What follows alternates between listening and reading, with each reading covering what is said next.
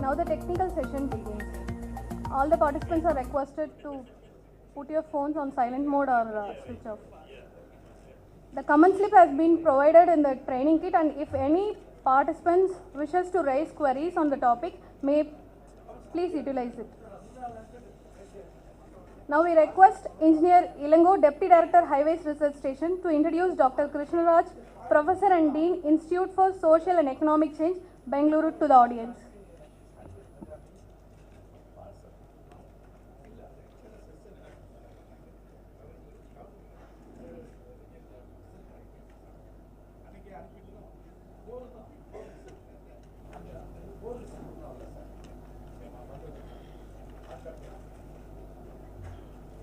Good afternoon to all the engineers. Dr. Krishnaraj is professor at Center for Economic Studies and Policy, Institute for Social and Economic Change, Bangalore. Earlier, he was the Vice Chairman, that is Dean of Academic Program Committee of ISEC. He obtained BA in History, Economics and Political Science from the University of Mysore in 1993 and MA with specialization in Environmental Economics in 1995. He obtained PhD in Economics from the University of Mysore in 2005. Professor is an Environmental Economics, Ecological Economics, Urban Economics and Economics of Civil Aviation. He has been invited as keynote speaker for more than 12 conferences, expert panelist for 30 discussions, and delivered over 123 guest lectures. Professor research works have been featured in various national and international print and electronic media. Professor completed 11 research projects, published 7 books, 29 research papers, and 5 book reviews. He has currently undertaken 12 ongoing research projects with policy relevance. He is serving as visiting professor at various universities in India and abroad, and member of various expert committees of Government of Karnataka and India. Currently, he is the National Economic Consultant for Asian Development Bank for research on river basin planning in Karnataka. Professor, through his teaching, research and policy advocacy, continues to make meaningful contribution to the field of environmental economics and sustainable development at the state and national level. Thank you.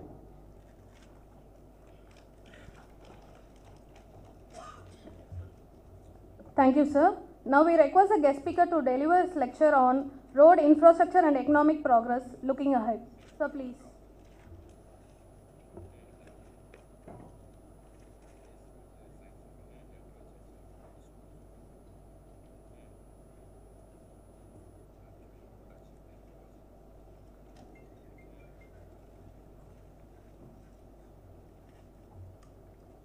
Good afternoon, one and all. It's a great pleasure to stand before all of you to deliver a lecture on the road infrastructure and economic progress, a road ahead. I immensely thank Professor Veeraraghavan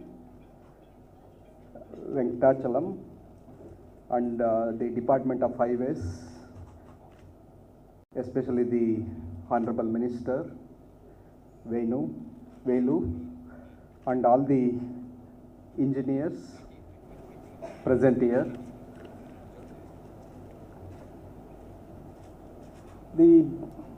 I duly consider, I respect all of you because I come from Karnataka, where Sir M. Visvesvaraya has contributed a lot for economic development of the country. Not only Karnataka, but also economic development of the country.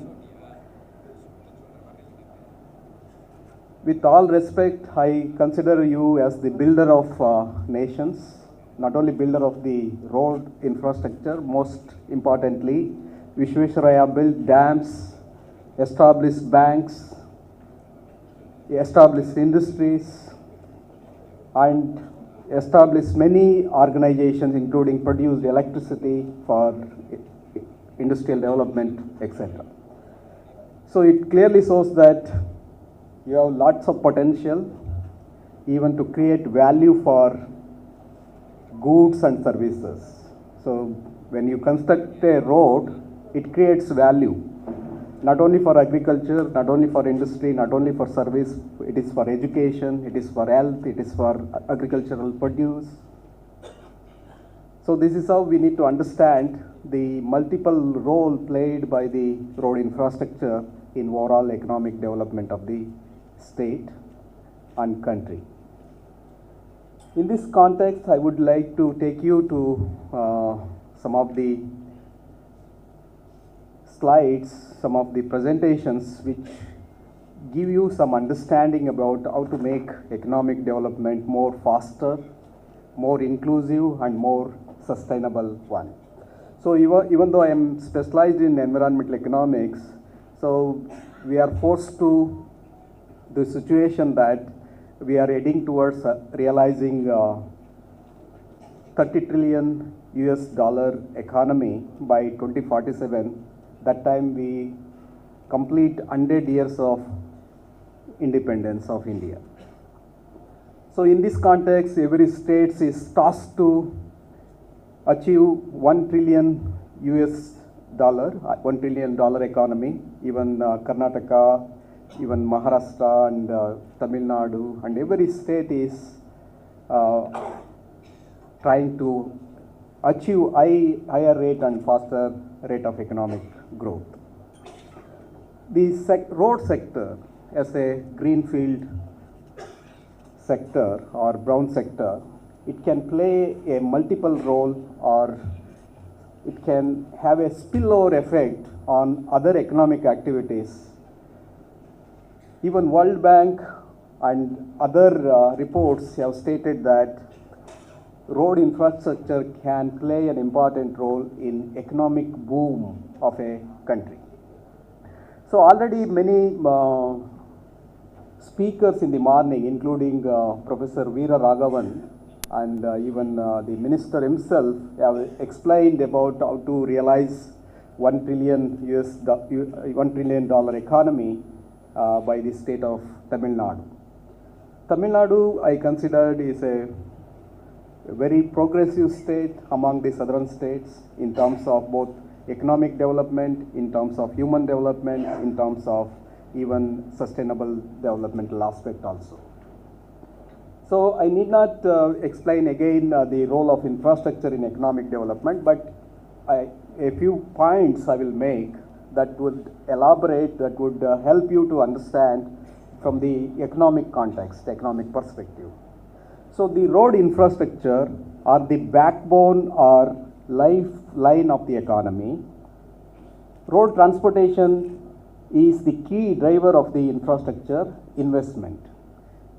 If you look at the investment, which is especially FDI, foreign direct investment, that are going mainly to the road infrastructure, development of road infrastructure, development of airports, development of ports, and this greenfield infrastructure that is attracting more investment. Even transportation is attracting highest investment through penetration of EV vehicles, electric vehicles. So as technology changes, the investment also follows the technology. This is how the economies are moving in this direction because of various compulsions, including climate change.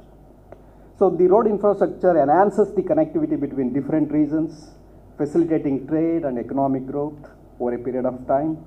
The road infrastructure, especially highways, is the prime mode of transportation in India, carrying a large portion of passenger and freight traffic. The highway infrastructure development has short-term and long-term direct and indirect benefits on the economy. Highway infrastructure has contributed for forward and backward linkages. Forward linkages means it helps other sectors. Backward linkages means it also helps the areas where the infrastructure is not there. So it has beneficial effect or the positive impact on all the sectors. So highways have multiple effect on the economy, creating jobs, stimulating trade, and facilitating fast movement of goods and services, leading to increased economic activity, leading to increased productivity. I have studied traffic congestion in Bangalore city. We have submitted a report. You understand how we are crippled, even though we have infrastructure, road infrastructure. Of course, that is strangulated in terms of its width and other things, but still we are not in a position to move more than 15 kilometer speed. So this clearly shows that our productivity has been undermined and time has been wasted on the roads, and it has its own loss of productivity and loss of health and other issues. So I have estimated all these things and submitted to the government, and the government is considering some of these suggestions for improvement of some traffic junctions in Bangalore city. So the road infrastructure has played an important role in regional economic development, especially after implementation of highways. The regional development in Karnataka, we can see in various parts of Tamil Nadu also, we can see the movement of vehicles and development of tourism. So this helps in development of regional development and also reducing regional economic inequality.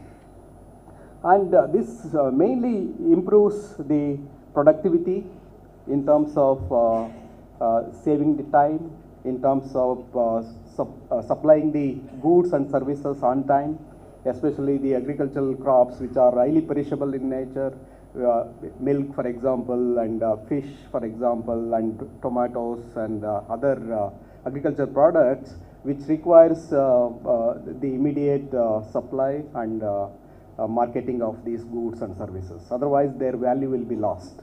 So in this way the road is considered to be lifeline for not only the economic activities but also for educational and even health consideration. Earlier there were distance that was mattering to travel to Bangalore or even Chennai, even Coimbatore for health benefits, for taking the services of doctors. But nowadays anyone can move anywhere, even foreigners visiting India for treatment. Likewise, so the road infrastructure can have a multiple positive impacts. So that means that generates more economic activity in terms of travel, in terms of movement of goods and services, in terms of establishment of schools, colleges, hotels and accommodations along the highways, etc.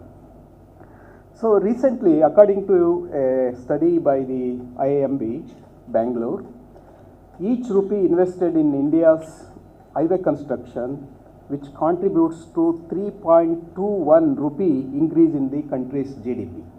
So this is a very interesting finding. If you look at the capital to output ratio in road sector, it is 2:1. Sometimes if there are other roads where too many vehicles are not going, the revenue is not being generated, then it is 4:1 capital to output ratio. But here the roads, because of vehicular growth in India, all are using roads. Especially if you look at Bangalore, it is a hub of information technology. Every weekend they go out and they travel to other places and come back on Monday and go for work. So this is how roads have been creating more economic activities, and that results in increase in overall GDP of the state, GDP of the country as well. So highways are estimated to contribute around 3%, over 3% to the overall GDP of the India. So therefore you can play an important role in increasing the the GDP growth rate by constructing a quality and also in-time completion of the road without increase in the overhead cost or the sunk cost. So in short term, highway development projects generate temporary engineering design, material supply, infrastructure construction and project management related jobs. But in the long run, there is a huge demand for steel, cement and other related goods and services. So India's National Highway Development Program is associated with non-agricultural private sector employment growth.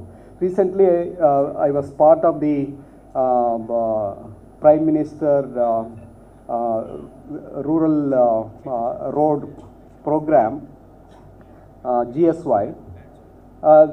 In this also there is a strong relationship between construction of rural roads, linking it to the state highways and national highways that led to mobility of the people from rural areas to urban areas, and they can go to colleges, hospitals and other services. They can enjoy and come back. As a result, the rural development is also possible with the linkage of rural roads with state or district and national highways. So India's National Highway Development Program is associated with non-agriculture private sector employment growth also. So this sector is contributing to direct and indirect employment growth. So the economic progress and population growth result in increase in per capita income and ownership of personalized vehicles. Nowadays, when roads are good, people buy vehicles and they go using their own vehicle. So this is how the road infrastructure and economic development that contributes to each other. Does road infrastructure impact on economic growth in India? Yes. The road infrastructure has a positive impact on economic growth in the long run period in India. There is unidirectional causality from road infrastructure to economic growth. Various studies have established that the road infrastructure can help economic growth and economic activities. So I don't want to explain in details, but if you look at infrastructure, investment leads to investment multiplier. So for example, if you look at the highways, along the highways the real estate prices are increasing. As a result, the townships are coming, and the townships also having higher value of sale of plots or sale of houses. As a result, it is having a spillover effects or neighborhood effect, positive effects. So in this way, road infrastructure can cause or create more economic opportunities, create more economic activities in around the highways.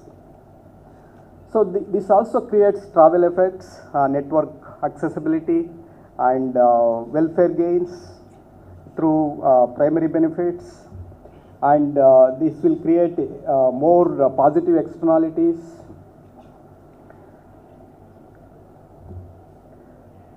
And increasing economic activities leads to more positive externalities, and it also enhances the allocative externalities like environmental improvement and transport network economies, labor market participation, and even women can participate in the urban areas. They can go and work and come back if highways are good. Many people, they travel between cities, and that will ensure it reduces the distance basically. It reduces the distance, even though distance is the same, but the hour of travel we take will be reduced. As a result, that would help to make a choice to go to job or not to go to job. So in this way, overall economic development can take place because of all this road infrastructure development. So this is also another slide. I don't want to go into details, but there are increasing employment opportunities, and it increases the trade and services, healthcare, and reduces the time of passenger on the road. It also reduces the it also enhances the capital investment in road transport, and reduces the transport and operating cost. Overall, it has its own transport effect and transport effect. Let me take you to the how it increases the GDP now. So the transport demand increases with high passenger travel and movement of goods and on the roads. India's national highway development correlates with national economic and population growth. India's national highway infrastructure has experienced a significant improvement over the past 2 decades because of various national highway developmental programs. So the total route length of national highways increased from 52,000 kilometers in 2000 to 63.4 lakh kilometers as per the National Highway Authority of India. So now the national highway network covers 1,46,195 kilometers. It is a high growth of creation of more national highways, converting the state highways into national highways, and even doubling the lanes, etc. So the national highway network comprises only 2% of total road network, but it carries about 40% of the overall road freight traffic. India's Golden Quadrilateral Program, a major highway project, aims at improving the quality and width of existing highways. Connecting the 4 largest cities in India has helped growth of Indian firms along the corridors. However, since government funds are used in majority of highway projects, these jobs could have been created by public investment in any other sectors, particularly in social sector. When you are investing heavily, morning the Honorable Minister was telling the capital investment. When we make capital investment, money cannot be available for social sector development, including education, health, water supply, sanitation, housing, electricity, etc. So therefore, we need to be very careful in using the infrastructure fund, where you have to play an important role to reduce the cost and use the technology properly and have sustainable practices in creating the road infrastructure. So the quality as well as the quantity, it means the timely completion of the road infrastructure that helps the economic activity and helps the economic development and reduce the burden on the part of the farmers who gave up the land for road infrastructure. So therefore, you have to play an important role as a liaison officer, liaison person between the farmers who lost the land and the government, and they should get the compensation quickly, and you can implement the road infrastructure at a right time. So that reduces the burden on the exchequer, government exchequer. So therefore, investment is competitive in need, which must be used carefully. So let me throw some light on the overall budget of the last year, this year 2025 of Government of India. So that total expenditure, total budget of the Indian government is that 50,65,345, out of which the road infrastructure gets around 10.83%. It is a huge amount. Look at the defense. Even defense sector, it is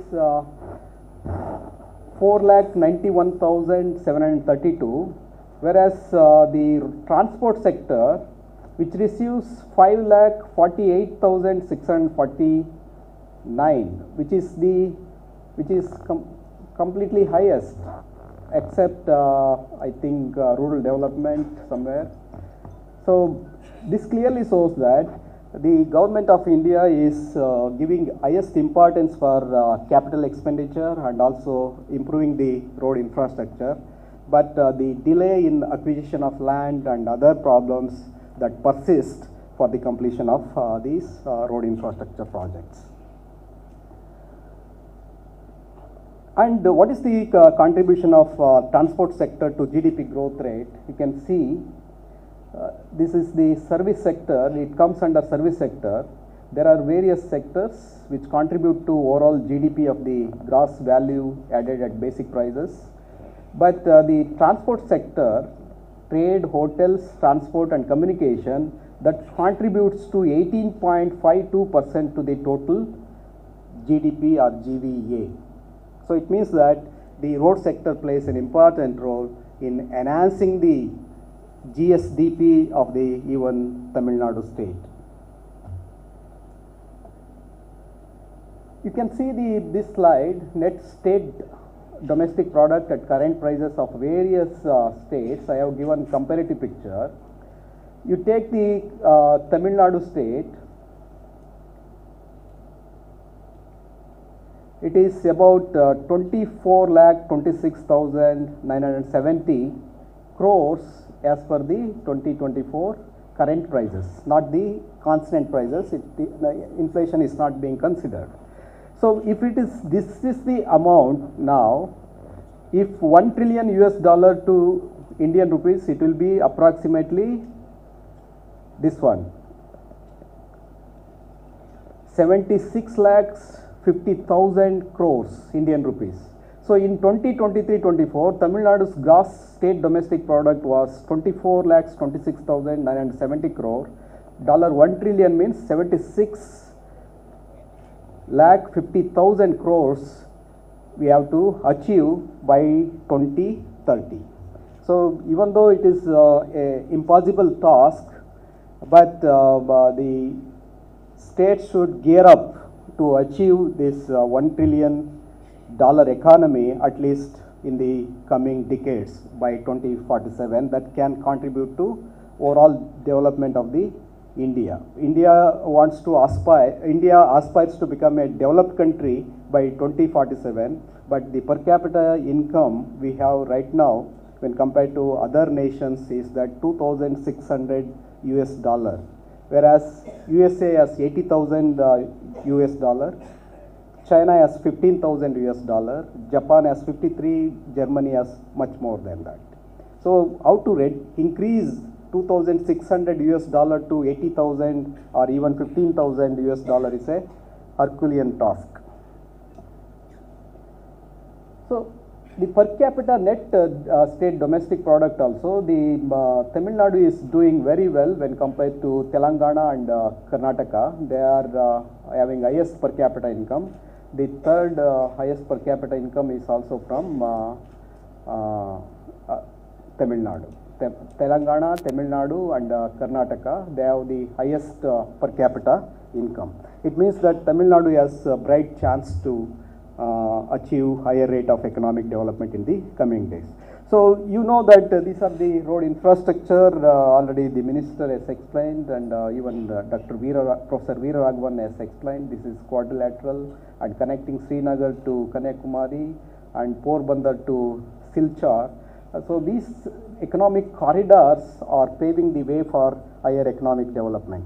Look at the national highway kilometers. Now it is 1,46,145 kilometers we have achieved so far, and this is how national highway network lane configuration in 2024 from 2014 to 2024. Now this 4 lane and above has increased from 20% to 33%, from 18,371 to 48,422, 45,399 2 lanes to 84,723. So this is how road infrastructure is fast developing over a period of time.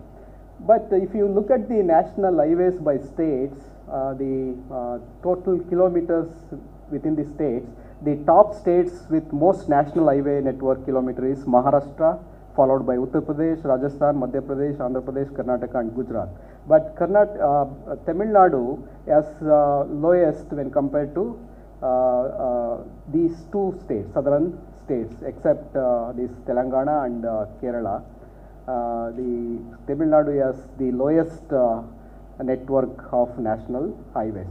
So this can enhance it to 18,000 or even 20,000. That was my proposal. the state government can invest more on road infrastructure, and it should come to the other states level. If you look at the road network, the national highways, it is increasing over a period of time, and road transport, which is contributing to percentage of share of different modes of transport services in gross value added. The transport alone contributes to 3.06%, and railways and others, they contribute less.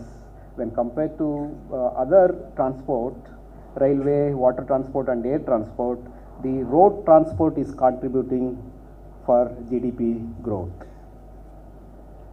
But road, the way we developing the road, earlier we were developing only roads, but nowadays the strategy, national strategy for road development has changed.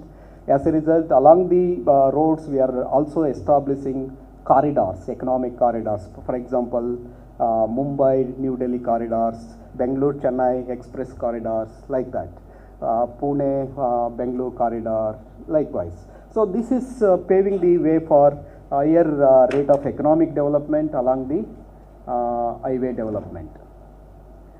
So further, along the economic corridors, inter-corridor roads, feeder roads, national corridor roads have been created, and this is the way the network, road networks have been created over a period of time, and including they are working for logistics, advanced traffic management, because as Dr. Veera Raghavan mentioned, the Tamil Nadu has highest accidents in India. So it means that we need to have road safety as also one of the important issue, along with advanced traffic management system and multimodal logistic parks, and national highway maintenance policy is also under consideration.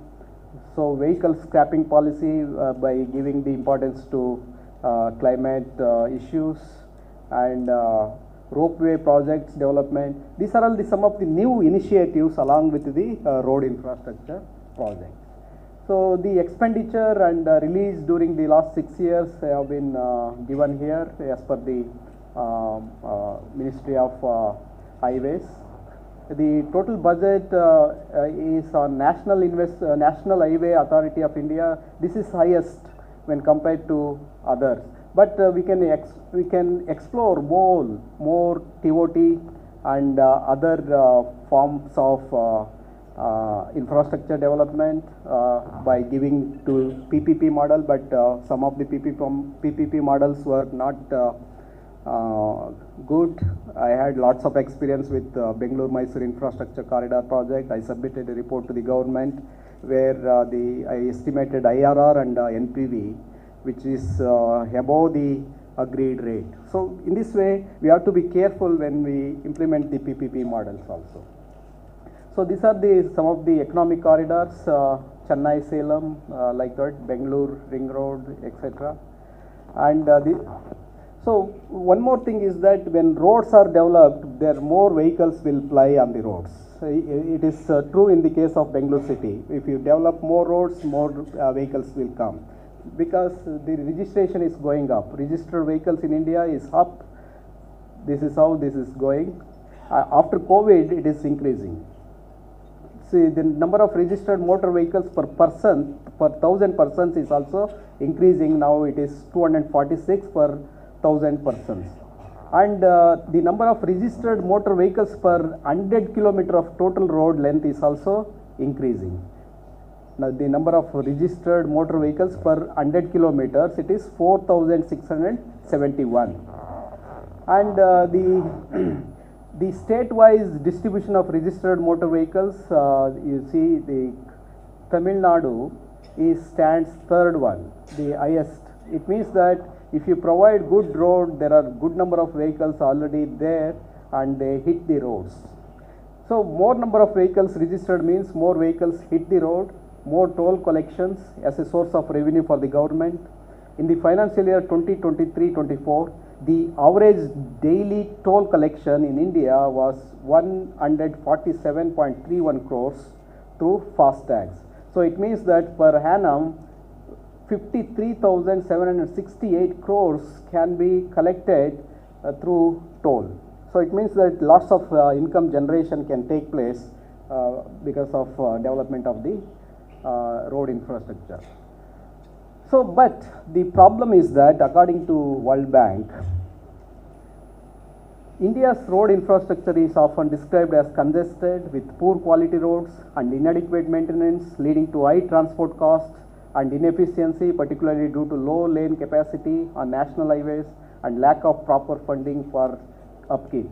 So the major road infrastructure needs to be revamped to support the country's continued economic growth.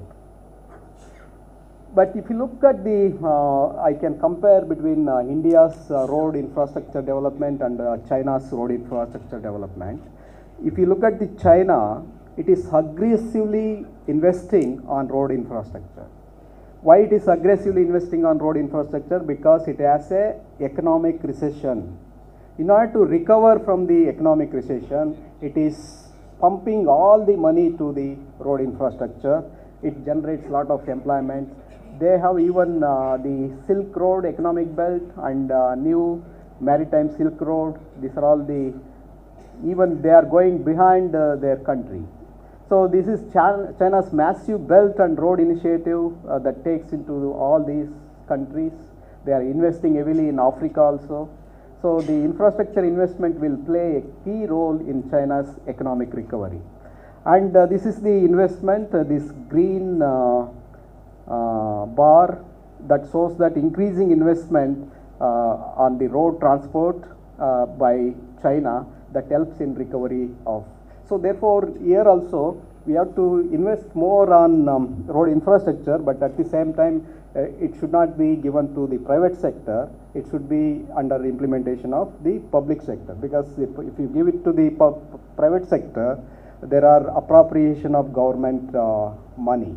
Because I have studied and how the excess land has been occupied by the private sector in the name of infrastructure, and that led to lots of issues in various parts of the country. So let me come to Tamil Nadu economy. So Tamil Nadu as a, I have used this source from Madras School of Economics. So economic growth in percent, Tamil Nadu, this is, you look at this Tamil Nadu and India growth, almost it is growing on an average of 7.92%, even 9.05% GSDP growth rate. It means that the Tamil Nadu economy is doing very well in terms of GSDP growth rate over a period of time. It is almost on par with some of the progressing states. If you look at the average real economic growth of major Indian states, and Tamil Nadu is here, it is growing on an average for this period 6.01%. Whereas other states are growing very fast, including Karnataka and Gujarat. Nowadays UP is picking up. And the projected nominal GSDP of top 5 states in Gujarat, Karnataka and Maharashtra and Tamil Nadu, the average growth from this period 2012 to 2022-23, the Tamil Nadu is growing at an average of 11.04%, and Uttar Pradesh also same, and the Karnataka and Gujarat a little bit higher. So this is the rupees in crores. This is projected, the per capita income is also high, already I have explained, I don't want to take you to that one. So if you look at the transport, storage and communication, which is the highest contributor to GSDP of the state, when compared to others, you look at this, except in some COVID period, the transport sector is contributing highest to the GSDP. See, the growth projection for subsector of Tamil Nadu economy 2023-24 is that the transport and storage, etc., they play an important role in contribution of to the GSDP this much for this amount. So there are various schemes have been implemented by the national and state level authorities for enhancing the road length. So these are some of the projects and these are the investment. I don't want to go in detail. These are the infrastructure in the state national highways this much, and national highway this much, and major district state highways and other district roads. So total length of roads is 74,021 kilometers. And the scheme of these projects, there are several projects have been undertaken. The total investment in the last year budget is that 20,042.36 crores.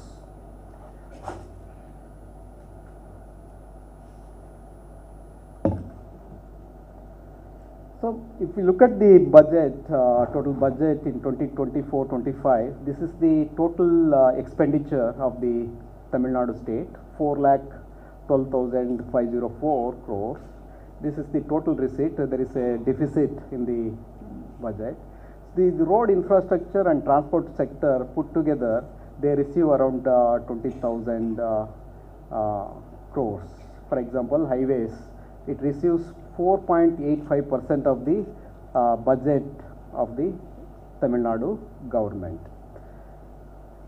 So apart from that, the road infrastructure projects, they seriously face one issue, is that we should go as green corridors. So we should not neglect the environment. You should plant the tree, and also the compensatory afforestation program one should take up wherever the forest land has been encroached and utilized for road infrastructure. We should be sensitive to the environment, we should be sensitive to the climate change, and therefore you are the engineers, you have to play important role in realizing sustainable development in road infrastructure projects. Apart from that, the accidents are also very high. It is your responsibility to save the precious life of people. Already Professor Raghavan said that what is the value of a person. So it is nearly 1 crore. So if these people were died, and we are losing lots of money, and also it is affecting the economic development. Not only economic development of the state, but more importantly, the person who dies on the road, he may not be in a position to support the family. The whole family will suffer. So therefore, be sensitive to these road accidents and also environment. I want to give one more example how Uttar Pradesh is trying to achieve $1 trillion economy. So Uttar Pradesh is aiming to become the nation's first $1 trillion economy. The UP is betting on its expensive network of expressway and mega industrial corridor to boost UP's gross state domestic product from its current level to nearly $300 billion. So the total outlay for the highways is 80,000 crores. And among the key expressway, there are several have been completed. 340 kilometer Purvanchal expressway was completed. 296 kilometer Bundelkhand expressway was completed. The 165 kilometer Greater Noida Agra Yamuna express was completed, and the 302 kilometer Agra Lucknow expressway were commissioned in 2017. There are ongoing projects including 594 kilometer Meerut Prayagraj Ganga expressway, 91 kilometer Gorakhpur Link expressway being developed by the UP Expressway Industrial Development Authority. The Ganga expressway, which spans 12 districts, is to cost 36,000 crores. So the 63 kilometer Lucknow Kanpur expressway and 380 kilometer Ghaziabad Kanpur expressway, UP has set land bank target of 1,50,000 acres by 2027, with 54,000 acres already in its land bank. So the state has envisaged fresh land acquisition of 96,000 acres across 75 districts. So any success of roadway infrastructure, it requires land. ready land available without any litigations. Therefore, before construction of any expressway, before planning, the authorities should first get the land and pool it in the land bank and develop some also cities on the road, on the expressway. So it needs to be properly envisaged, properly targeted, properly executed.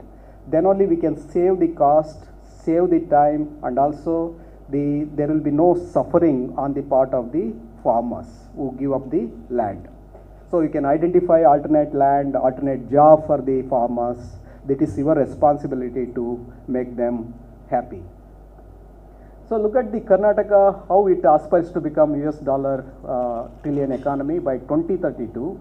Karnataka seeks to make development of the state through its technological prowess and manufacturing excellence. Already several cities around, satellite cities around Bangalore has been created. And the government's vision extends beyond urban centers, intending to spread industries to rural regions, particularly Kalyan Karnataka through focused cluster development initiative. The government wants to nurture specialized industries in different parts of the state, leveraging local expertise and resources. The state has identified cluster to develop priority sectors such as electronics, automotive and electric vehicles, pharmaceuticals, textiles and more. So Karnataka wishes to promote growth that is tech-driven, green, inclusive and resilient as per the new industrial policy of 2025 and 30. So as being part of the asset monetization committee, we are pushing for green growth, inclusive growth and also technology-driven economic development. So how can we look ahead for Tamil Nadu economy? So investment is the key for road infrastructure development. So the investment on road infrastructure should be enhanced from present 20,000 crores to 50,000 crores in the state budget. I think next week the state budget will be announced in Tamil Nadu. You can hope for the highest allocation for the capital expenditure on the road infrastructure. But the quality of road is also more important, and how we utilize this fund for the infrastructure development. So the national highway network should be increased from current 7,000 kilometers to 20,000 kilometers. That is the second target one can have. And economic corridors and townships along the expressway should be planned. So that can also enhance the economic development and contributes to $1 trillion economy of Tamil Nadu. However, along with road infrastructure, other economic activities should also be promoted to realize 1 trillion Tamil Nadu economy, but not by 2030. It is not easy to achieve this target, but maybe in 2047. So I am almost coming to the end, but I want to take you to the national issue of 30 trillion US dollar economy. Can we achieve that one? And the state can be part of that growth story. Look at the recent trends. Last economic survey, the economic growth of India in GDP has reduced from 8.2 to 6.4. It means that already economic development is coming down. As a result, India wants to achieve a 30 trillion economy. Already US has 21.47 trillion economy, followed by China 14.3 trillion, Japan 5.1 trillion, Germany 3.97, and India is 2.9 trillion economy, but it comprises only 3.3% of the global GDP. But these two countries together, US and China, that command around 45% of the world's GDP. So how India's share can increase over a period of time is the biggest challenge. So if you look at the World Bank Group country classification by income level, so high income countries are these: Canada, USA, Greenland, Russia, European countries, even Australia. These are all considered as high income countries, above 20,000 US dollar per capita. And upper middle income countries are including China, Mongolia, and Kazakhstan, Iran, and South Africa, Brazil, and Chile, Argentina, Mexico, and some countries in the here. So, what about lower middle income country? India is a lower middle income country because it has its per capita income of 2,600 US dollar. So, whereas USA has 80,000 US dollar, the China has around 15,000 US dollar. How to reach that pinnacle is a biggest challenge. So, low income countries are these in the Somalia and others in Africa. So, recently there was a report called World Development Report 2024. These countries, even though they want to develop into upper middle income and low income to lower middle income, upper middle income and high income, they have to face serious challenges. So, India is one of them. What is this middle income trap? The middle income trap is a situation in which a middle income country experiences a systematic growth slowdown as it is unable to take on the new economic structures needed to sustain high income levels. So, what does it mean, new economic structure? So, new economic structure is the one where the economic development is driven by innovation, investment, and entrepreneurship. If you look at the 40% of the people who are living in the rural area and how to make development in India, is it possible? How to create entrepreneurship? It is a big task. So, the investment, research and development expenditure in India is 0.64%, whereas Israel 5.56% of the GDP, South Korea, where I was there for teaching, I witnessed how the country has grown. 4.93%, America 3.46% are the world's leading spenders on research and development as percentage of gross domestic product.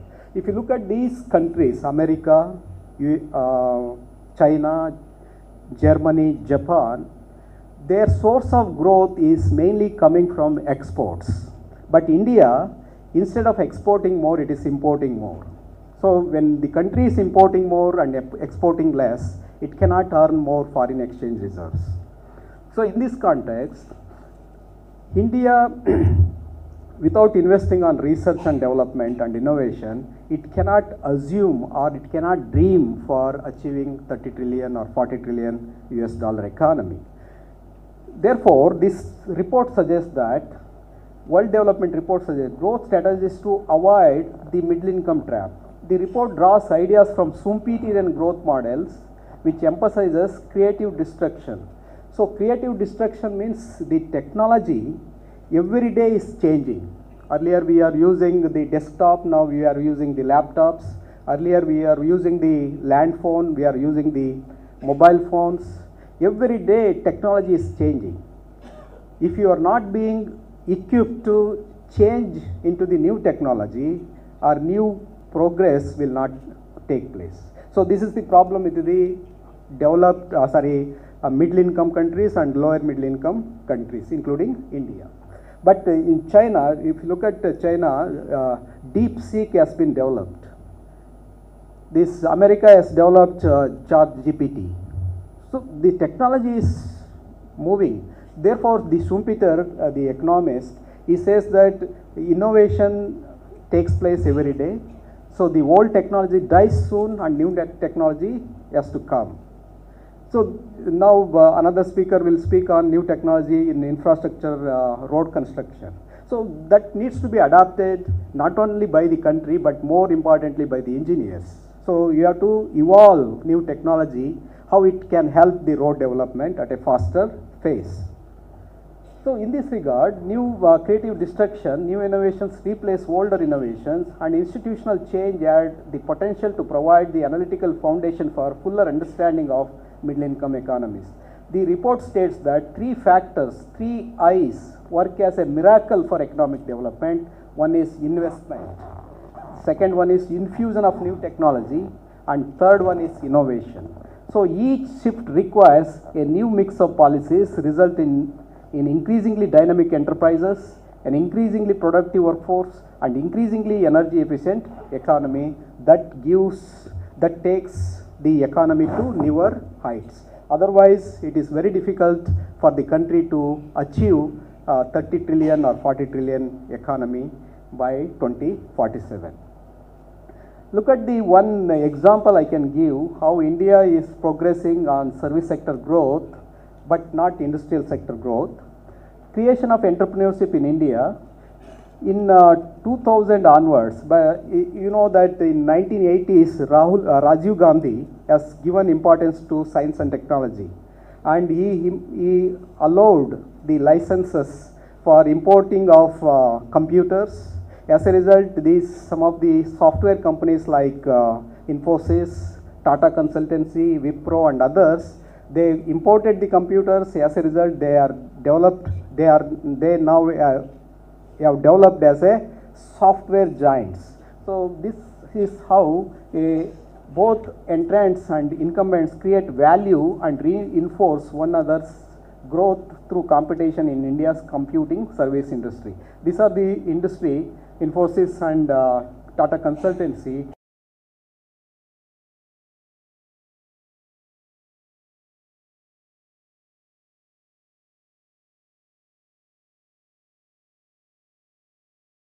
In the story of economic growth of a country.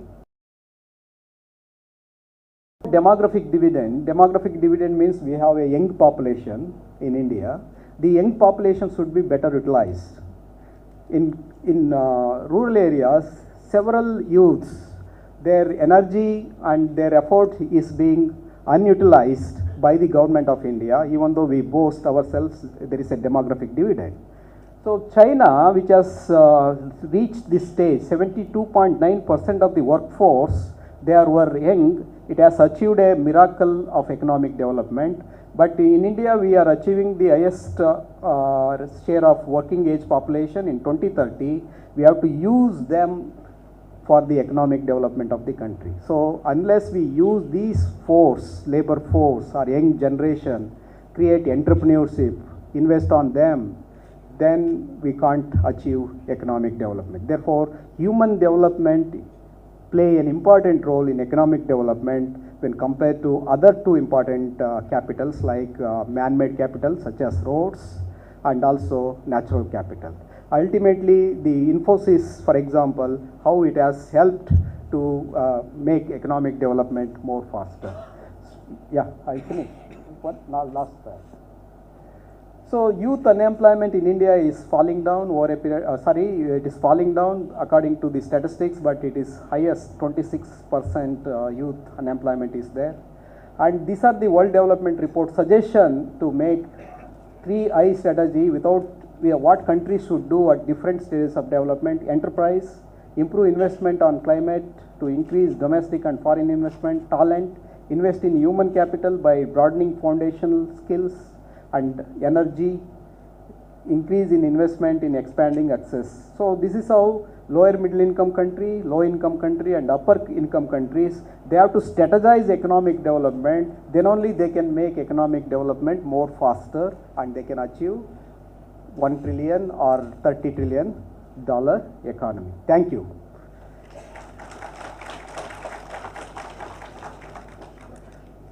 So is there any questions?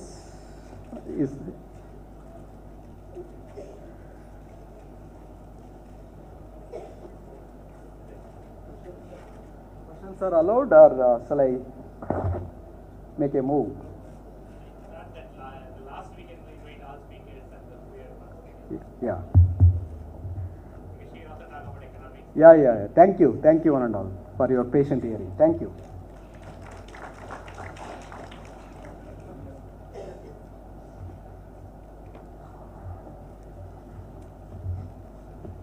Thank you, sir. Now we request our beloved Director, Highways Research Station, to felicitate the guest speaker.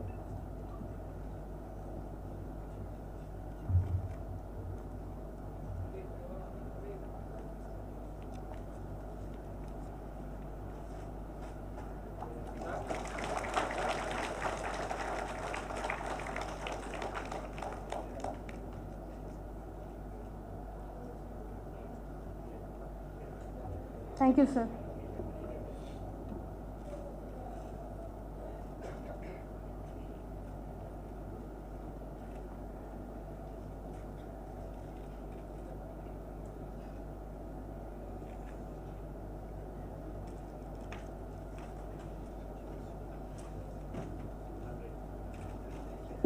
Now we request Engineer Yuganan, DSc, to introduce Dr. S. Chinnamai, Professor and Head Department of Economics, University of Madras, to the audience. Sir, please. Thank you. And anyway, you can cover the entire scenario.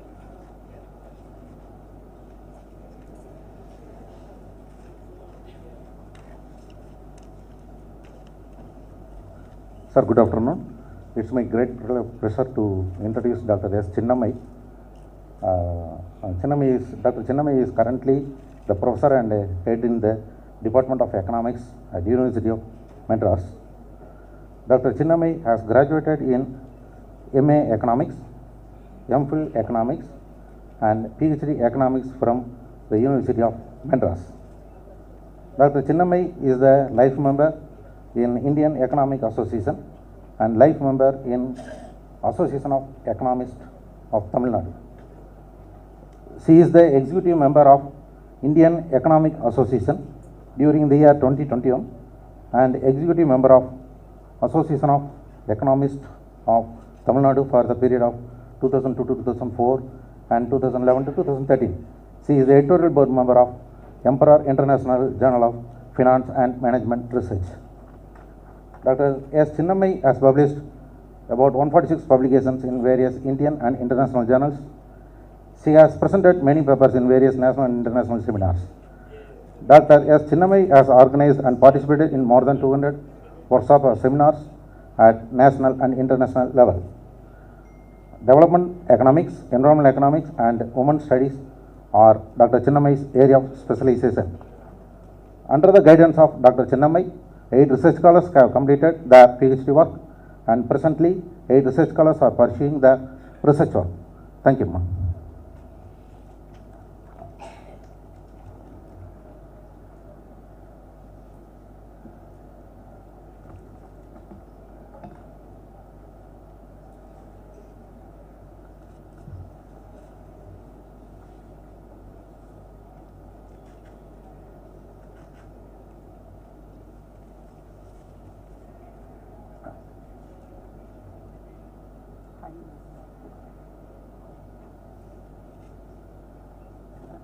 The first one, presentation one. This one? No, Oh, okay. No, second.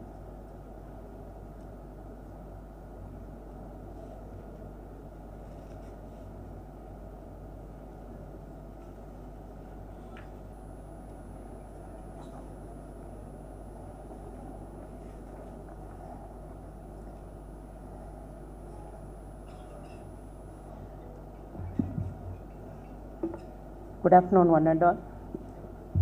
It's a great honor for me to stand before you to present some of my views on role of highways driving Tamil Nadu to $1 trillion economy. Respected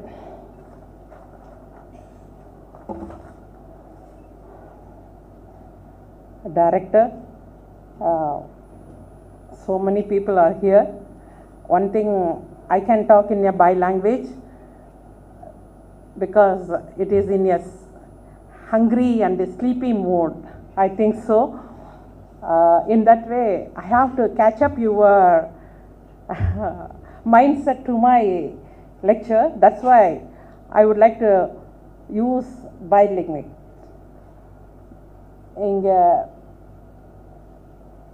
So many dignitaries and higher authorities are here.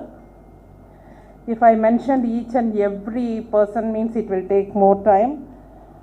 But anyway, I would like to thank Joint Director of Venkatachalam sir. He called me to present a paper on this role of highways driving Tamil Nadu to $1 trillion. And also so many people contact me. Thank you for giving me such a wonderful opportunity. You may think that.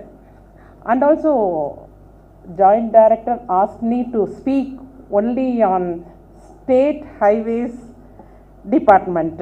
Don't go beyond that one, because our Tamil Nadu economy is concentrating more on 1 trillion economy, and also highways is how it is contributing, how they are going to achieve. In that way only you have to speak. He made a roadmap like a highways department for my preparation. So இந்த வே அவர் எனக்கு சொல்லிட்டாரு, இதுக்குள்ளார நீங்கள் பேசுங்க, அது போதும் எங்களுக்கு. We wanted to keep up the 1 trillion economy, எப்படி நம்ம போவோம், எப்படி வருவோம் அப்படின்ற மாதிரி தான் அவர் எனக்கு சொன்னார். நான் கூட கொஞ்சம் நடுவில் அப்படியே டீவியேஷன்லாம் கேட்டேன் அவர்கிட்ட. No no no no, you concentrate only, ரோடுக்கிட்ட போகாதீங்க, டிரான்ஸ்போர்ட்டுக்கிட்ட போகாதீங்க, we are also constructing the bridge, culvert and other things, அதையும் கொஞ்சம் நீங்கள் கான்சென்ட்ரேட் பண்ணுங்க அப்படின்னுட்டு என்கிட்ட சொன்னார். And also you must talk about only the economic point of the highways department. Right, I am not a engineer, I am truly சேதர். அது சொல்லுவாங்க கொல்லம் பற்றையில் ஈக்கு என்ன வேலைன்னுட்டு. The same way I am standing on before you வந்திருக்கேன். But anyway, economics இல்லாத எந்த சப்ஜெக்டும் இல்லை, I can proudly say, because that is my major. அதுக்காக சொல்கிறேன்னு நினைக்காதீங்க, don't think on that one. Economics ஏன் அந்த மாதிரி எக்கனாமிக்ஸ் இல்லாமல் ஒன்றும் இல்லைன்னு சொல்கிறேன்னா, இன்றைக்கி இந்த ஹைவேஸ் இந்த அளவுக்கு வளர்ந்துருக்கு, easily we can say that we can achieve 1 trillion economy அப்படின்னு நம்ம சொல்கிறதுக்கே என்னென்னா இந்த எக்கானமி தான், அந்த economics. We are earning money through the highways, we are also developing through the highways. அதுதான் என்னன்னு பார்க்கறதுக்காக தான் we are going to see my presentation. First, I am going to concentrate on the role of highways in the economic development. And உங்களுக்கே தெரியும், what are all the key functions of the Tamil Nadu state highways and the important points about the Tamil Nadu state highways. That is also a little bit உங்களுக்கு தெரிஞ்சது தான். That I wanted to make it highlight only.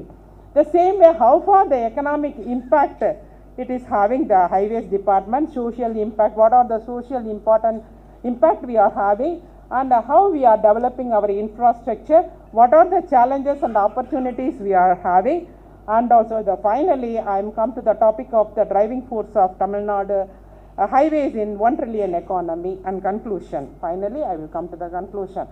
So the highways department, உங்களுக்கு எல்லாருக்குமே தெரியும், highways டிபார்ட்மெண்ட்னா நீங்கள் எல்லாருமே நல்லா work பண்ணிகிட்டு இருக்கீங்க. People are so good. And because why I am saying that, இந்த விஷயம் நான் சொல்கிறதுக்கு நான் பெருமைப்படுறதுக்கு என்ன காரணம்னா, I am travelling throughout the day, throughout the year. I am also taking a charge of director of agro economic research centre. That's why India ஃபுல்லாகவுமே போயிட்டுருக்கேன், தமிழ்நாடு ஃபுல்லாகவுமே throughout the monthly 15 days நான் ட்ராவல்லையே இருக்கேன். I am watching that one, how far the highways is developing, how far it is helping to the people, in what way it is helping the people. That because I am one of the beneficiaries of the highway department. நான் அதை travel பண்ணுறேன், I am conveying the message, I am transporting, and all the goods and services, people, எல்லாமே trade, எந்த அளவுக்கு trade develop ஆகுது, in what way the industrial development we are having, how it is creating the job opportunity, how it is promoting the regional growth. All these things I am watching, and also you people are doing very well. Professor Krishnaraj also told that we are having some challenges to achieve the $1 trillion. No, I am at par with our former finance minister. Easily we can achieve $1 trillion. That is my focus. We can achieve, easily we can achieve. That much we people are doing. Each and every department are doing very well. Particularly the highways is doing very well in our state. Not only that, people சொல்வாங்க இந்த மூணாரை தாண்டினோன்னா Kerala roadways is highways are very good அப்படின்வாங்க. When compared to Tamil Nadu, people will say that one. அந்த மூணாறு இந்த பக்கம்லாம் போகும்போது அங்கே ரொம்ப நல்லா இருக்குது, அது அப்படி இப்படின்னு சொல்லுவாங்க. You are saying that only one part of the area, but come to the entire part of Tamil Nadu, you must see that how it is linking with the national highways, how it is helping to the people, how it is transporting, how it is giving inclusive growth of sustainability, all these things we have to look at. என்னோடது என்னம்னா positive approach தானே தவிர, ஏன்னா நான் பார்த்தது அப்படி. அந்த விதத்தில் பார்க்கும்போது highways is doing very well. Why it is having very well means these highways is having the key functions of Tamil Nadu.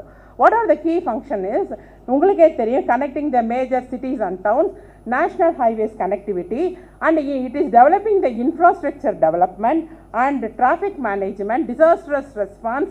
This is particularly very well you people are doing. That also I will come in later. Economic, normally we can achieve the economical growth and rural connectivity. All these things we are having. And also very pinpointly I can say that governance body, that is highways department, is having the overseas connectivities of construction, maintenance, development of the state highways, and road safety measures also it is having. Not in the other state, we people are taking care of road safety, and also we are having the traffic signal, everything, crossing of the pedestrian, everything we are having. And also you people are project execution division also you people are having. So in that way you are working very well. That's why I told that easily we can achieve $1 trillion, not if this is a miracle or whatever it is. So you are saying the proverb of increase the capacity, connectivity, efficiency and safety. That Tamil Nadu is having that type of the safety network. So here we people can easily achieve the socio-economic development of our state, and because of the better connectivity, broader road and ring road, everything we people are having. Only one thing is missing, that in the metro rail also everywhere they can put it in the slide, that is today's inconvenience is for the betterment of tomorrow. அதுதானே தவிர, that is why we people are affecting. இன்னைக்கு கஷ்டம், ஆனால் but we will achieve it tomorrow, we will enjoy it tomorrow. That I am trying to say. So in that way we people are enjoying. We can march forward positively for achieving that trillion economy. So in that way we people are having the extended vast connectivity of the road.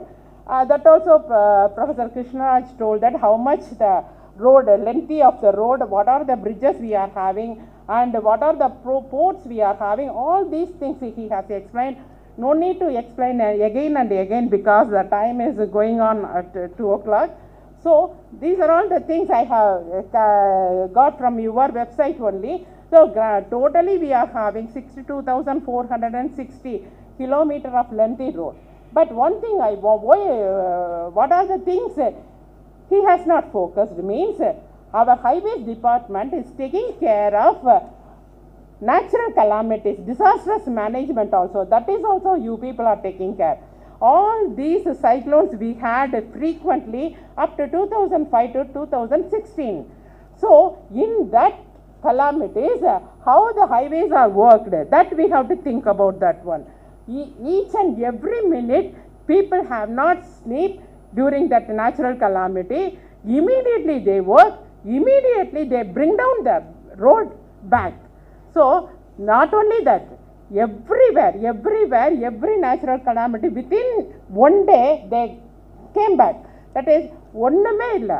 நீங்கள் பார்த்தீங்கன்னா இன்றைக்கி இந்த இடத்துல இந்த மாதிரி ஒரு natural calamities நடந்துதான்ற அளவுக்கு கூட நம்ம தமிழ்நாடு அந்தளவுக்கு ஒர்க் பண்ணி திரும்ப ரீஒர்க் பண்ணி நமக்கு திரும்ப கொடுத்துருக்கு. அந்தளவுக்கு நம்ம பாடுபட்டிருக்கோம். That's why I am saying that we can easily achieve that $1 trillion.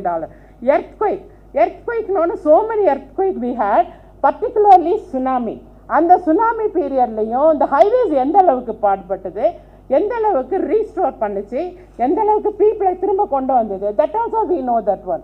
So இங்கே இருக்கிறவங்க நீங்களாம் engineers, you know very well உங்களோட ஒர்க் எப்படி இருக்குது, நீங்களாம் எப்படி ஒர்க் பண்ணீங்கன்னு you people know that. But என்ன மாதிரி அவுட் சைட் பீப்புளுக்கு ஹவு தே ஆர் திங்கிங் அப்படிங்கிறத நீங்கள் தெரிஞ்சுக்கணுங்கிறதுக்காக தான் நாங்கள் இதெல்லாமே economic point and social view அதெல்லாமே நாங்கள் வெளியில் யூஸ் பண்ணிகிட்டு இருக்கோம். The highways is working too well and they are supporting the other side of the people. That's why we can achieve the $1 trillion economy. இந்த ஹைவேஸ்னால மட்டுமே நமக்கு 1 trillion எக்கானமி வந்துடாது. This is the highways is a platform for us to achieve the 1 trillion economy. Road போட்டால் தான் நடக்க முடியுமே தவிர ரோடே இல்லாமல் நடக்க முடியாது. அதுக்கு இந்த ஹைவேஸ் எங்களுக்கு ஹெல்ப் பண்ணுது.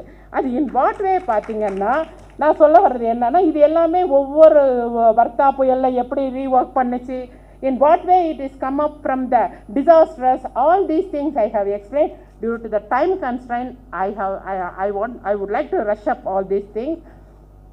இதில் பார்த்தீங்கன்னா, நீங்கள் எந்த அளவுக்கு நம்ம வந்து மேலே வந்தோம், அப்படி கீழே விழறது பெருசு இல்லை. நம்மளோட இதுவே என்னன்னு சொல்லுவாங்கன்னா, கீழே விழுந்துட்டா ஒன்றும் பெருசு கிடையாது. ஆனால் எந்த அளவுக்கு கீழே விழுறதை விட ஃபாஸ்ட்டாக மேலே எந்திரிக்கிறோம், மேலே திரும்பி நிற்கிறோங்கிறது தான் முக்கியம்னுட்டு that people will say, then only we can achieve that growth point. இன்னைக்கு நீங்கள் நான் மினிஸ்டர் உட்காந்து பேசிகிட்டு இருக்கும்போது I told them, அதாவது என்னென்னா, நான் வந்து இந்தியன் எக்கனாமிக் சர்வீஸ் பீப்புளுக்கு நான் டீச் பண்ணியிருக்கேன். ஜஸ்ட் என்னை ஒரு நரேட் பண்ண சொன்னாங்க, தட் ஐ டிட். அப்போ பார்த்தீங்கன்னா அவங்க கேட்ட ஒரே கேள்வி, அந்த 3 பேர் தான் கிளாஸில் இருப்பாங்க, that is 3 person only sit in that. அந்த கிளாஸில் கேட்குறது என்ன கேள்வினா, how the Tamil Nadu is achieving this much of the progress. எப்படி தமிழ்நாடு இந்த அளவுக்கு ப்ரோக்ரஸ் காமிக்குது in all aspects, how it is possible. And also your minister is saying that. அப்போ வந்து அவர் மினிஸ்டர் ஆஃப் ஃபைனான்ஸ் மினிஸ்டராக இருந்தார். அப்போ உங்கள் மினிஸ்டர் சொல்கிறாரு, how it could be achieve $1 trillion. அதுக்கு நான் எடுத்துக்கிட்டது ஒவ்வொரு டேபிள்லையும் பார்த்தீங்கன்னா, லிட்ரஸி லெவல்லேருந்து, வெல்ஃபேர் ஆக்டிவிட்டீஸ்லேருந்து, how our state is put forth இந்த வெல்ஃபேர் ஆக்டிவிட்டி, ஒவ்வொரு ஸ்கீமையும் காமிச்சு அதில் எவ்வளோ பெனிஃபிஷியரிஸ் வராங்க, எந்த மாதிரி வராங்க, ரோடு கனெக்டிவிட்டி. இன்றைக்கி இந்த ஹைவேஸ்க்காக நான் ரோடு கனெக்டிவிட்டி பேசலை, அன்றைக்கே நான் சொன்னது எந்த அளவுக்கு இந்த ரோடு கனெக்டிவிட்டி இருக்குது, நம்ம எப்படி அச்சீவ் பண்ணோம் அப்படிங்கிறத எல்லாமே நான் எக்ஸ்பிளைன் பண்ணேன். Then only they good understand that how Tamil Nadu is achieving. அதுதான் நான் சொல்ல வரேன். கீழே விழற வேகத்தை விட எழுந்து நிற்கிற வேகம் அதிகமாக நம்ம தமிழ்நாட்டுக்கு இருக்குது. That's why we are going to achieve $1 trillion அப்படிங்கிறது. இதை பாருங்கள், ரோட் டிரான்ஸ்போர்ட் இண்டஸ்ட்ரிக்கு எந்த அளவுக்கு ஹெல்ப்ஃபுல்லாக இருக்குது, in what way it is transporting from the goods to one place to another place, what are the storage, warehousings, all these things I have narrated here. If you want to go through that one, means if you can have it in the PowerPoint, you can use it of that one. Business, in what way, how our business is coming benefited, and then consumer, how the consumer, little bit spelling mistake, consumer, how the consumer is benefited. All these things I have explained each and every slide, and in that way how the economic growth will achieve. நீங்கள் பார்த்தீங்கன்னா, sir also, the Krishna sir also told me, multiplier effect அப்படின்வாங்க. எக்கனாமிக்ஸே என்னென்னா 4 பில்லரில் தான் இருக்குது. That 4 pillar, what are the 4 pillarனா, I am not going to teach about the economics, only 4 pillars, that is investment, saving, consumption and expenditure. இந்த 4 பில்லரில் தான் இருக்குது. இந்த 4 பில்லர்லேயும் நம்ம எப்படி நம்ம கவர்மெண்ட் ஃபங்க்ஷன் ஆகுது, பீப்புள் எப்படி ஃபங்க்ஷன் ஆகுறோம். பிஃபோர் தட் நம்மலாம் என்ன சொல்லுவோன்னா, நான் பேசும்போது இந்தியா இஸ் ஏ சேவிங் கண்ட்ரின்னு நம்ம சொல்லிட்டு வரோம். இப்போ nowadays we are talking about consumer country. Consumerism is spread all over the country. So consumer country எல்லாத்தையுமே நம்ம என்ன பண்ணியிருக்கோம், வாங்க ஆரம்பிச்சிருக்கோம், யூஸ் பண்ண ஆரம்பிச்சிருக்கோம். Why I am saying that, இப்போல்லாம் யாருமே வீட்டில் இருக்க விரும்புறதில்ல. சாட்டர்டே சண்டே ஆனானா they wanted to fly somewhere else, as like in the advanced countries. நம்ம பார்த்தீங்கன்னா சாட்டர்டே சண்டேனா வீட்டில் உட்காந்துட்டு, முன்னெல்லாம் வந்து அந்த லெஷர் அவரை என்ஜாய் பண்ணிட்டு இருந்தது போக, இன்றைக்கி இன்னொன்று உங்களோட just I wanted to share with you. ஒவ்வொரு வீட்லேயும் பார்த்தீங்கன்னா ஒரு சின்ன கார், ஒரு பெரிய கார் இருக்குது. சின்ன காருன்னா டிராஃபிக்குள்ளார போகிறதுக்காகவும், பெரிய கார்னா லாங் டிஸ்டன்ஸ் போகிறதுக்காகவும் ஒவ்வொரு வீட்லேயும் 2 கார் வச்சுருக்கோம். Not only that, every people is having own two wheeler vehicle வச்சுருக்கோம். ஒவ்வொருத்தருக்கும் ஒவ்வொரு வெஹிக்கிள் நம்ம வச்சுருக்கோம். ஒரு வீட்டில் 3 பேர் இருந்தாங்கன்னா 3 வெஹிக்கிள் 2 காரு, இதுதான் நடந்துக்கிட்டு இருக்கு. So in that way vehicle volume of vehicle also increase. ஆனால் அந்த அளவுக்கு இந்த ஹைவேஸ் டிபார்ட்மெண்ட்டும் நமக்கு ஹெல்ப் பண்ணுதுங்கிறது I can say that one. So this is the thing you must understand. பல பேருக்கு என்னென்னா விஷயங்கள் புரியறதே இல்லை. நம்ம என்ன பண்ணுறோம், நீங்கள் ஆஞ்சநேயர் சொல்லுவாங்க, I am a Hindu, that's why I am quoting that word. ஆஞ்சநேயருக்கு தன் பலம் எதுவுமே தெரியாது, யாராவது சொன்னால் தான் தெரியும்பாங்க. That type of the thing you people are having. So we are enjoying, our people are enjoying that one. So for that reason only I am saying that we can easily achieve $1 trillion. So இங்கே பார்த்தீங்கன்னா ஒவ்வொரு விஷயமும் எந்த அளவுக்கு நம்ம economic point of வியூவில் இந்த highways help பண்ணுது அப்படிங்கிறத தான் நான் வந்து ஸ்லைடாகவே சொல்லியிருக்கேன். Infrastructure and trade and commerce எந்த அளவுக்கு டெவலப் ஆகுது, சோஷியல் இம்பேக்ட் எப்படி இருக்குது, in what way we are achieving. இங்கே பாருங்கள், முக்கியமான ஒரு விஷயம் சொல்கிறேன், நான் சொன்னோன்னு உங்களுக்கே தெரிய வரும். What is that one means education. முன்னெல்லாம் சொன்னாங்க, நான் ஐ ஹாவ் ட்ராவல்டு, நான் நடந்து போய் 10 கிலோமீட்டர் நடந்து போய் நான் படிச்சுட்டு வந்தேன். 10 கிலோமீட்டர் எனக்கு காலேஜ் வசதியே இல்லை, நான் வந்து சைக்கிளில் போய் படிச்சுட்டு வந்தேன், நான் அங்கே லைட்டு வசதியே இல்லை, நான் வந்து தெரு லைட்டில் படித்தேன். இப்படி தான் சொன்னவங்கெல்லாம் உண்டு. இன்றைக்கி ஒருத்தர் கூட அந்த மாதிரி சொல்கிறதுக்கு இல்லை. உங்களுக்கே தெரியும், அது ஒருத்தர் கூட நான் நடந்து போய் படித்தேன்னு சொல்கிறதுக்கு இல்லை. இன்றைக்கி ஏசியை போட்டுக்கிட்டு படிக்கிறேன்னு சொல்கிறவங்க தான் ஜாஸ்தியாக இருக்காங்க. அது நான் ஓப்பனாக சொல்கிறேன் உங்களுக்கு. இன்றைக்கி நம்ம குழந்தைங்களுக்கு எல்லா வசதியும் கொடுக்குறோம். என்னென்னா பஸ் இருக்குது, பஸ்ஸில் கூட இப்போ போகிறதில்ல, நல்ல ரோடு இருக்குப்பா, நல்லா ஜாக்கிரதையாக நல்லபடியாக போயிட்டு வந்தோம் சொல்லிட்டு 2 வீலரை கொடுத்து அனுப்புகிற அளவுக்கு நம்ம வந்தாச்சு. So that much education is improved, human capital is improved. If the human capital improved means automatically we will achieve the growth path of $1 trillion economy. So in all aspects we people are look forward of that particular issues. இதை நான் எல்லாமே நான் வந்து இதை நட்சலாக இந்த பாயிண்டில் சொல்லியிருக்கேன். ஒன்று இந்த ஹைவேஸ்னால வாட் இஸ் த நெகட்டிவ் ஆஸ்பெக்ட்ஸையும் நம்ம பார்க்கணுமேன்னு பார்த்தீங்கன்னா, ஒன்லி ஒன் திங், என்வாரன்மெண்டல் ஆஸ்பெக்ட்ஸில் நம்ம பொல்யூஷன் எந்த அளவுக்கு அந்த வெஹிக்கிள் மூவ் ஆகும்போது அந்த ஹைவேஸில் how far that people are affected. That is the one thing we have to think of that. என்னன்னா இப்போ ஹாரன்லாம் யாரும் கொடுக்கறதில்ல, but anyway air pollution is more in our country, that we have to think. So in that way so many issues are there. இன்னும் ஒரே ஒரு slide மட்டும் just I want tourism. Automatically tourism எந்த அளவுக்கு டெவலப் ஆகிருக்கு because of the roadways, high roadways. இதை பாருங்கள், இந்த டேபிள் உங்களுக்கு எக்ஸ்பிளைன் பண்ணுறது என்னன்னா, இந்தியாவில் டொமஸ்டிக் டூரிஸ்ட் யாருமே நான் வந்து Saturday Sunday they don't want to stay in their home அப்படின்னு சொன்னதுக்கு காரணமே என்னென்னா, 20% of the people every weekend they are travelling, they are wanted to enjoy their holidays, leisure hour. ஸோ பார்த்தீங்கன்னா இந்த ஸ்டேட்லேயே டாப்பர் லிஸ்ட்டில் இருக்கிறது தமிழ்நாடு தான். Why? Because of road safety, vehicle நல்லா இருக்குது, பக்காவாக இருக்குது. That's why they wanted to enjoy their leisure hour. மிச்சம் 5 நாள் ஒர்க் பண்ணுறாங்க. அதே மாதிரி இங்கே டாப் 10 ஸ்டேட்ஸில் வந்து யார் இருக்கா, நம்பர் ஆஃப் ஃபாரின் டூரிஸ்ட் யார் வரா, அதுலேயும் பார்த்தீங்கன்னா இந்த செகண்ட் பிளேஸில் இருக்கிறது தமிழ்நாடு தான். ஃபாரின் டூரிஸ்ட் நம்ம ஸ்டேட்டுக்கு வரவங்க தான் ஜாஸ்தியாக இருக்காங்க. So in that way tourist arrival from India, அதில் பார்த்தீங்கன்னா ஜஸ்ட் ஒரு 10 இயர்ஸ் மட்டும் எடுத்திருக்கேன் because of not available of the recent years. அதுலேயும் பார்த்தீங்கன்னா நம்ம இந்தியா கண்ட்ரிக்கு வரவங்க தான் ஜாஸ்தி because of the every thing, transport, water, எல்லா விதத்துலையுமே we are in the topper level. So that's why we people achieve this one. இதெல்லாம் என்னென்னா goods travel பண்ணுறது. What are the unique features? Because we are having globalization. Within a minute we can have it in our doorstep. எங்கேயுமே stagnant கிடையாது. that much we are achieving. So எல்லா வசதிகளுமே நமக்கு இன்றைக்கி நினச்சது பண்ண முடியுதுன்னா because of highways department and everything, the road congestion, traffic congestion, it will also rectified in due course. இது ஒன்றும் செய்ய முடியாதது இல்லை. But if planning, if we have the பக்கா planning means that we will do.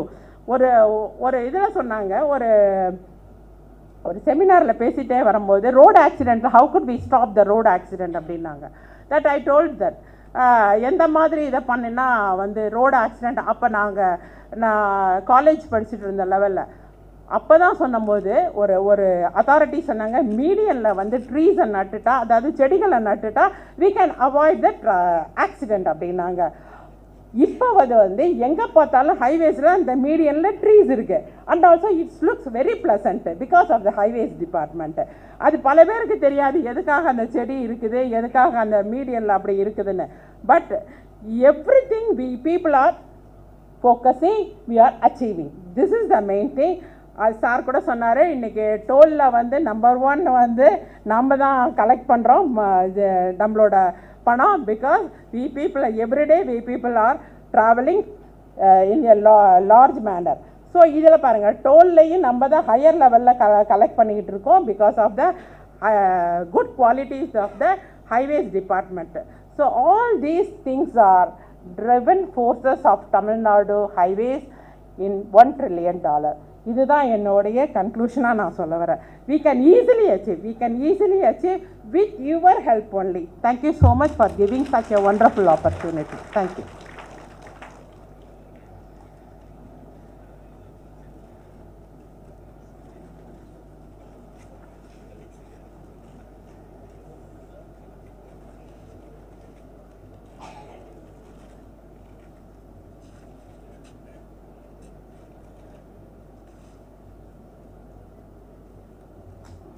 Okay, thank you. Thank you, madam. Now we request Engineer Marimuthu Rajan, Superintending Engineer, Projects Madurai, to felicitate the guest speaker. Sir, please.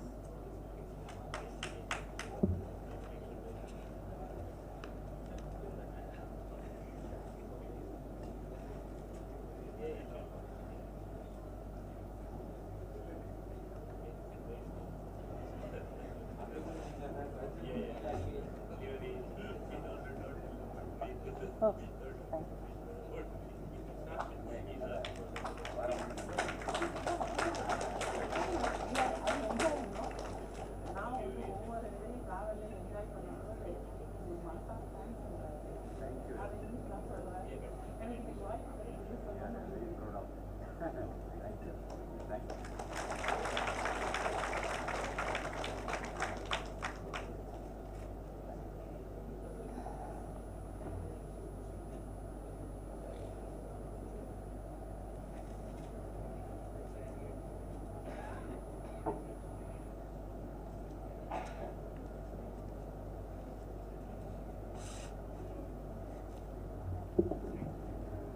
மீண்டும் உங்களை சந்திக்கிறேன்.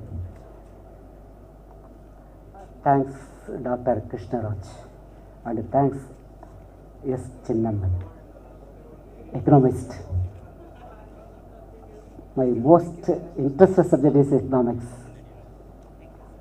I have been reading the Economic Times since 2003. Based on his strength, I put forth something. Our budget estimate of the Tamil Nadu for 2024-25, that is on 31/3/2025, it is 6.42 lakh crore. This budget, this expenditure rotates the wheel of economy 5 times. That's why we are going to achieve 32 lakh crore by this year end itself. By this year, that means financial year 31/3/2025. Our target is certainly be achievable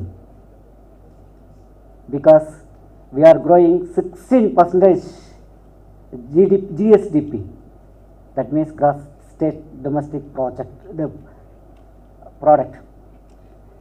That is our budget will be on 2030, it is about 20 lakh crore. It will rotate the wheel of economy of our state.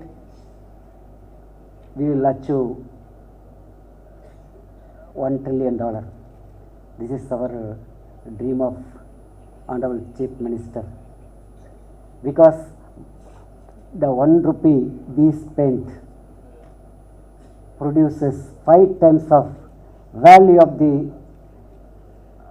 product, value of the goods and services. So that's why we can achieve. We request Dr. Krishnaraj sir to support us, to give some more suggestions, directions to achieve this economy. I accept Dr. Chinnamai's words. We can. Yes, we can. Thank you.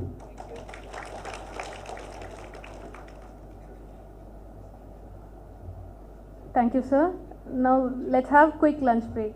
After lunch, the remaining sessions will be continued.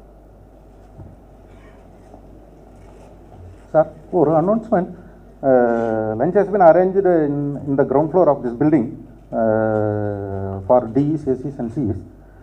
Lunch has been arranged at the training center hostel for all AEs and ADs. AEs and ADs lunch முடிக்கிற வரைக்கும் let the drivers wait. ஏன்னா நம்ம முடிச்சுட்டு lunch முடிச்சுட்டு வந்து இங்கே session ஆரம்பிக்கணும். அதனால் நம்ம சாப்பிட்டு முடிச்சதுக்கப்புறமே டிரைவர் சாப்பிட்ற மாதிரி சொல்லிக்கலாம் சார். அவங்களுக்கும் அரேஞ்ச் பண்ணிடு. Thank you sir. சார் லஞ்ச் முடிச்சுட்டு கொஞ்சம் குயிக்காக Honors in Civil Engineering in 1989 from Bharathidasan University. Master of Business Administration, Human Resources in 1995 from Annamalai University. And M.Tech in Construction Engineering and Management 2013 from SRM University.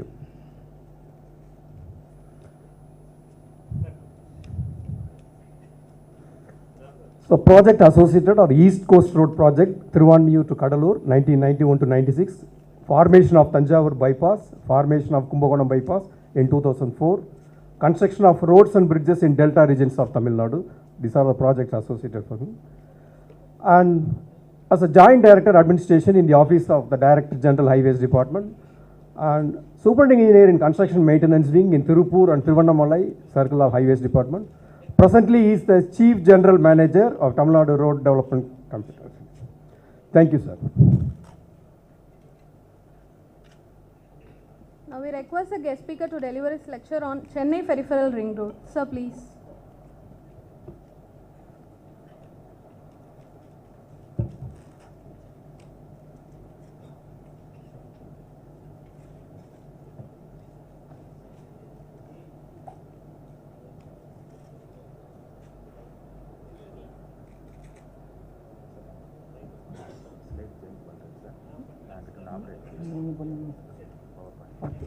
Good afternoon all.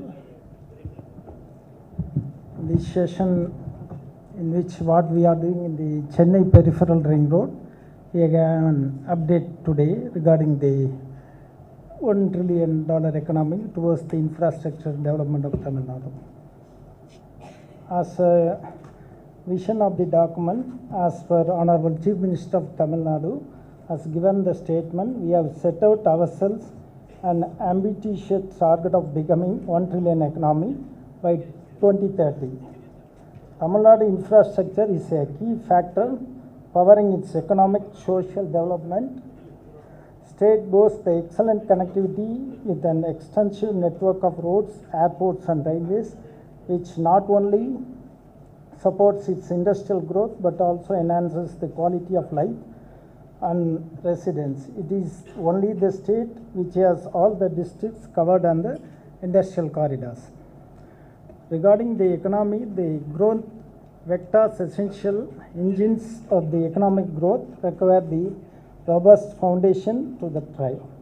Growth vectors segmented as primary, secondary and tertiary sectors. The foundation provided by the enabling the infrastructure, Tamil Nadu remains the seamless connectivity to facilitate the smooth operations. Normally, primary will be the agriculture sector, dairy, poultry and fishing. Secondary will be auto, EV, electrical, and tertiary time will be tourism, IT, and other financial services. Regarding the infrastructures, what we have to develop in Tamil Nadu is energy, transport, water, sanitation, and social and commercial activities. The key recommendation for this road sector, what has been given to, first is to upgrade 300 to 2000 kilometers of key industrial corridor. They have stated some 4 or 5 corridors in Tamil Nadu which has to be improved. To upgrade the 1 to 12,000 kilometers, 1,000 kilometers to 12,000 kilometers state roads to improve the last mile connectivity, and also new SH and 4-line northern Tamil Nadu and Chennai Bangalore Express and industrial corridor to be taken care. Out of which their industrial corridor 3-step approach have been leveraged to identify the slow speed highway patches. They identify, prioritize the 5 categories of the roads. First one, what they break corridor into 1 kilometer patches, average speed to cover all the patches. Some stretches in which in Tamil Nadu the connectivity is there, but the speed of the vehicle traveling time is reduced. They had identified some 200 locations. For that, we require improvement to maximize the speed. Their control where the stretches were less than 40 kilometers they had taken. Similarly, they had identified the existing corridors. Congestion analysis of the industrial corridor they had identified, in which one is Chennai-Kanyakumari corridor, second is Chennai-Hosur, third is Salem-Hosur, fourth is Coimbatore-Tuticorin, and fifth one is Coimbatore-Karaikal. And also they suggested that for the achieving the 1 trillion economy, new corridors of Chennai-Bangalore Expressway, Chennai-Salem, Chennai-Karaikal, Kanyakumari, CKSP, like that there has to be interconnected and upgradation should be done like that they mentioned that. And also they are given a congestion analysis report in the industrial corridor, in which what is the number of percentages of the stretches having less than 40 kilometer speed and 40 to 60 kilometer and more than 60 kilometer. In roughly what they are telling in Chennai-Kanyakumari, that is main corridor, less than 40 kilometer per hour, they are identified 54% of the stretches. 40 to 60 kilometer is 34%. The stretches which was triangulated with the PC forecast, they have identified some stretches in this. One is the Chennai to Dindivanam, that 110 kilometers, the speed as per their target is not achieving. Second stretch is Samayapuram and Vralimalai, Melur Thirumangalam and Tirunelveli Kanyakumari. Similarly, Coimbatore-Thoothukudi stretch less than 40 kilometer identified 65%, 40 to 60 is 35%. Chennai-Hosur is less than 40 is 13%, 40 to 60 is 32%, and more than 60 is 56. This need expansion of slow zones of intermittent junctions. Remaining all three, the entire corridor need expansion they are identified. If you are identifying these works have been done, then the achievement of the connectivity and the speed of the vehicle will increase. Likewise, they are mentioned about the spur connectivity of the SH. Where are the total 220 stretches they had identified in the state highways. That is also some 90 state highway requiring expansion and renewal cycles. Each status has been given to the identification to be given by taken care by the CNW and the NHV. Moreover, the PPP partnership proposed in the economic development of the achieving the 1 trillion, government and explore 3 new models of TOT, HAM and VPOT projects. That is, one is of a EPC type, another is HAM and VPOT project. The models would complete the portfolio of contracting mode, enable the civil work on operation and maintenance.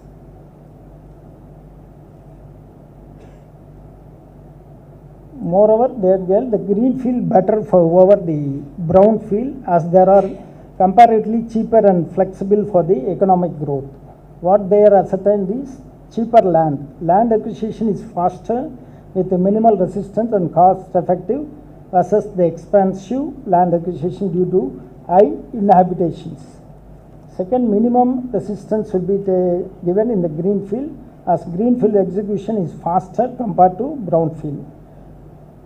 Moreover, potential new economic zones opens the potential for the development of new areas and wealth creation, again the new corridors.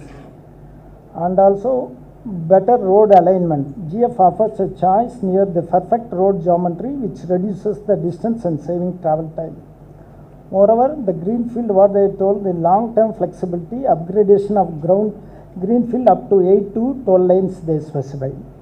Always possible, hence gives a longer term perspective of about 30 to 40 years.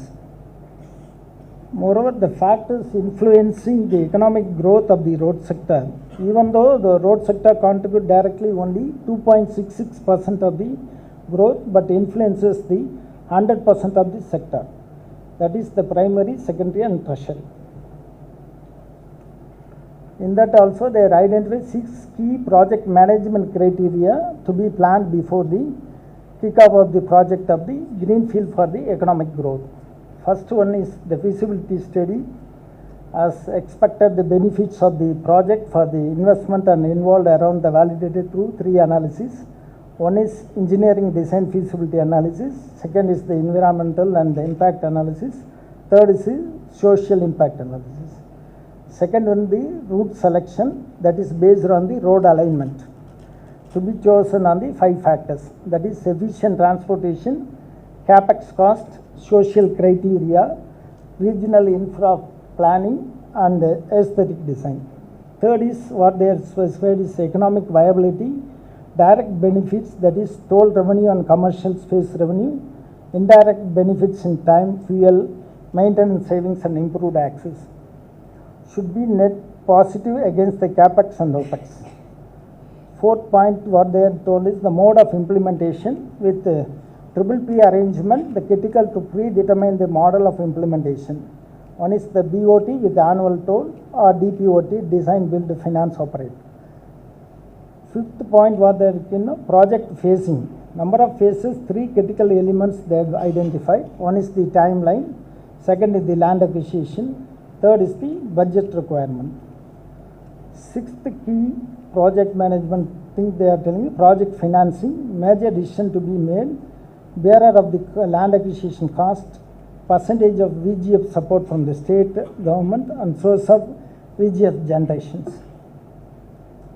This is the things what are mentioned in the 1 trillion economic model. What is the necessity for the economic of the development of road in the Chennai city? First, we have started the inner ring road, which exceeded the capacity now.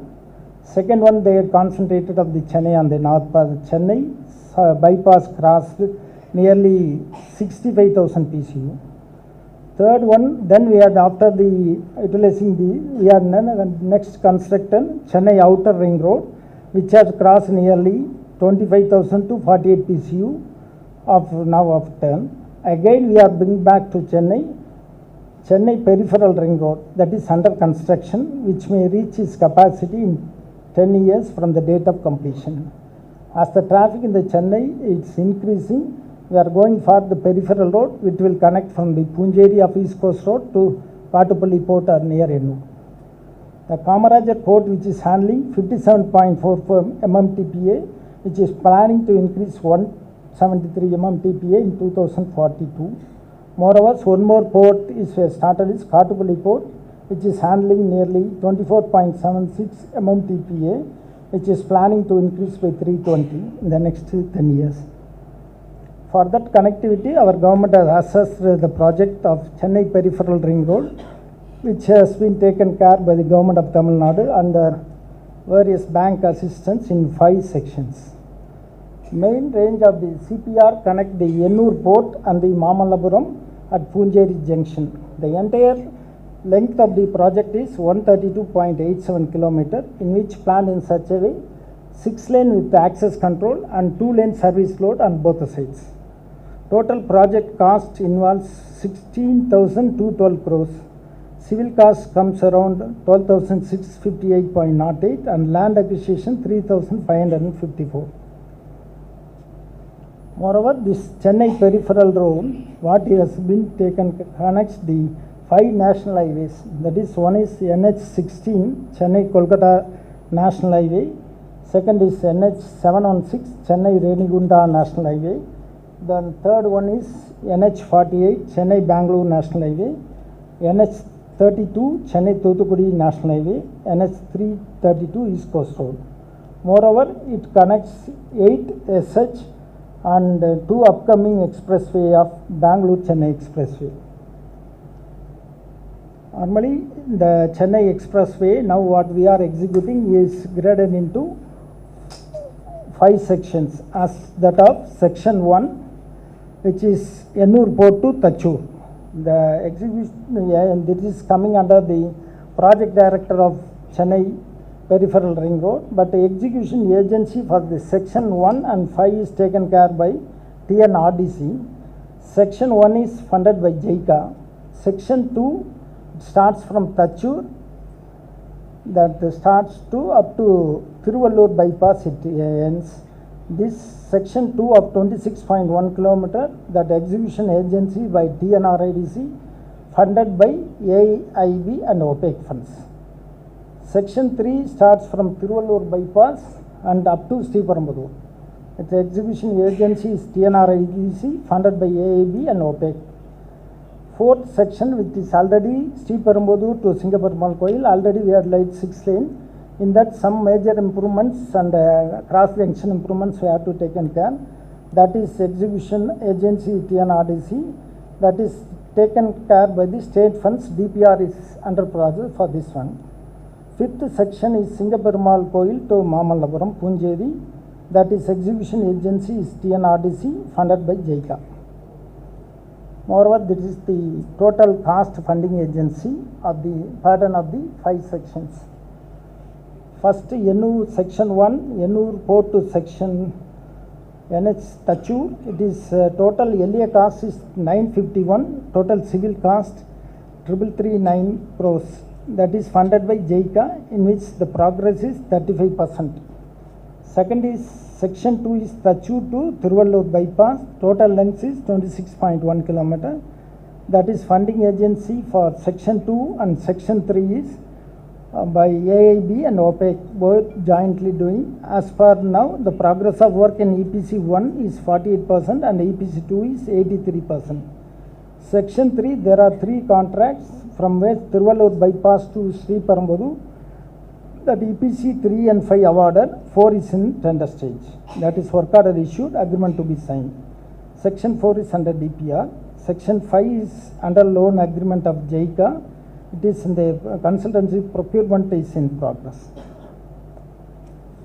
What are the clearances that we had approved for the project as given the, what are all the clearance for the major project that we had gotten approval?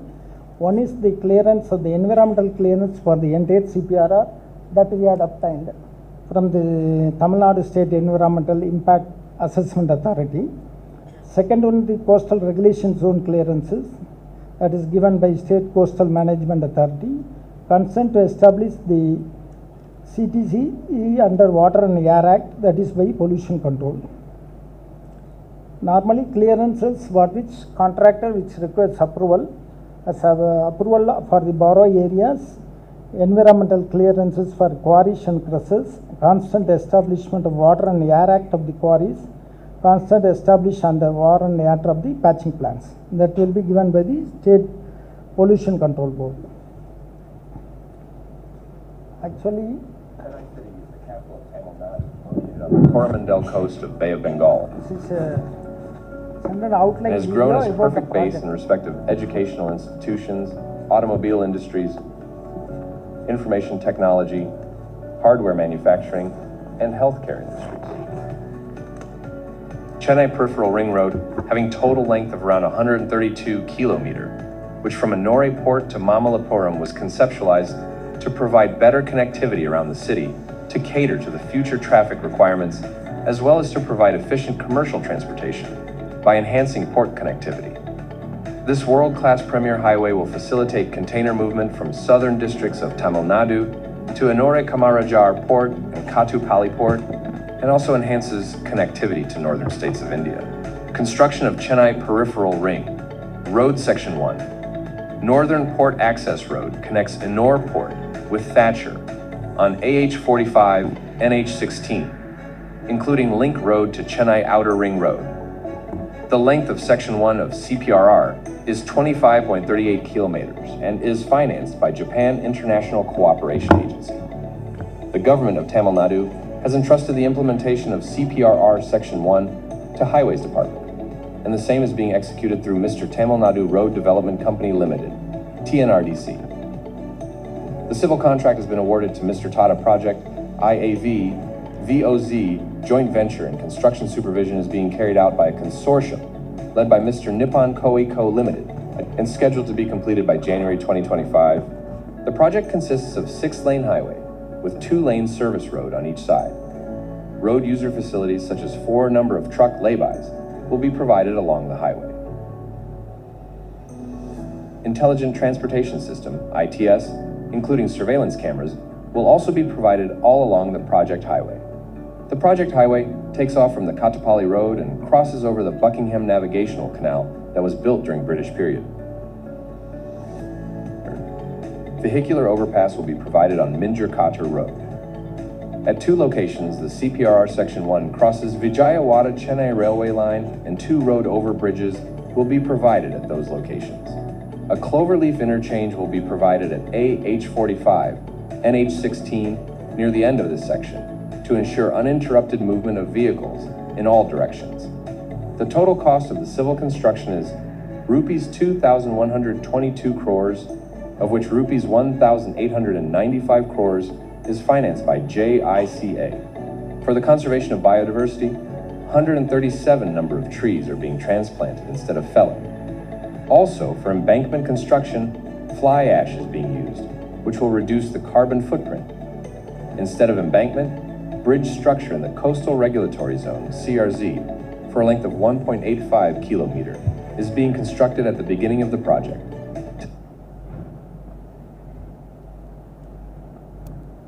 Chennai City, the capital of Tamil Nadu, is located on the Coromandel coast of Bay of Bengal.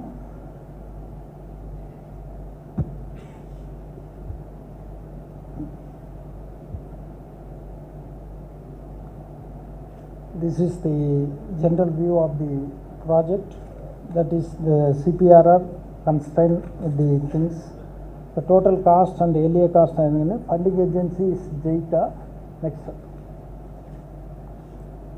The loan agreement signed in 18/1/2019. Loan period is 30 years and the interest of loan is 1.45%, non-consultancy, and 0.91% for the consultancy. The project implementation, including that maintenance, they are taken for 84 months. This is the implementation chart of the structure.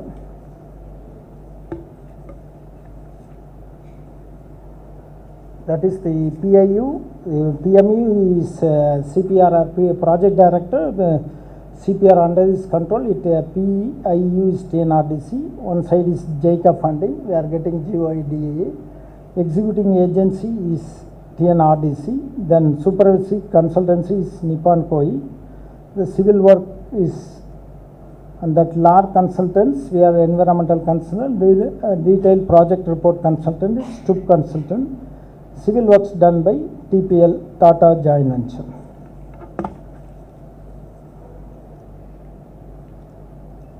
Actually, total length of the project, the section 1 is 25.38 kilometers.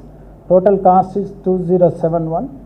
That signing of agreement is 18/11/21. The commencement of work taken place on 27/1/22. Total right of way for the project is 100 meters. That is 6-lane access control plus 2+2 service lane on both the sides. In between 39 meters for the future traffic of rail movement. The lane configuration as given. Number of bridges, there are 8 major bridges and 7 minor bridges. Vehicular underpasses are provided. 2 ROBs are there. And box culverts, bus levy and toll plazas in 60 lanes were being provided. This is the typical cross section, in which the 39-meter rail corridor is left over for the, because that on the another side we are having the port connectivity of Kamarajar Port and Kattupalli. This end there will be 39 is up to for the entire 25.4 kilometers. That is centrally we are having 10.5 only. What SAR has told to change the lane to 3.75, but what we are provided here is 3.5. Access control 3+3 plus service road on 2 lane on one side, and last one is also service lane on 2 lanes. Center we are left to gap for the future improvements. Moreover, that regarding that toll plaza, each one toll plaza in the 16 lanes, hybrid ETC system of tolling includes the ETC RFID transvisor, automatic lane barrier, and lane incident camera and hybrid lane control. Control room connected with the to medical aid post and traffic aid post. This is the picture of the Treckley bike. That is nearly 500 meters of the straight portion. and the remaining seat operated with this accelerator and de-acceleration rates on the motor seats. Similarly, they have made the provisions for bus bays. Bus bays will be operating the state portion as well as the tapering portions. Overall, the cumulative progress is 35% due to some shortcomings due to the marshy land and the constraint on the challenges in the projects. Now only they have taken care and are speeding up now. The likely completion of the priority stretch is from Kattupalli to CORR, that is ORR connectivity, one link road of 3.4 kilometers, that against with another 6 kilometers. First 10 kilometers will be planned to complete by December 2025. Overall completion will be taken care by 2026. What are the challenges faced in the project is only the shifting of utility of the main high tension towers, 400 kV and 230 towers are there. That is the challenges. Now it to be some part only they are transferred, shifting has to be done. Moreover, the requirement of soil improvement due to poor soil condition of nearly 8 kilometers of marshy land, that treatment has been made and they are now doing. Long-term water stagnation and inundation leading to the time slot of the constructions. Moreover, problems in the procurement of borrow area due to stagnation of tanks in the quarry area. Now they have sort out the issues, they are now borrowed, they are coming up. Difficulty in arranging the skilled laborers by the contractor is taking more or less time. Now the issue started out and they are making the things moving now. Regarding that the utility shifting, in Naidavaya village, for affected one tower of 400 kVA, we have to place 9 numbers of new towers has been proposed. Erection of 5 towers were completed, remaining 4 has been to be erected based on the line clearance to be given by TANGEDCO.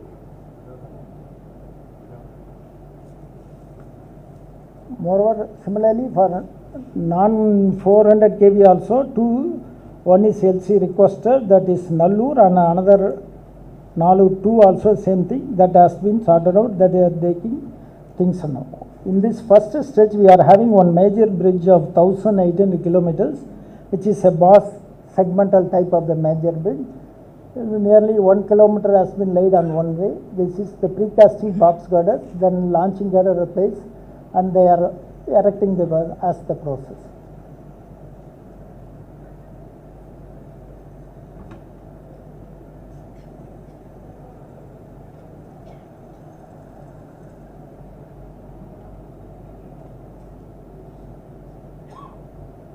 This area is fully marshy. Nearly 2 kilometers they have to convey the precasted box girder, then they are shifting and they are making launch.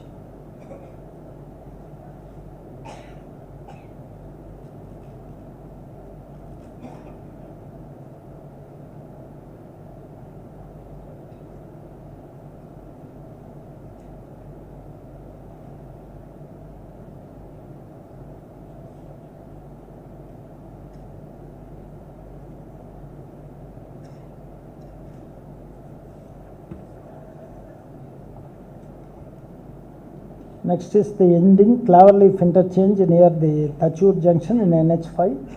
This is also in progress, but it has been further things has been another 10 months they require for the completion. Then the types of soil improvement techniques what they have done, soil improvement, they are using the geocells, they are making the embankment construction. Soil improvement with the geogrid also they are making. Soil improvement with the geotextiles in the embankment portion, they are doing things. RE wall with the geostrips also making the things. That scaffolding in soft soil, somewhere they are making the barricading arrangement on the shuttering arrangement. Bottom layer as a truss member, over that they are propping the things and making with the directly tying on the pile cap directly the shuttering. Load will not be transferred to the subsoil. That is the embankment of the shown the photo of the fly ash embankment, or they are doing the RE wall portion. This is the overall drone video of the section 1 of the CPRR as on stage taken on the 1st February 2025.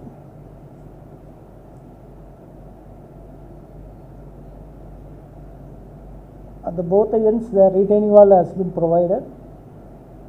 Only center post 6 lines will be, these towers has to be shifted in one place. This major bridge has to be, remaining portion has to be done. This is the launching completed area, nearly 1 kilometer on one side.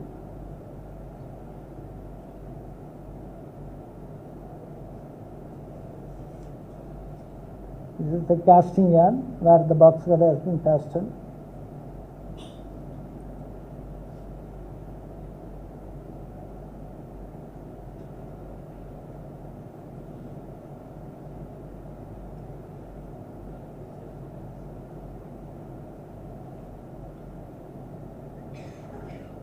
Remaining portions are in the earthwork portions.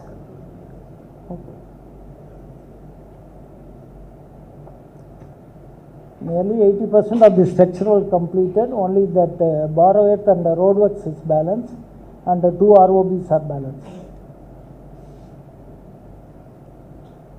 Central 6 lane is fully access controlled.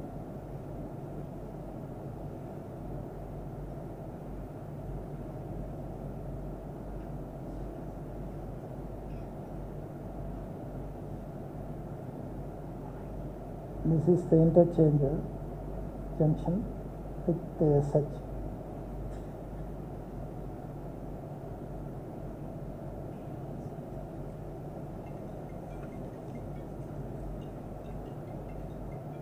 Next one. This is the NH4 interchange at the last Tachud junction.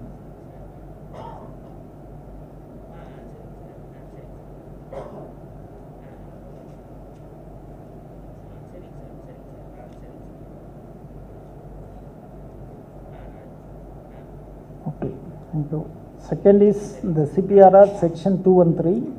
Section 2 another consists of 26.1 kilometer and section 3 is 30.1 kilometer. Total it is 56.2 kilometers.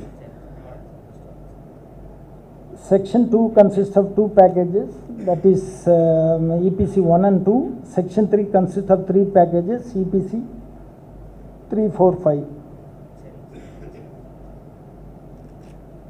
Section 2 and 3 is funded agencies AIB and OPEC fund, that is the loan agreement period 13/4/23 to 34/29. Total project cost is 6754.4 crores. External assistance is 3812.52.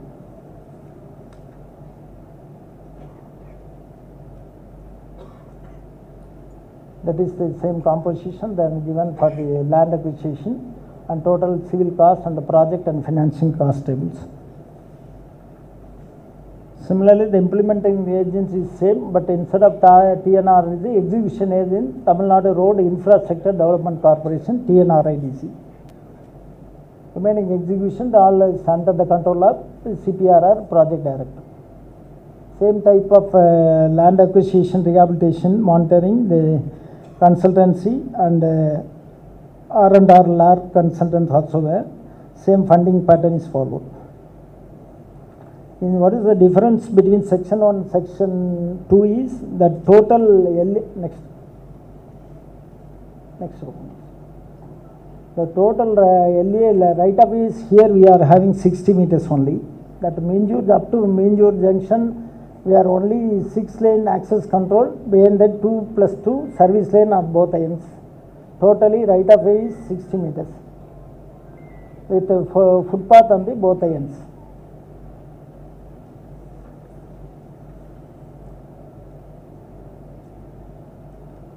EPC 1 is 13.3 kilometers, that is Tachur to Purnavakam. The contractor is SPK & Co. The appointment date is 3/1/22. Their already time of completion is 1095 days.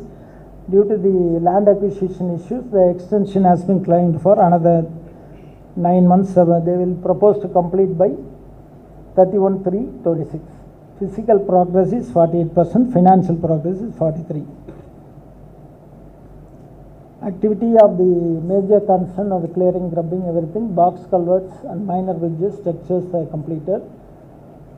up to LUVP completed, remaining box color 2 numbers are completed. But main issue in that is the borrower, they are now only making nearly 30% of the borrower road work portion completed. Next. These are the site photos of the next. Doing for the retaining wall and the earthwork filling and geogrid fixing.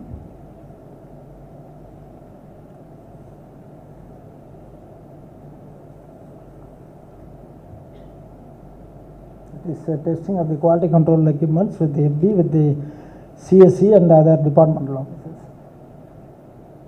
This is also more or less a green field, and the entire stretch of the maximum staging work and the structural work, some 70% completed. Then the road work the balance to be done. All retaining wall and drain works completed.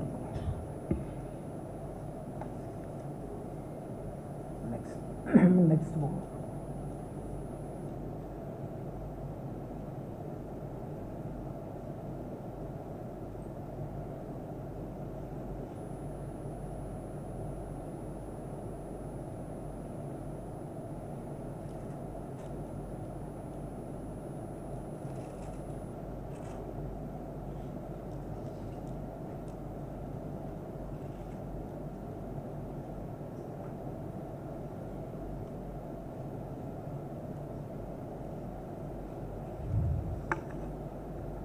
The next one is CPC2.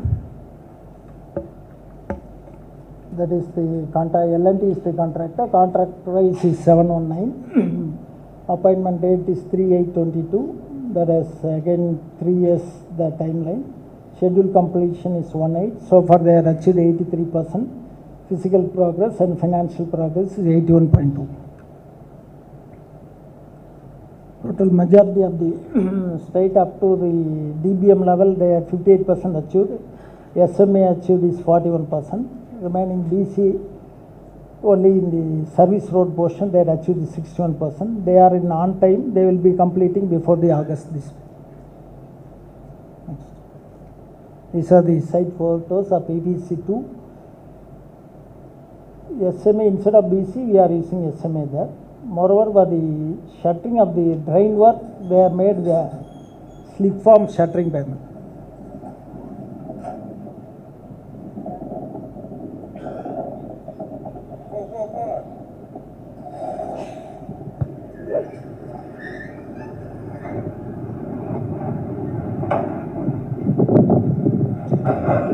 This is the first time the L&T has first as invention, they made the drainage work as a slip form pad.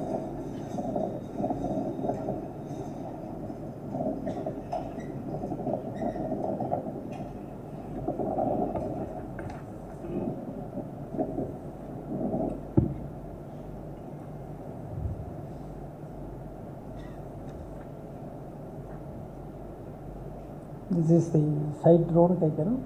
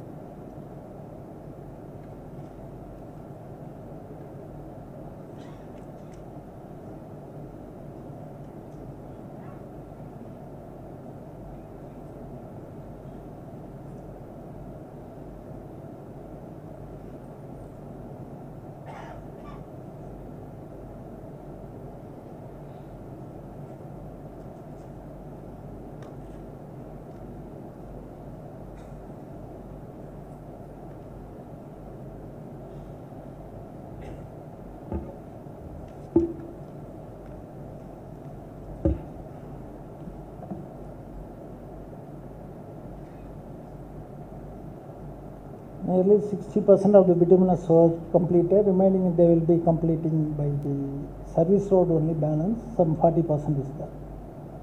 Apart from this, regular monitoring monitoring has been done by the authority.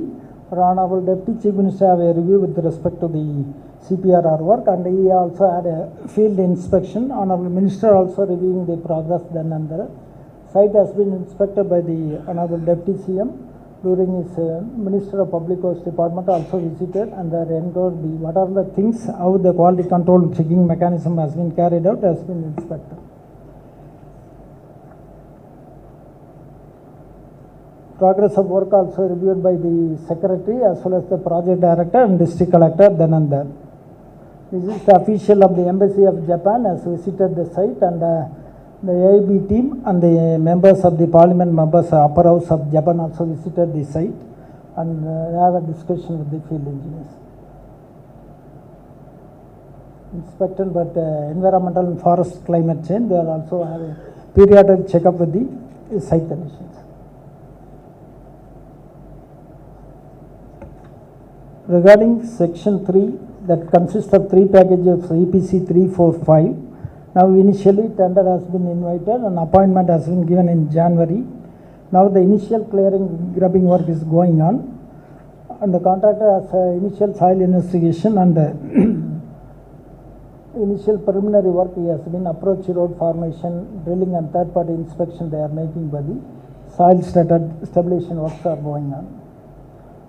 The pathmetic survey, normally the contract EPC 4 is Vengatur Sengar 10 kilometers. It is work order LOI issued, but work has to be started. Likewise EPC 5 also in the initial stage, that is a stretch of 9.7 kilometers, that is given to Oriental Construction Engineering Provider. Appointment date is 21. Initial clearance and new formation work is in progress.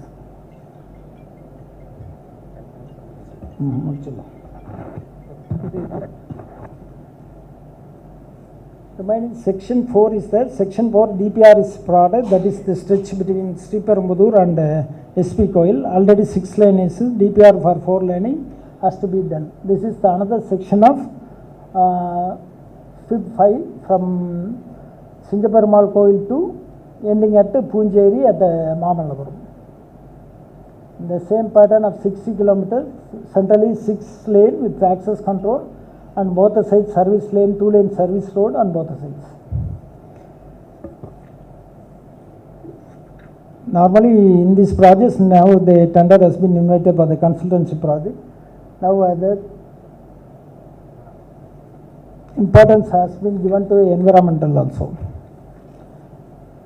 Moreover, legal compliances, environmental monitoring team and the coverages of the environmental mitigation measures and environmental parameter monitoring, waste management, wastewater management, best practice has been followed, awareness and celebration, that are the things and compliances has been made. The project proponent deposited 4.6 crores for tree and mangrove plantation with the forest department. Obtained approvals from the WRD for the clearance of the bridges, ensured the place of labor camps for more than 5 kilometers of CR zone. Moreover, environmental impact mitigation measures also were taken care for environmental parameters, wastewater parameter, planting of trees, recharge groundwater and best practices. These are some of the photos what is parameters monitoring done by the contractors.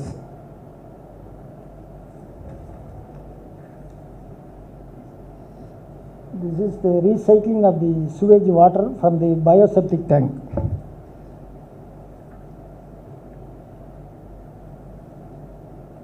Similarly, for air and water also, environmental sustainability water monitoring has been done. This is the major impact of the carbon neutrality. Instead of using furnace oil, L&T has used the pellets for the release of the CO2. Per consumption hour is normally for pellets is 75, furnace oil is 52.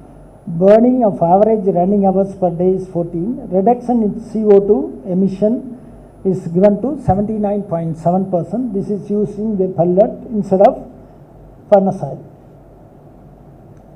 Moreover, the tree plantation and avenue plantation and the things what are all the major requirements for the made and has been shown in the photos. Moreover, next one is waste management. The concrete blocks had been casted for the balanced waste concrete. Safety delineator wasted during the balance waste concrete. Some of the cubes tested are used to construct for the buildings. Their own office, some office room has been constructed with that only. Sleeper used for the things. Health and labor safety of the laborers. They are giving every time, each and every activity has been given instructions. But that is the details of the how the things, how the training has been given for the laborers, daily maintenance of labor, how they are creating the labor camps, how to maintain the labor camp, good housekeeping, hospital facilities. Moreover, fire and drill management has been given. Medical camp and blood donations are maintained in the camp locations. Awareness of the height restriction. This is the women empowerment in the locality of the local villages. L&T has given the employment to the women in the surrounding villages. Thereby, they are operating as the patching plant operator and WMO plant and wave batching operator. Empowerment site and other CSR activity has been carried out with the district administrations, the schools and the nearby. These are the things with respect to CPR on. Thank you all. If there is any questions, we can see.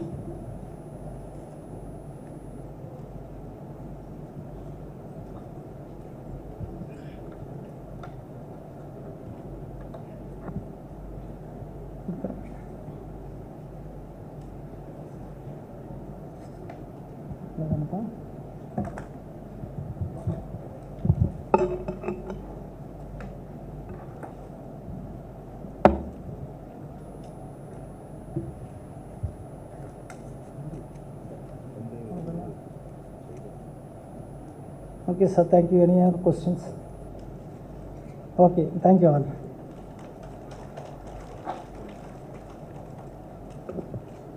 Thank you, sir. Now we request the Superintending Engineer Road Safety to felicitate the guest speaker. Sir, please.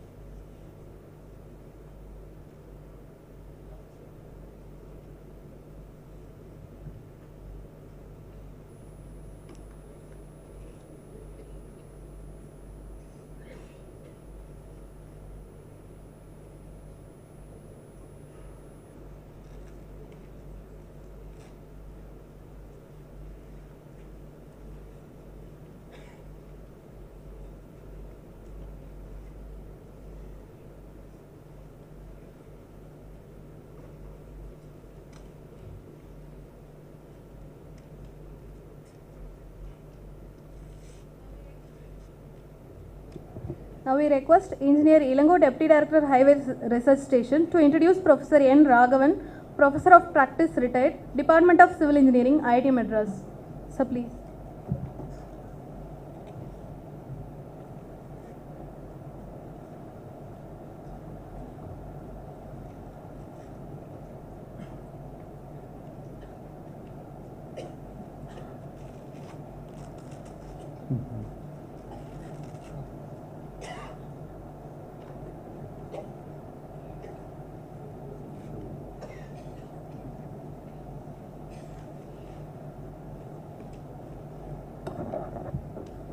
Good evening to all. Professor N. Raghavan has exhibited multifaceted excellence with numerous innovative achievements in technical and managerial fronts over the decades. Professor obtained B.Tech in Civil Engineering from IIT Madras in 1970 and M.Tech in Structural Engineering from IIT Bombay in 1976. His area of research includes lean construction management and methods, and precast concrete construction. Professor has published more than 200 technical papers in national and international journals. Since 2001, he is working as Professor of Practice in the Department of Civil Engineering, IIT Madras. At present, Professor is the Director of Institute of Lean Construction. He is the Independent Director of Vadodara Bharuch Toll Roads Limited, Panipat Elevated Corridor Limited, L&T Transportation Infrastructure Limited. At present, Professor is the member of Indian National Academy of Engineering Forum on Civil Infrastructure, that is Traffic and Transportation Housing of India. Professor was the head of Hydel and Nuclear Sector of L&T Construction, Chief Executive of L&T Rambol Consulting Engineers, Principal Consultant of Stoop Consultant Limited, and Chairman of the Research Council of CSIR. Professor has been awarded as the prestigious S.B. Joshi Award for Excellence in Structures and Bridges in the year 2008, Lifetime Achievement Award from the Indian Concrete Institute, Lifetime Achievement Award from the Institute for Lean Construction, and Best Overseas Article Award from the Institution of Civil Engineers, UK. Professor's innovatives includes design of India's tallest TV tower, that is 323 meters at Rameswaram, India's first long-span precast segmental railway bridge, India's longest cantilevering span, and 9 mini flyovers in Chennai with many innovative features, 2000 megawatt hydroelectric power projects, 1000 megawatt nuclear power project, and many things. Professor is making meaningful contribution in the field of civil engineering in the national and international level. Thank you, sir. Now we request the guest speaker to deliver his lecture on fast-track construction of quality highway bridges.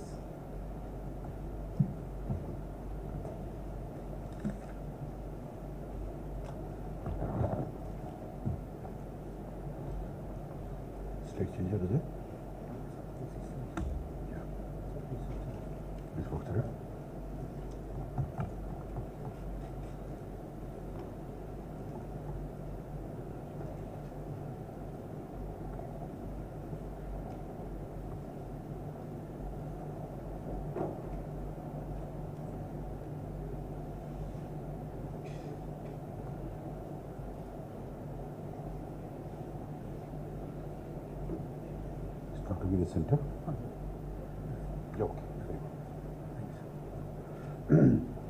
A very good afternoon to all of you, and thank you very much for the very nice introduction. I have been given 30 minutes and I hope to finish in 30 minutes, God helping. So I have a number of topics to go through in the short time available. So the background, we are talking about Viksit Bharat, $1 trillion economy and so on. And the quality of transportation network is definitely a very key parameter.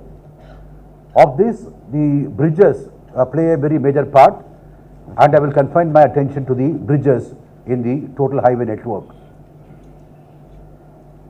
So unless the typical highways which can be transplanted anywhere, bridges are highly site specific and they need to be designed and constructed with appropriate attention to the local site conditions. So the bridges, we need to have a closer look for the overall development, and let's see how to do that. So the bridges have to be made with the proper alignment, the vertical alignment and the horizontal alignment to cater to the exact local conditions. And they should have as small a footprint as possible to minimize the impact on the overall environment, and of course strong enough to bear the loads, applicable loads, and the temperature and traffic induced movements. And they are very prominent landmarks on the environment, and we must definitely pay attention to good aesthetics for developing these bridges, and of course have overall good cost economy and durability with good efficient design and construction. And we'll see by and by that for bridges, the design and construction go very much hand in hand, and we can't develop one without the other. And of course, they have to be amenable to fast track implementation for early service and minimizing the hardships to the traveling public. So we have seen in Chennai itself, many metro constructions going on all the time, and the public are put to great hardships. So we need to see how we can minimize the occupation of site during bridge construction and to relieve the public of the inconvenience. So the materials of construction wise, we can have concrete, the main material, plain, reinforced or precast concrete, and precast or in situ depending on the context. And we also have composite construction with precast and in situ structures. And for good flexibility, concrete is really ideal. Structural steel also been used for many bridges and flyovers, but it's more expensive, more difficult for maintenance in the long run, and of course they are also more expensive than the concrete bridges. And the special forms and materials, we can, there are many other materials also available, like, people are also using plastic materials for some of the temporary bridges. But overall, concrete seems to be the most ideal bridge for the Indian conditions. And then we have we have number of cross-sectional shapes. We have eye girders, we have box girders with trapezoidal cross-section, curvilinear cross-section, and so on. Aesthetics is a very, very important aspect, and also the structural efficiency. Now, looking at fast-track construction of the foundations, earlier days we used to have mainly spread footings, then the sunk well foundations, small diameter piles and so on. But today for fast-track construction, we have the large diameter rotary augured board pilings, like for example the Bauer piling rig, which you are seeing in all the construction of metro projects. They are very quick, and you have larger diameter piles, 1.2, 1.5 meter and so on, which facilitates good inspection and also good quality construction compared to the earlier small diameter piles. And they are also very quick. You can go up to rock very quickly and then do whatever augering is required, whatever chiseling is required for anchoring in the rock. And then we also can have, instead of doing in situ pile cap, we can have precast concrete pile cap concrete forms, so which are left in place. So once the piling is done, you set the precast concrete, the formwork around the piles, pour your concrete between the reinforcement, and the work is done. We don't have to wait for the concrete to attain strength and do de-shuttering and so on. And then regarding well foundations, we have the jack down wells. Earlier days, the wells had to be sunk manually or using cartilage, which used to be very time consuming. We used to have tilt and shift and then lack of control and so on. With the modern technology which L&T had developed in many bridges, the wells can be sunk down using precast concrete anchors which are going into the soil. And then we apply pressure on top with a number of jacks which literally push the well down into the soil till the rock is reached. So we have much better control on the actual geometry, and we also are able to get good speed. And of course, very good quality with the concrete being poured at a proper ground level. And regarding retaining walls, earlier we used to have very cumbersome cast in situ retaining walls, which used to take good amount of time, and also aesthetics was not that good. But today we have a number of different forms of reinforced earth retaining walls, which are very quick to do. We can have different shapes of the outer elements, and you can have very good aesthetics also for the retaining walls. So there have been a number of game changers in the field of bridge construction for the foundations, with the rotary augured pile foundations, with the jack down wells and the RE walls. So we are able to get much faster construction with better quality, better aesthetics and so on. When we come to the superstructure, again we have a tremendous variety. So earlier days we used to go for mainly cast in situ work with simple eye girders and box girders and so on. But today, with fast track construction, we can have very many different varieties. You can have eye girders, we can have box girders, we can have a combination of the two, and then we have segmental construction, and spine and wings construction again has come into the country. We are seeing many wide flyovers being done with this particular method of construction, and even incremental push launching for some of the longer bridges. And today bridge construction is very highly mechanized, and we are able to have better control on the time required, on the quality of construction, and also the overall cost. And then we have the other bridge construction methods, which are cantilever construction, and then the entire full span has been constructed in one place and floated out to the required location and then kept there. We have cable stayed construction, suspension bridges, extra dose bridges, and so on. So today we have a large variety in front of us. We can choose, depending on the actual requirements of each particular site consideration. So we need to be very careful in what form we choose, what is going to be the time period, what are the pros and cons, and then choose very, very intelligently. So if you look at all the fast track construction, I would see the fundamental idea, the fundamental concept which is helping us to a great degree is pre-stressing. So we need to do pre-stressing quite well for modern bridge construction, particularly for long spans. So whether we do pre-tensioning or we do post-tensioning, what kind of shapes for the girders, eye girders or box girders, or combinations of various kinds of shapes and so on.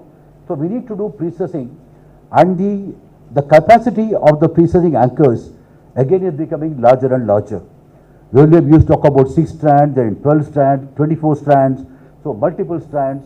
So today, if you look at the pre-stressing forces we are handling at the sites, they are quite large, and then one needs to be an expert to be able to handle this kind of large forces on our structures in a very judicious and careful manner, and also with good safety.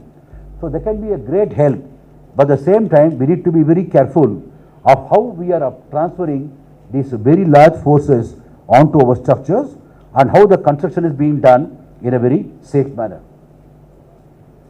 And if you look at the various methods of construction, like I said, there is a big plethora of construction methods available to us for the substructure and foundations as well as the superstructure. And we need to choose very intelligently the ones which are the most appropriate for given site conditions and get the best value for money, and then also the one which can be done, realized in a fast track manner. For example, for these many flyovers you have seen in the city, the idea actually was to make them suitable for construction by any contractor using very simple methods, at the same time to have good riding comfort. If you look at some of the earlier bridges in the city or elsewhere, you have number of expansion joints. So you have a lot of disturbance when you are driving on the road, and then sometimes they tend to go up and down again, more disturbance. So the idea is to have longer lengths of continuous bridges with no expansion joints in between, so your riding comfort is better. And second thing, continuous spans are definitely much more economical than simply supported spans. So how do we get more number of spans between the expansion joints and realize the maximum economy and the best riding comfort? That's the second point. And third point there, how do we get fast track construction? How can we make the construction fast, at the same time make it foolproof with good quality and good workmanship? So what was done here, we have chosen 4 eye girders in the cross section, which were post tension in a length of about 10 meters each. Very convenient to precast and then easy to handle because of the small weight and the shorter lengths. So they can be brought to the site, erected using some scaffolds in between, and then over the central piers. The idea using central pier also was to minimize the space occupancy at the site, to give more space for the ground level traffic on either side. So on top of the central columns there are 2 spans, the 2 girders from both the sides meet there, and then there we pour the in situ concrete connecting the girders on either side.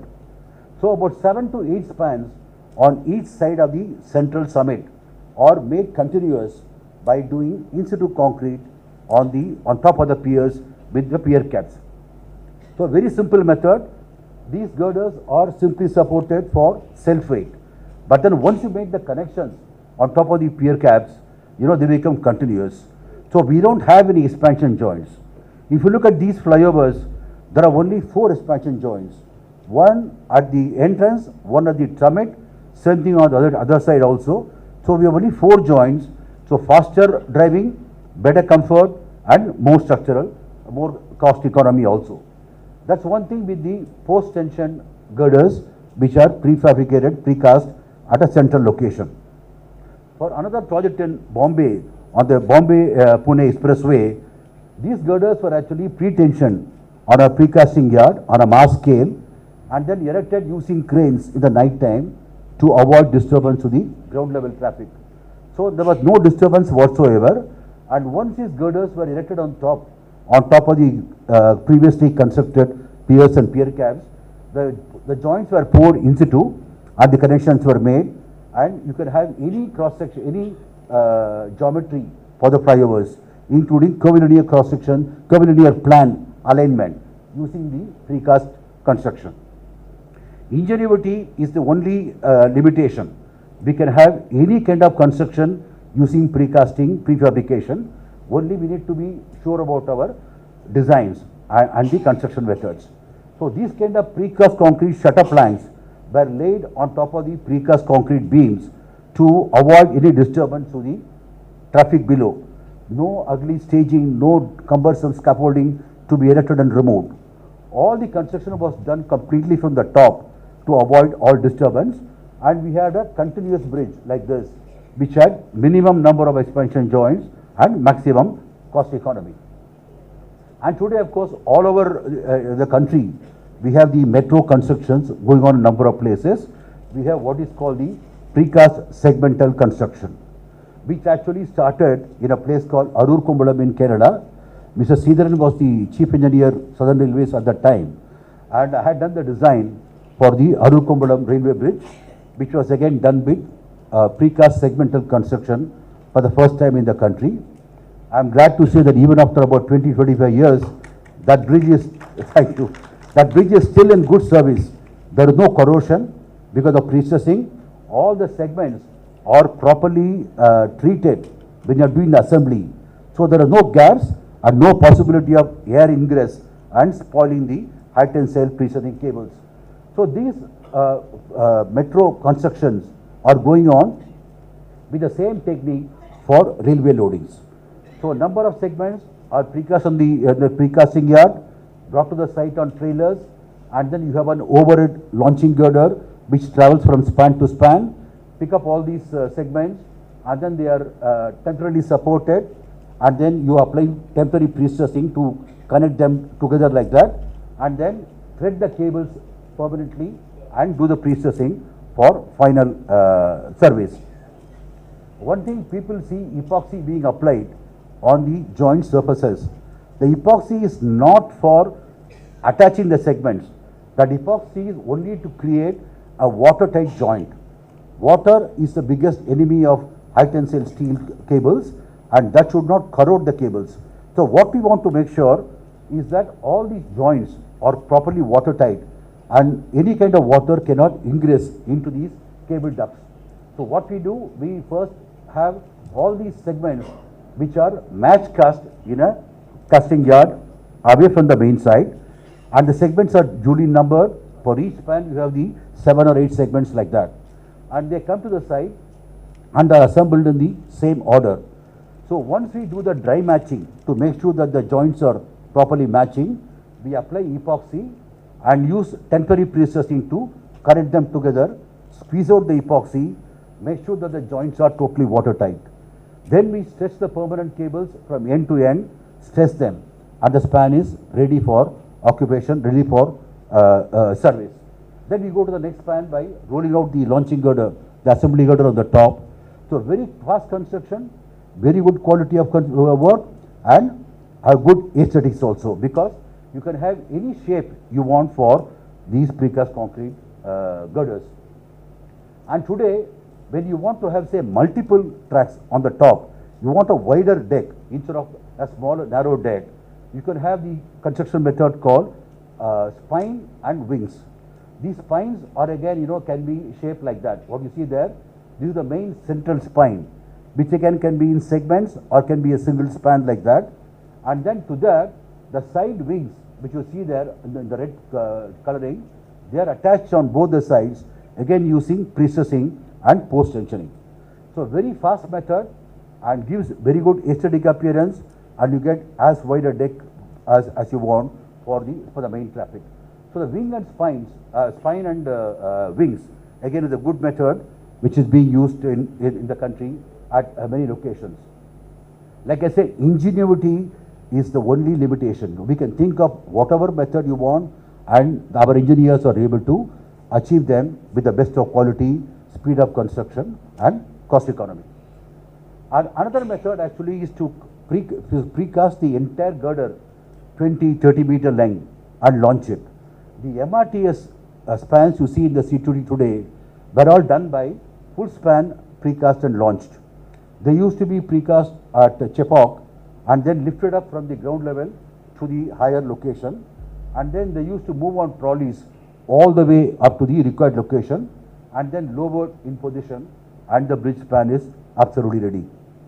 A somewhat slower method and not very good, and the railways made a mistake of designing all these girders for the main line locomotives. The main goods train locomotive on the Indian Railways is a very heavy train, and all these spans are designed for carry that heavy load rather than the light metro load or MRTS.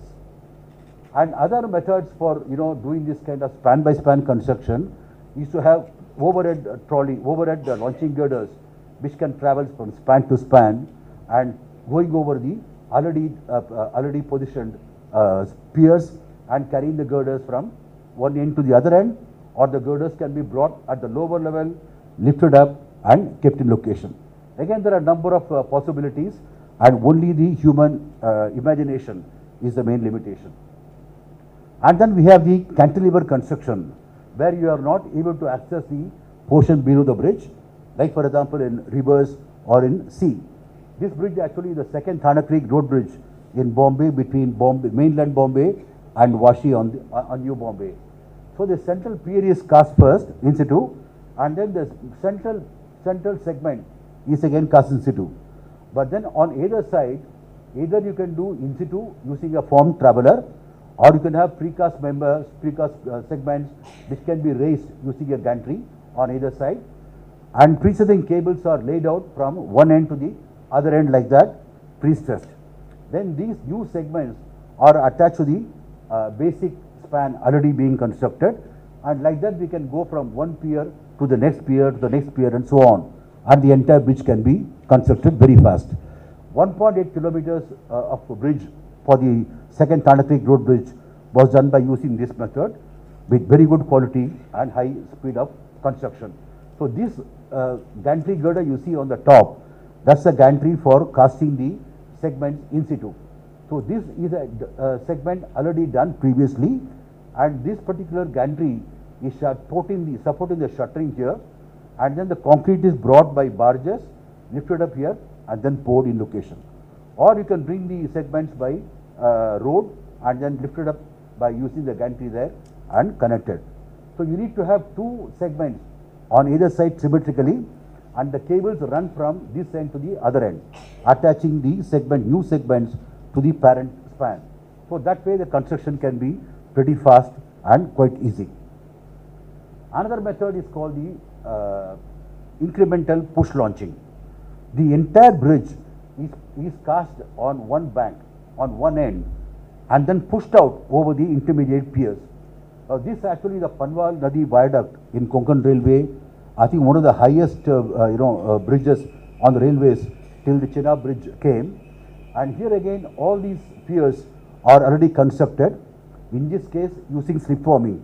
So the piers could come up very rapidly, and then this entire span was cast here on one abutment in number of segments of about 10 to 15 meter length, and then using hydraulic jacks it is pushed out, and then the next segment is cast contiguously to it with, you know, continuity of reinforcement or precessing, and then again pushed out like that.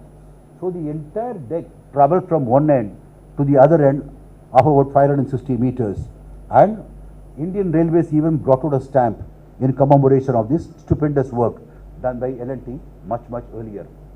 And at the front end you have what is called a steel launching nose, which facilitates the deck to travel from one span to the other span.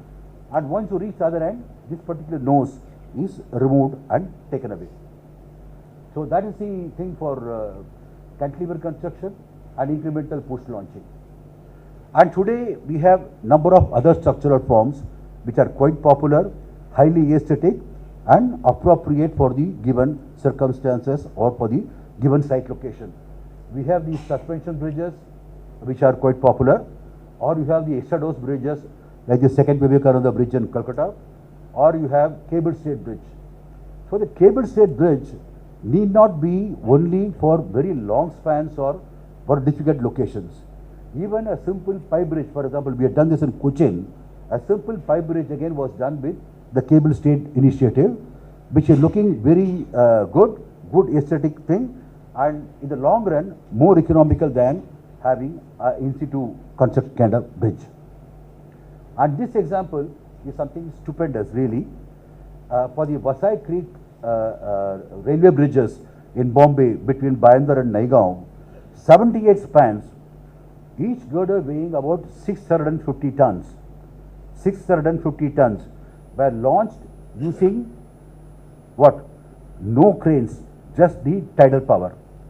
On the Western India, there is a tidal variation of about 4 to 6 meters depending on the location. At this site, I think we had about 4.5 meters of tidal variation. Every day you have 2 high tides and 2 low tides, the water level goes up and down. So these girders, 48.5 meter span, 78 girders between Bhayandar and Naigaon, were all precast on the shore at the Bhayandar end here, and then we had a steel barge with a steel truss on the top. At low tide, this barge will come below the precast concrete girder on the shore. So you have 2 lines like that, and you had the bridge girder precast at the top, and the barge will come below that at low tide, and as the water level rose up, the barge will go up, keep on moving up, and that will carry the girder along with that and rise up above in the water. And then you have the tugs. The tugs will drag the particular barge to the required location, to the spans. Again you have the 2 piers like that, and the barge will come in between at high tide, and then the girder will be on top. So as the tide went down, the barge will go down and the girder will go down till it touches the pier cals, and the girder cannot go down any further. The barge goes down, barge gets released and gets back for the next cycle of operations. So 78 girders were launched with a spatial accuracy of just 1 inch on the piers, because we need to get them on the bearings directly. So 78 girders weighing 650 tons each were launched quite successfully, and the bridge is in good operation today. So what do we learn from all these? That we need to choose the correct method for the given circumstances.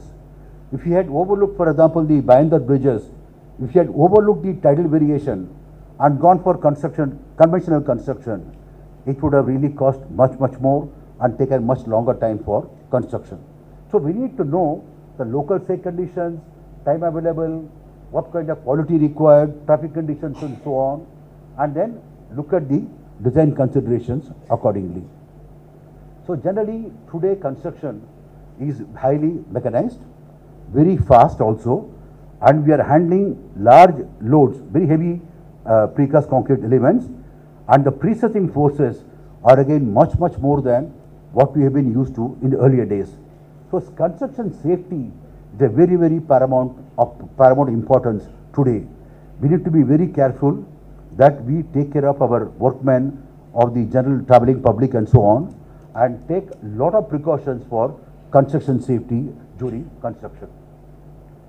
And once the main bridge is done, we have the main spans all done, but there are a number of appurtenances which also make the bridge function in a proper way. For example, if you have long span bridges, 40-50 meter spans, they can have considerable expansion and contraction due to temperature, and then movement due to braking and traction and so on. So we need to have proper quality bearings. And today these bearings are also quite massive and weigh a good amount, weigh quite a lot. And we need special cranes for putting the bearings in place with the correct location and the correct preset.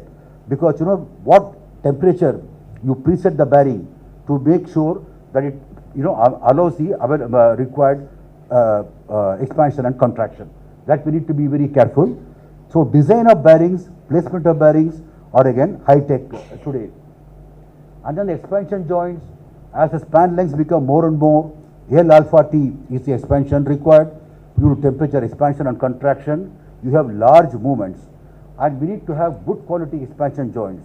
They call finger joints today, which can open out and contract like this, allowing the traffic to move on top without any disruption. So they again have to be placed very carefully with a lot of computations, with good fabrication accuracy and so on. So they are again very, very important. And handrails and parapet, not only for safety, but also for good aesthetics. You look at a bridge, what you see actually is a parapet. You don't look at the main girder at all. So you need to have good looking handrails or parapets. So for example, the Chennai flyovers are looking quite light because of the light parapets. And wearing coat to make sure that you have a good smooth riding surface which doesn't crack with the traffic or with the temperature movements and so on. And good drainage. Water is the enemy of steel, like for example the bearing or the steel elements, and also of precast concrete structures. So we need to get the water out from the bridge as quickly as possible. So if you look at these flyovers, you will find a number of drainage spouts coming down like that, and then you will have a longitudinal collector drain pipe which goes from pier to pier, and they are connected at the piers and then laid down by vertical downtakes. So the water should not be allowed to come on the structure. It should be conducted away as speedily as possible in as safe a manner as possible. And then the fascia, what you see on the outside, the elements outside the parapets, and then the curbs, and then anti-crash barriers. When a vehicle loses control and goes and hits the parapet, for example, it should neither get damaged nor should damage the parapet. So you need to have good anti-crash barriers which are making sure the vehicle doesn't get damaged. You could have them in steel, or in a one flyover in Bombay, you can have them in precast concrete elements as well. So depending on the location, we can do as we want. Then other things like inspection arrangements. Having done these high-tech bridges, we just cannot leave them like that. We need to inspect them at regular intervals to make sure that they are functioning as we had planned them, and there are no damages due to the environment, due to traffic and so on. So we need to have inspection arrangements by which we can inspect all the girders from below and top as well, and then make sure that we take care of the bridges in a proper manner. So all these are very important for smooth functioning of the bridges. And then I would like to look at the aesthetics. Bridge aesthetics is very, very important. In many Western countries, they have a special service called bridge architect. People who are highly specialized in designing the aesthetics of bridges. You look at this bridge, for example, it's only a pedestrian bridge, but looks very nice. And then the cable stayed bridges, or again having a shape like that. Our own Chenab bridge, the railway bridge at Chenab, is a fantastic work being done by APCONs over a good period of time. But it's something which all Indians can be proud of. A really great bridge at Chenab in JNK, and then the Vijayasagar Setu in Calcutta and so on. So today you have a number of different shapes possible with precast, prestressed concrete. So imagination is only the limit for what kind of bridge we can bring to place in any location. So aesthetics, I think, should be given as much importance as time of completion or cost. So if you look at the overall picture so far, we need to look at a bridge in a very holistic manner. What should be the geometry, horizontal, vertical, both? what should be the method of construction, what is the material we want to use, design concepts, construction concepts, and functioning, how to inspect it, the aesthetics. So there are a number of factors which we need to consider very carefully while developing bridges. And it should be holistic. The main driving force should be the design. The design and the construction method, they go very much hand in hand, and we need to develop both simultaneously.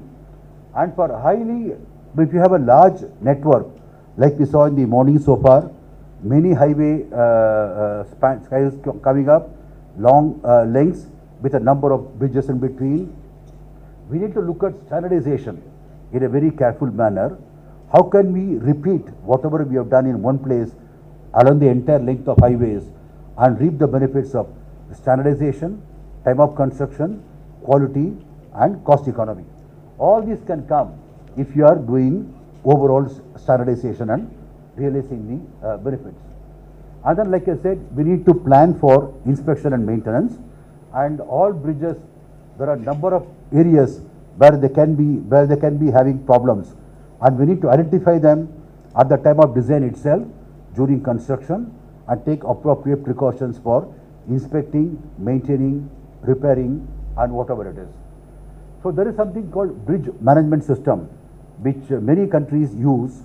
So you have a catalog of all your bridges, and then we list out what are the various elements which needs to be inspected and maintained. Very severe possibility, severe, normal, and so on. What should be the frequency of inspection, after how many months or how many years, and so on.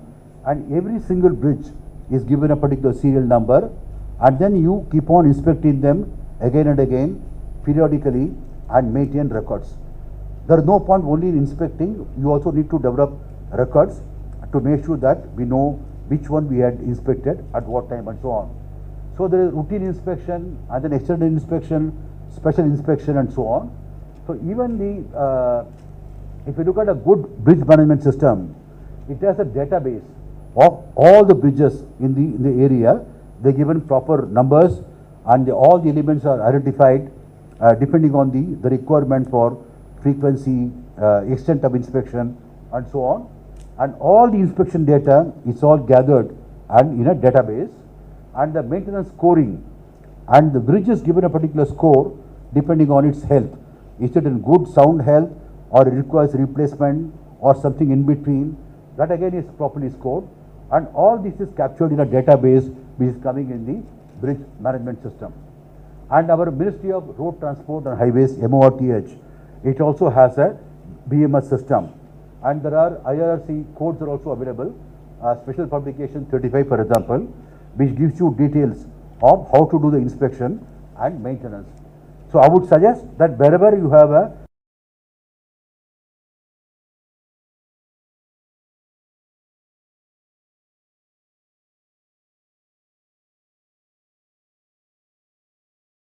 BMS package for the market.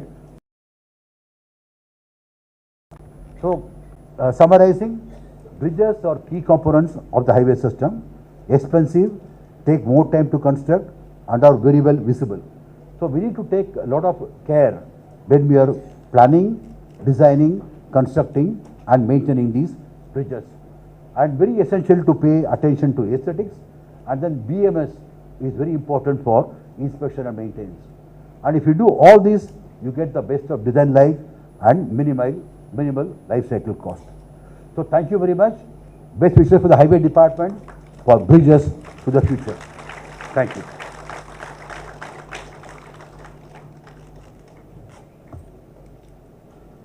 Sorry, I went somewhat too fast, but I thought I will finish in 30 minutes.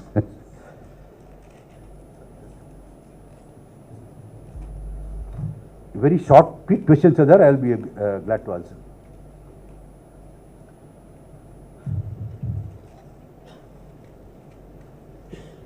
Thank you, sir. Now we request the Chief Engineer CKICP, Engineer Jebaselvan Gladson, to felicitate the guest speaker. Sir, please.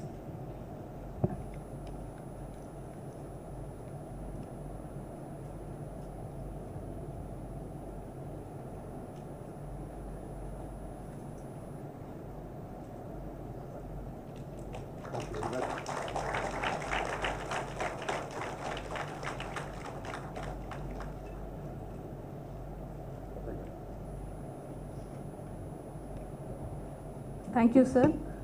We request Engineer Yuganan, DSc, to introduce Professor Nikhil Sabu, IIT Roorkee, to the audience.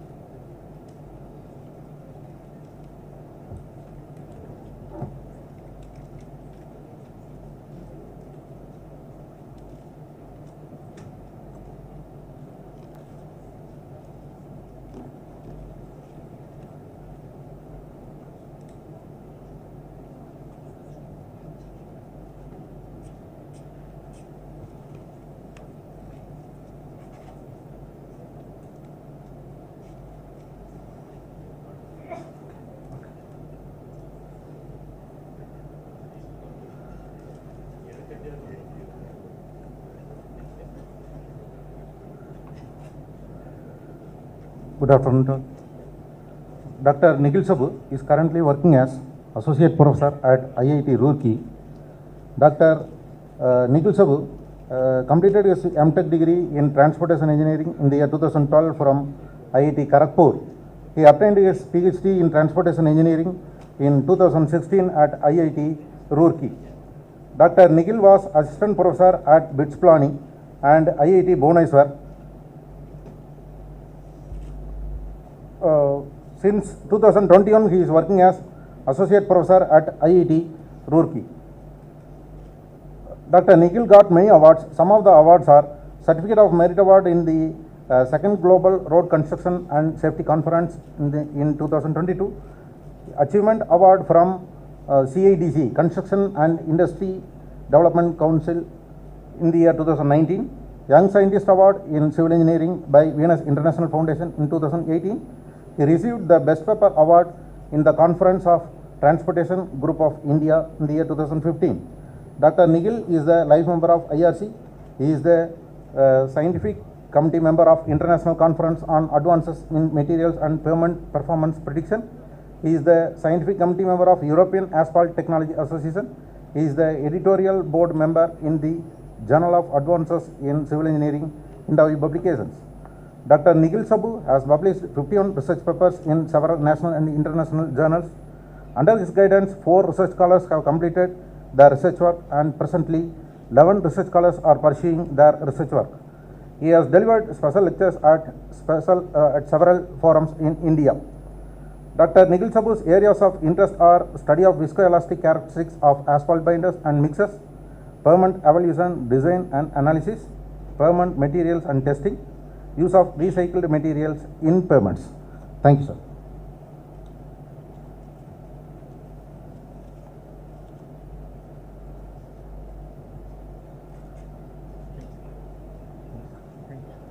I will use this.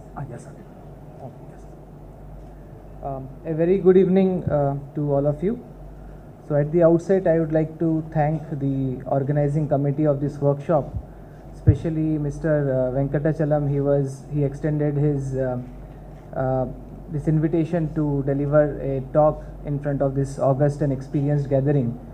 Especially, I would also like to thank Professor Veeraraghavan for endorsing me as a speaker for this workshop. And it's a pleasure that I am presenting this work in front of him, whom basically I deeply admire as a very strong researcher, teacher, and also as a mentor.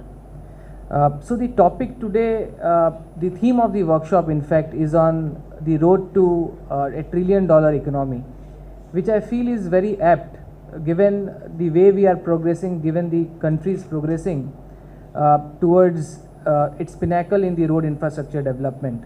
So as we all know, we are the second we have the second largest road network in the world with more than 60 lakh kilometers road connectivity.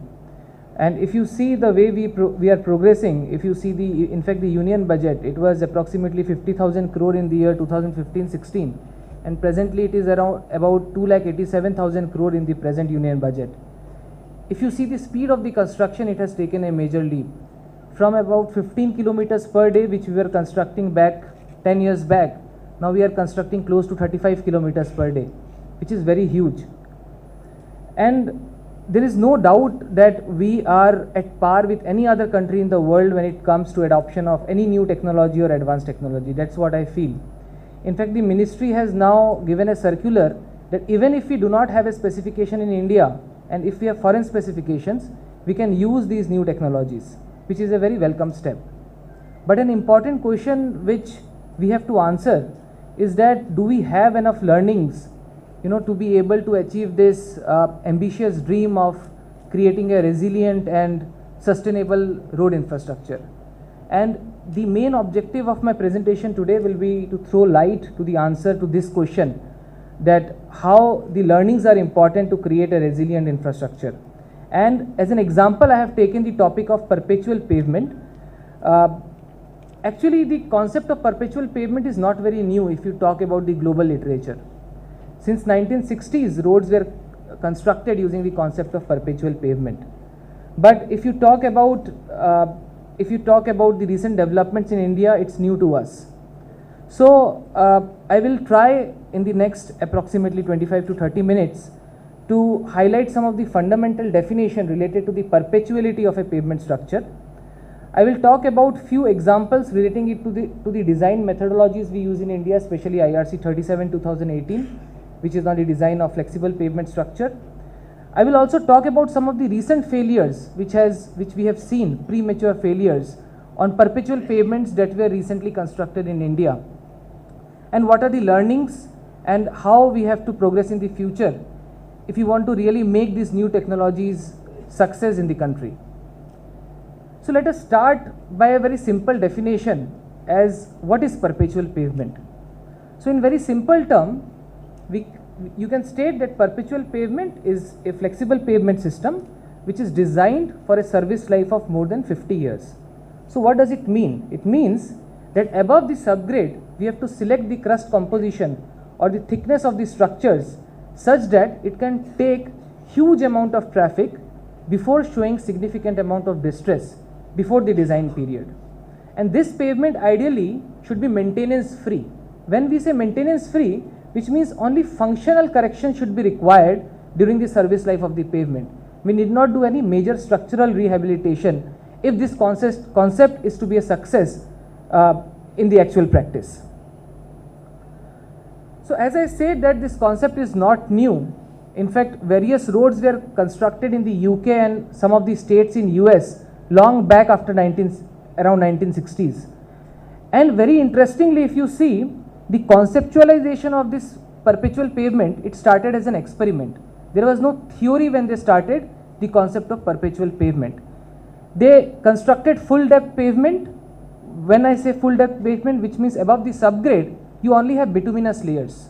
In some of the cases, you will have a very thin granular layer just to facilitate drainage, and it is not acting as a main structural component. Typically in a flexible pavement structure, where the load carrying capacity is governed by the grain to grain contact, the granular layers as well as the subgrade act as a structural component. But in case of perpetual pavement, since you have a full depth asphalt pavement sitting at the top of the subgrade, practically the subgrade is stress free, which means the pavement becomes perpetual. It can take infinite number of load repetition before failure. So they started it as an experiment, and these roads ideally were constructed only for a design period of 20 years. But when they did field observations on these pavements, they found that it has performed far than it was anticipated to perform. And then the theory of pavement design related to perpetual pavement actually started. So if you have to imagine a perpetual pavement crust, what do you have? As I said, it is a full depth pavement structure. So just imagine that above the subgrade, you have very thin granular layer, which is not a mandatory requirement, but because of drainage we have to provide it sometimes, around 150 to 200 mm only. On the top of that, you have 3 sets of bituminous layer ideally. You have a bottom base bituminous layer, you have an intermediate bituminous layer, and you have a wearing course. So in this system, you have the top layer which should be wear resistant and renewable. When I say renewable, only functional corrections will be required over a period of time on the top few inches of the pavement. The mid section will be rut resistant as well as it should be durable, and it should not allow water to ingress, which means from the top, water should not ingress the pavement structure. And then at the bottom part, you should have a durable asphalt layer, probably with a larger nominal particle size, but having higher optimum binder content, such that you get durability from the structure. So this is the structure of the perpetual pavement. Now, what are the benefits of perpetual pavements? So one of the benefit of perpetual pavement is that the crust thickness, when I say crust thickness of the pavement above the subgrade, it reduces, because you don't have to provide huge granular layers before laying the bituminous layer. So the thickness will reduce and the pavement becomes maintenance free. Now this is a very important line when I say that the pavement becomes maintenance free, which means this pavement concept will be a success only when this statement is true. And this pavement can give you long-term economical benefits because you are not doing any maintenance, even up to 20 years after the construction. Usually, as was being discussed in the morning, that most of the state agencies, what they do 5-year periodic maintenance. After 5 years, we provide an overlay. But if you adopt such system of pavement construction which is perpetual, you did not touch the pavement even for a period of 20 years after you have constructed it. You will do periodical maintenance, sometimes probably only on the top few inches, that to remove or to rejuvenate the surface, not any structural overlay to be provided. So as I said, this will be a success only when the statement, when I said it's maintenance free, is true. Otherwise, this is a very costly structure. The initial cost of construction is approximately double of the cost of a construction of a conventional flexible pavement. So the choice, the quality control and the design of each component should be done very critically if this pavement is to be a success. So a life cycle cost assessment was done in few of the literatures which have claimed that perpetual pavement can give you long-term economical benefits, which is true only when it is maintenance free. Okay. So this table, it gives a brief synopsis of different layers, bituminous layers in the perpetual pavement system. So you need not go through the cumbersome values which are written here. Of course, it will be difficult to read most of the values. So I have tried to extract some of the important data, which as an engineer all of us will very easily understand. So let us look at the nominal maximum particle size in different bituminous layer. So there are 3 bituminous layers. So the nominal maximum particle size ranges from 37.5 mm in the bottom bituminous layer to 19 mm at the top surface layer. Typically in India, in most of the perpetual pavement section, the code recommends using stone mastic asphalt. So there are 2 NMAS there. You can have either 13 mm nominal maximum particle size or 19 mm nominal maximum particle size. So this is the maximum nominal maximum particle size. If you talk about the minimum recommended nominal maximum particle size, on the bottom or the base bituminous layer you can go up to 19 mm, and at the top layer you can go even up to 4.75 mm. Though in India we do not have any specification of a wearing course layer having a nominal maximum particle size of 4.75 mm. But some of the state agencies in US, they have used even 4.75 NMAS layer in a perpetual pavement system. And if you talk about the thickness, let us say that we are constructing a set of bituminous layer with 19 mm NMAS, then what will be the thickness of the system in the perpetual pavement, bituminous layers in the perpetual pavement? So if you are constructing the perpetual pavement on the denser and finer side, the thickness of the bituminous layer will vary from around 180 mm to 225 mm at the top of the subgrade or at the top of the minimal granular layer which we are providing. If you are aiming for a dense core structure of the bituminous layer, then the thickness of the bituminous layer will vary from 225 mm to 300 mm. If you are going for dense gap fine, what is gap fine? Which means the top wearing course is stone mastic asphalt. So if you are going for a dense gap fine system, the thickness will vary from 170 mm to 210 mm, and if you are going for dense gap course gradation, the thickness will vary from 200 mm to 260 mm. In a nutshell, we just have to remember that in a conventional perpetual pavement system which have been experimented, proposed and validated across various state agencies around the world, the minimum thickness of bituminous layer is always more than 200 mm. The minimum thickness is always more than 200 mm.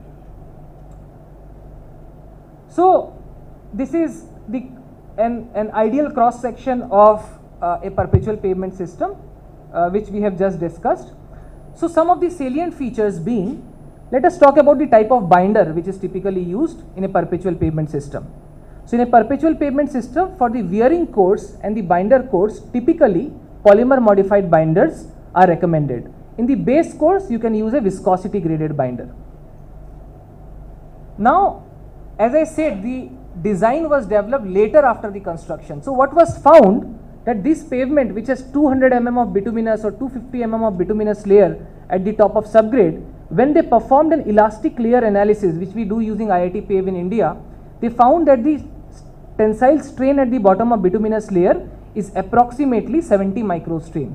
This is how the endurance limit was developed, which was actually proposed by Moniz Smith back in 1970s. He said that if you have to design a perpetual pavement system, the thicknesses of the bituminous layer should be such that, the minimum thickness of bituminous layer should be such that the tensile strain at the bottom of bituminous layer should be less than 70 microstrain. In India, we use 80 microstrain because our design temperature is 35 degrees Celsius. The design temperature for the US is around 25 degrees Celsius.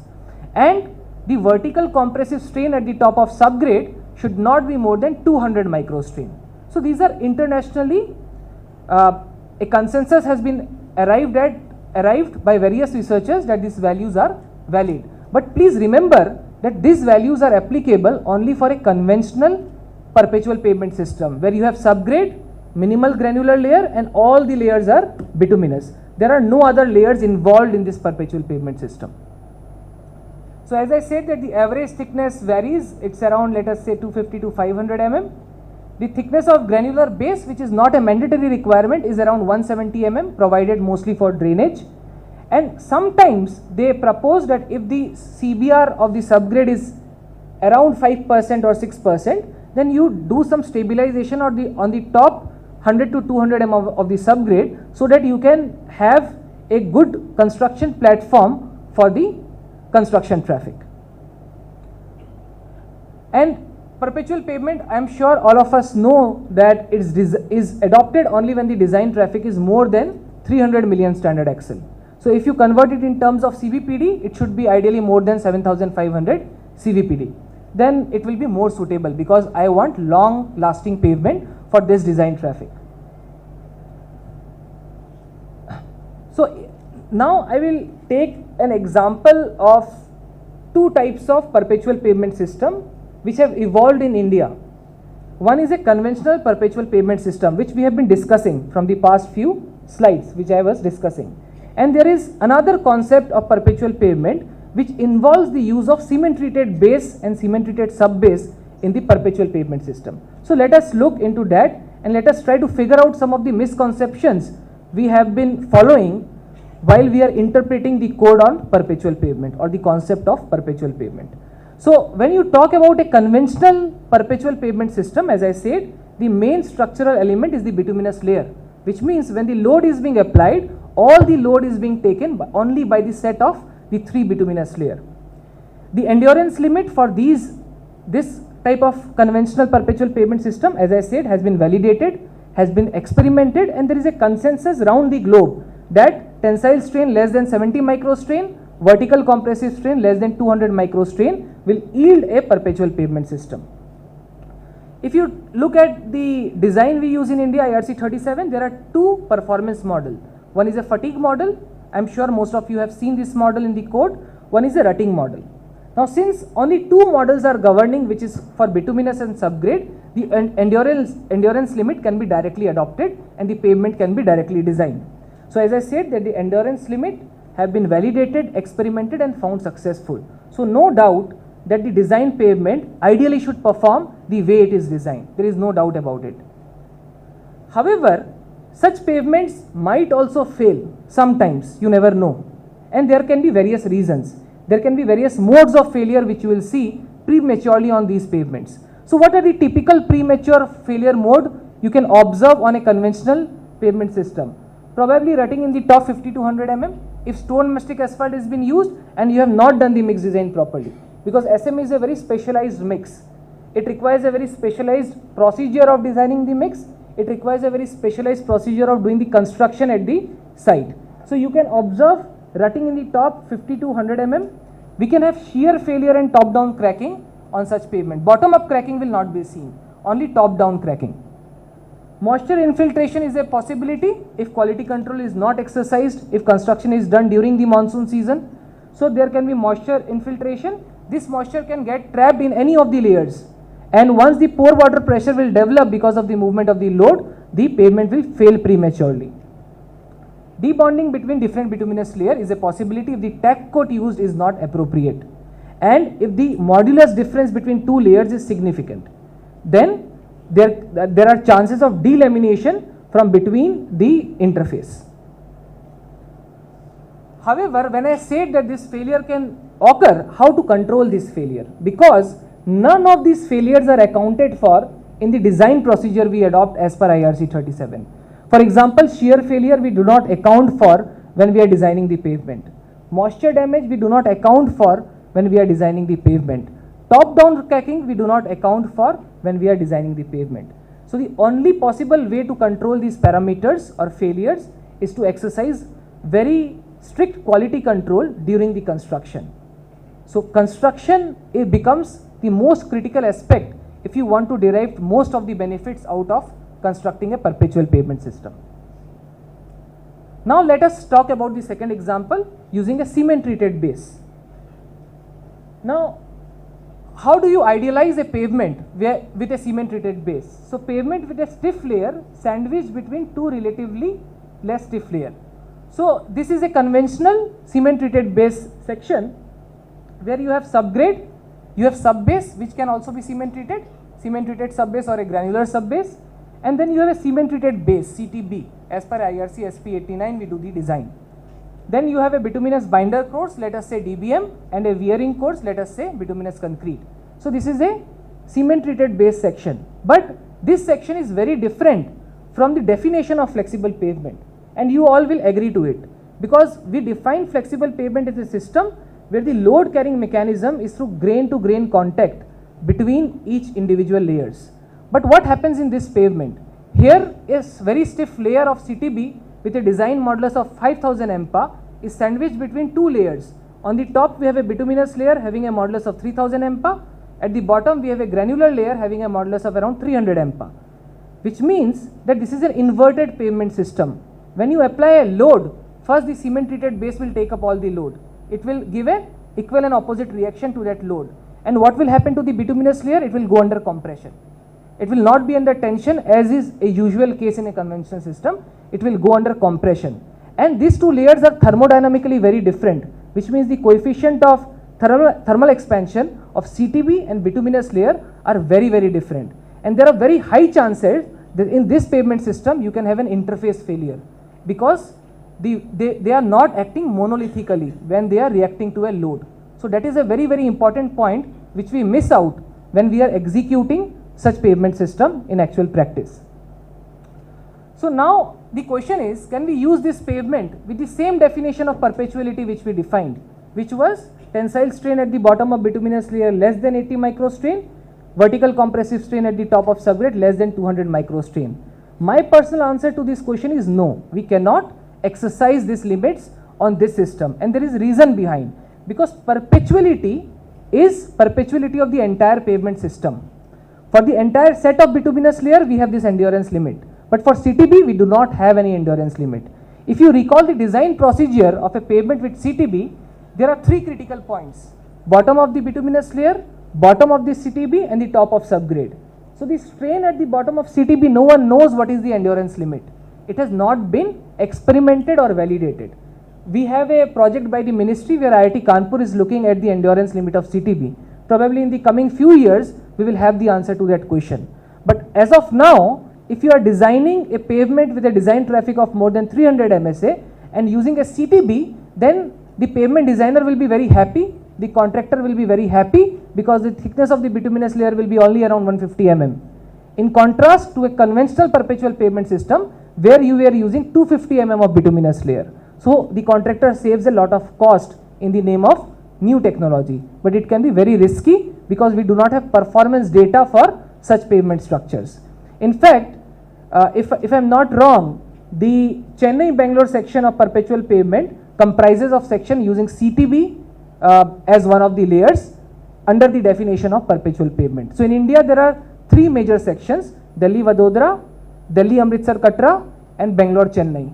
So all these three expressways, they are constructed using the concept of perpetual pavement. I will come to those experiences which we have got recently. So as I said, the endurance limit of such composite structure is not validated or experimented, and so we should be very careful if you are using this system under the definition of a perpetual pavement system.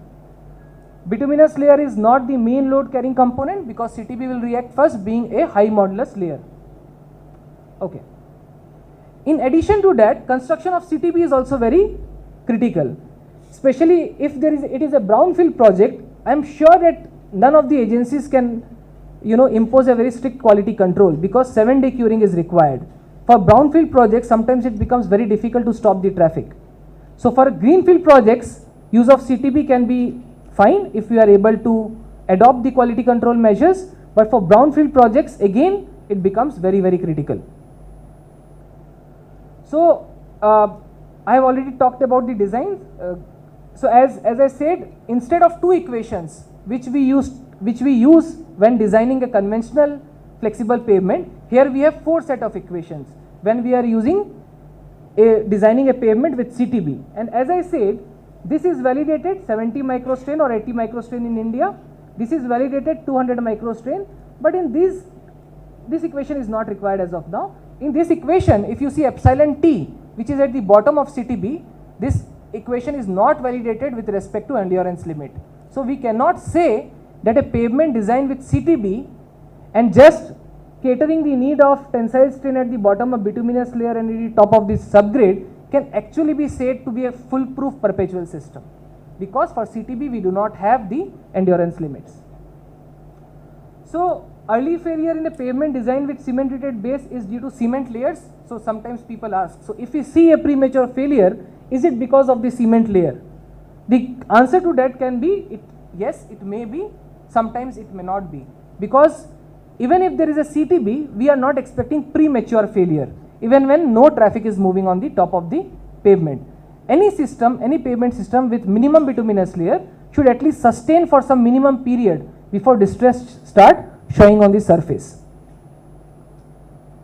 So this is one example from an actual design of a pavement structure. I have masked the name of the contractor, I have masked the name of the highway for which this design was developed. So they wanted to design a perpetual pavement using cement treated base, and the design traffic was 300 million standard axle. So the proposal by the contractor, the design firm, was we will use a bituminous layer of 175 mm. This is less than the conventional thickness which is typically used for perpetual pavement. Aggregate interlayer, which is a crack relief layer, 100 mm. CTB they proposed as 200 mm. CTSB they proposed as 200 mm. The CBR of subgrade was 12%, having an effective CBR of 86.34 MPa and a Poisson's ratio of 0.5.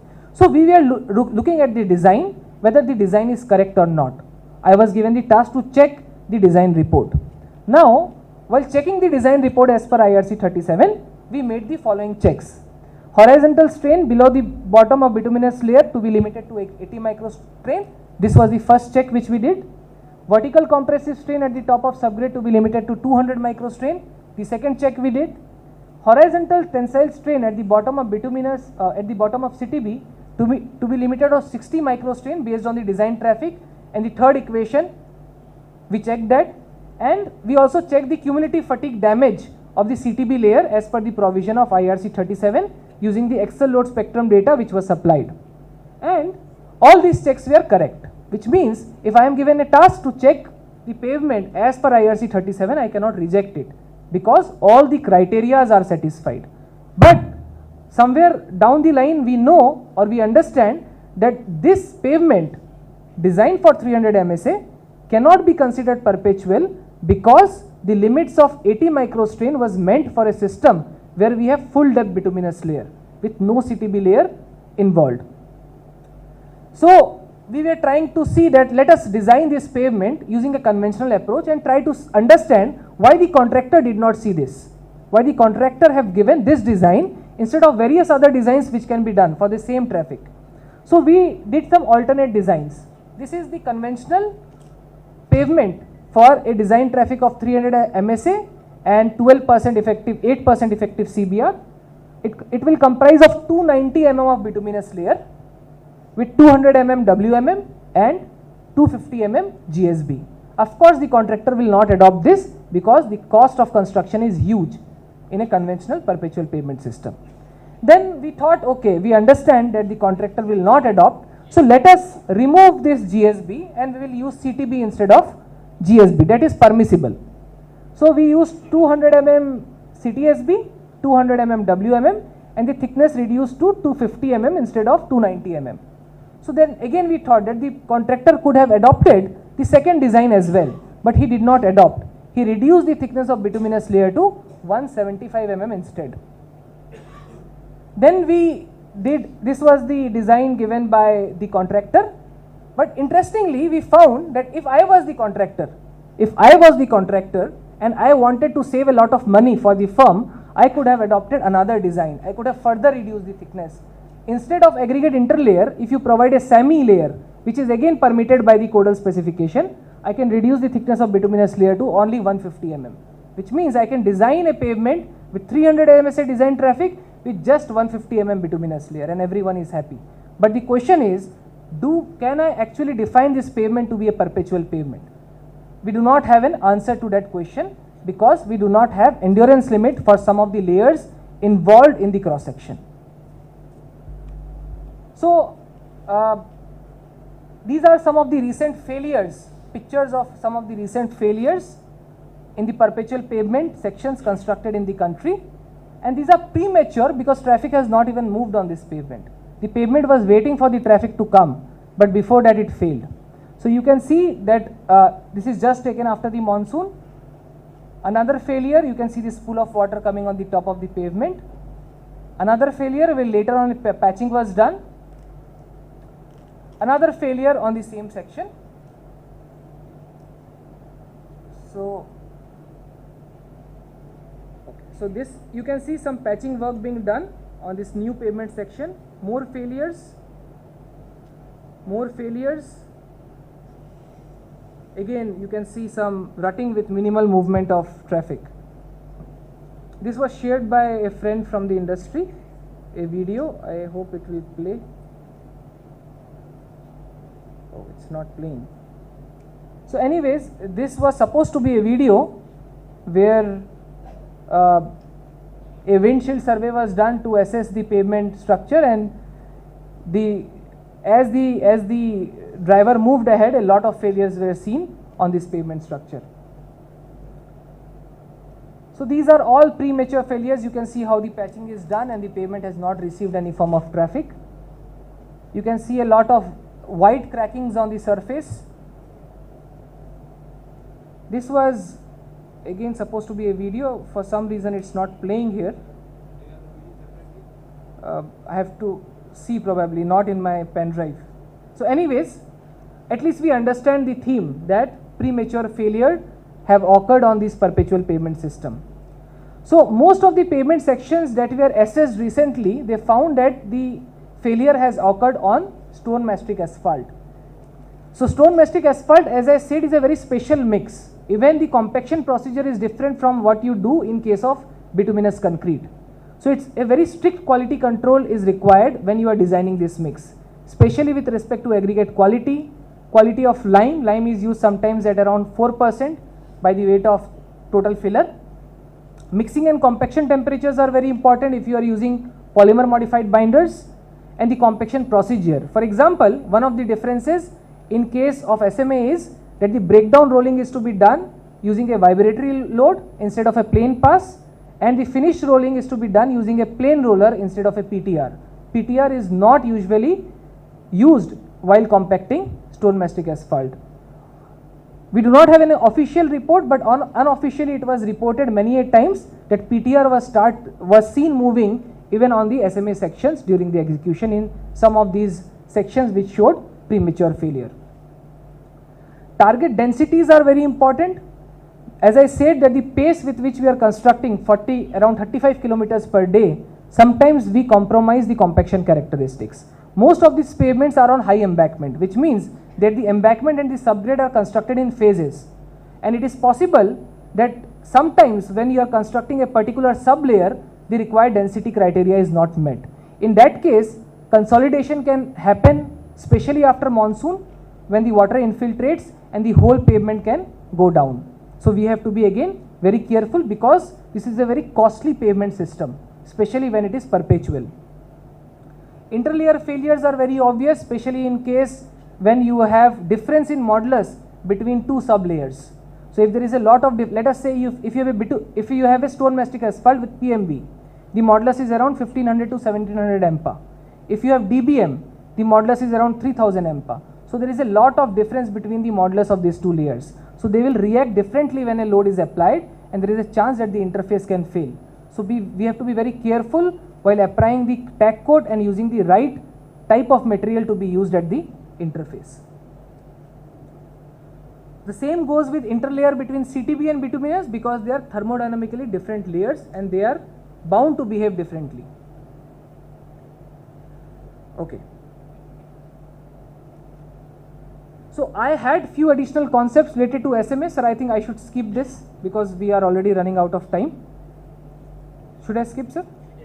Okay. So anyways, SMA I had few important points, but anyways you will have the presentation with you. So later on you can have a look at some of the concepts of SMA.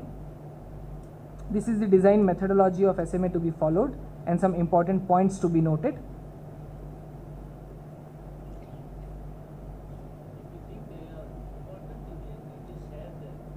PPT is already shared, sir. So once you circulate, probably it will be known. So this is just a difference between the rolling pattern for DBM, BC and SMA, which again can be looked on how to do the rolling appropriately. So now coming to summarize what we have discussed. As I said, perpetual pavement is a relatively new concept in India, and we do not have major performance data on such pavements. So let us first use the available experience and design conventional perpetual pavement instead of trying composite way of designing a perpetual pavement. Let us monitor this constructed section for a longer period of time, obtain performance data so we get more confidence in building such structures in the near future, because performance data will actually help in making appropriate decision in the near future. Now, since the endurance limit of long life flexible pavement with CTBs and CTSBs are not known, I personally feel that we should not be using it, at least at this moment when we are just learning to adopt perpetual pavement system, especially when the design traffic is more than 300 MSA. And there should be some criteria, even if we use CTB, I feel there should be some criteria to the minimum depth of bituminous layer, because international experiences clearly mentions that the minimum depth of bituminous layer is always more than 200 mm. So let us have that at least a minimum cap, even if we are adopting these new technologies within the same pavement structure. Construction process is very critical. Sometimes it is overlooked and it will affect the performance drastically. And similarly, use of appropriate mix design, appropriate interlayer bonding between two layers are very, very important. So perpetual pavement finally can be sustainable only when designed and constructed with high quality control. And I will end by a line which Professor Veera Raghavan once told me, that we have to first start to crawl, stand and walk before we start running. So this is applicable to the pavement technologies we adopt in the near future also. Thank you so much.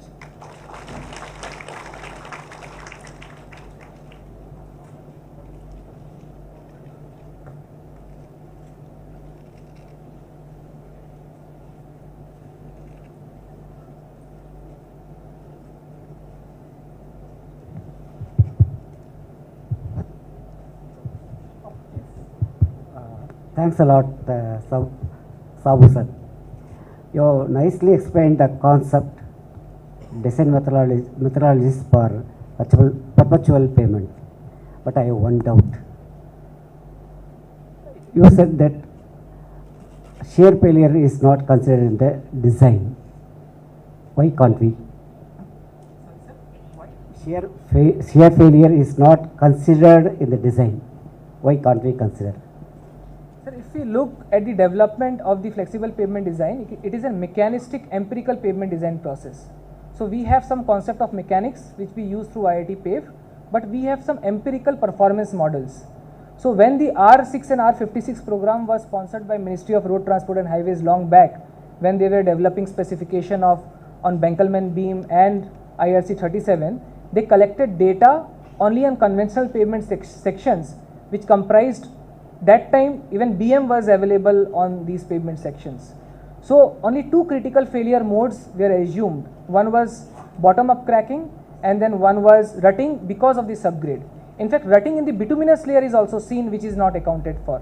So now over a period of time when we have experienced that such type of failure is happening, so now we are developing model also for top down cracking, rutting in the bituminous layer, rutting in the unbound granular layers also, and the shear failure can only be controlled by use of appropriate thicknesses and the mixed design of bituminous mixtures. So those learnings will be used while framing the new guideline, which is being developed as a part of the sponsored project. Okay, thanks sir. I say ASAP to you. Thank you sir.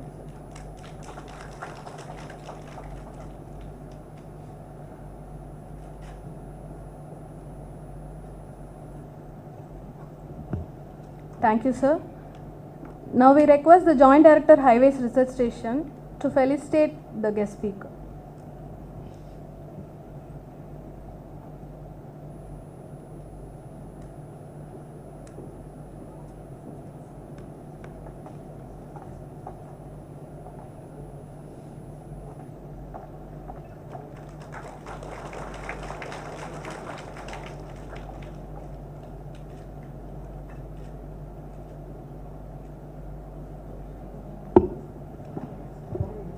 Thank you, madam. Thank you, sir. We request Engineer Yuganand DSC to introduce former IIT Madras Professor Dr. Veera Raghavan sir to the audience.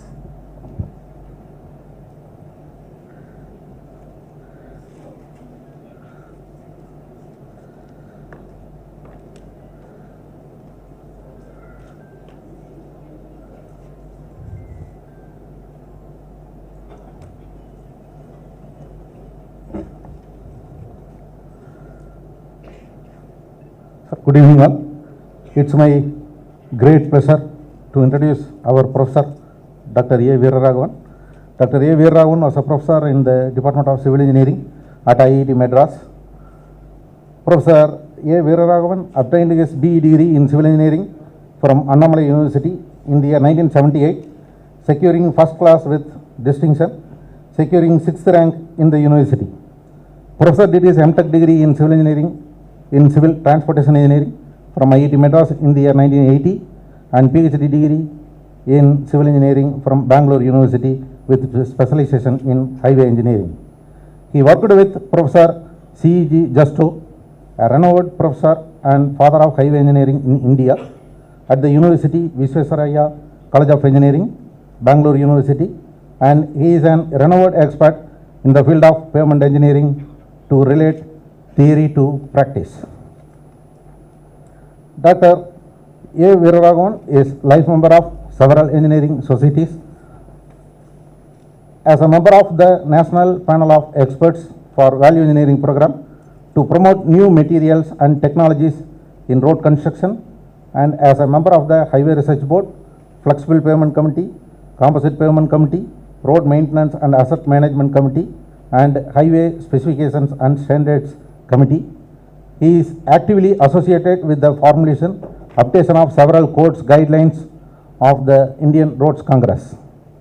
Professor's books on highway engineering and highway materials and pavement testing along with S.K. Khanna and C.G. Justo and bituminous road construction in India along with Prithvi Singh Kandal and Rajan Chaudhary are widely referred by the students and practicing engineers around the world. Professor A.V. has received so many awards in his career. Some of them are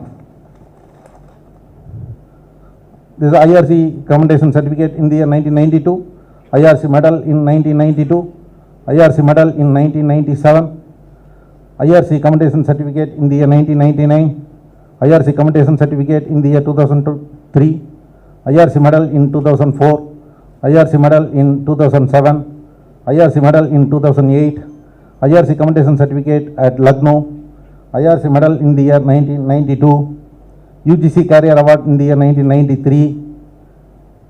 In the year 1994, Professor A.V. received Pandit Jawaharlal Nehru Birth Centenary Award for his outstanding contributions in the field of highway engineering in India. Professor has received ISTE National Award for Promising Engineering College Teacher in India. Professor has been awarded with CEDC's Vishwakarma Award for Outstanding Academician, Technologist, Scientist and Innovator.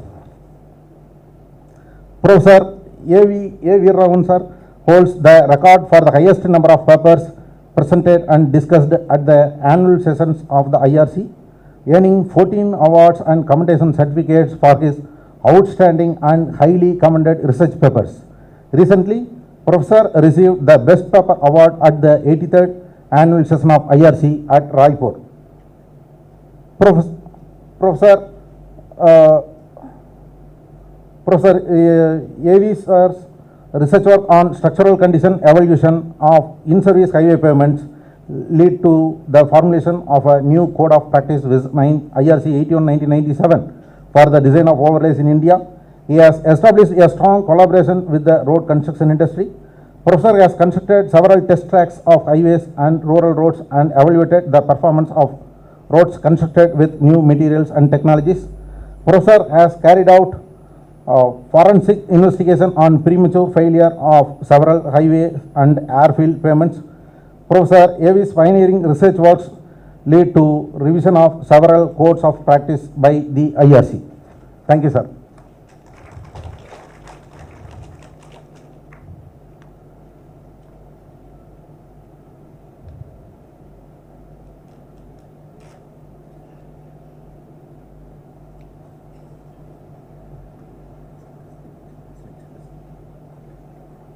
Thank you, Mr. Yanat.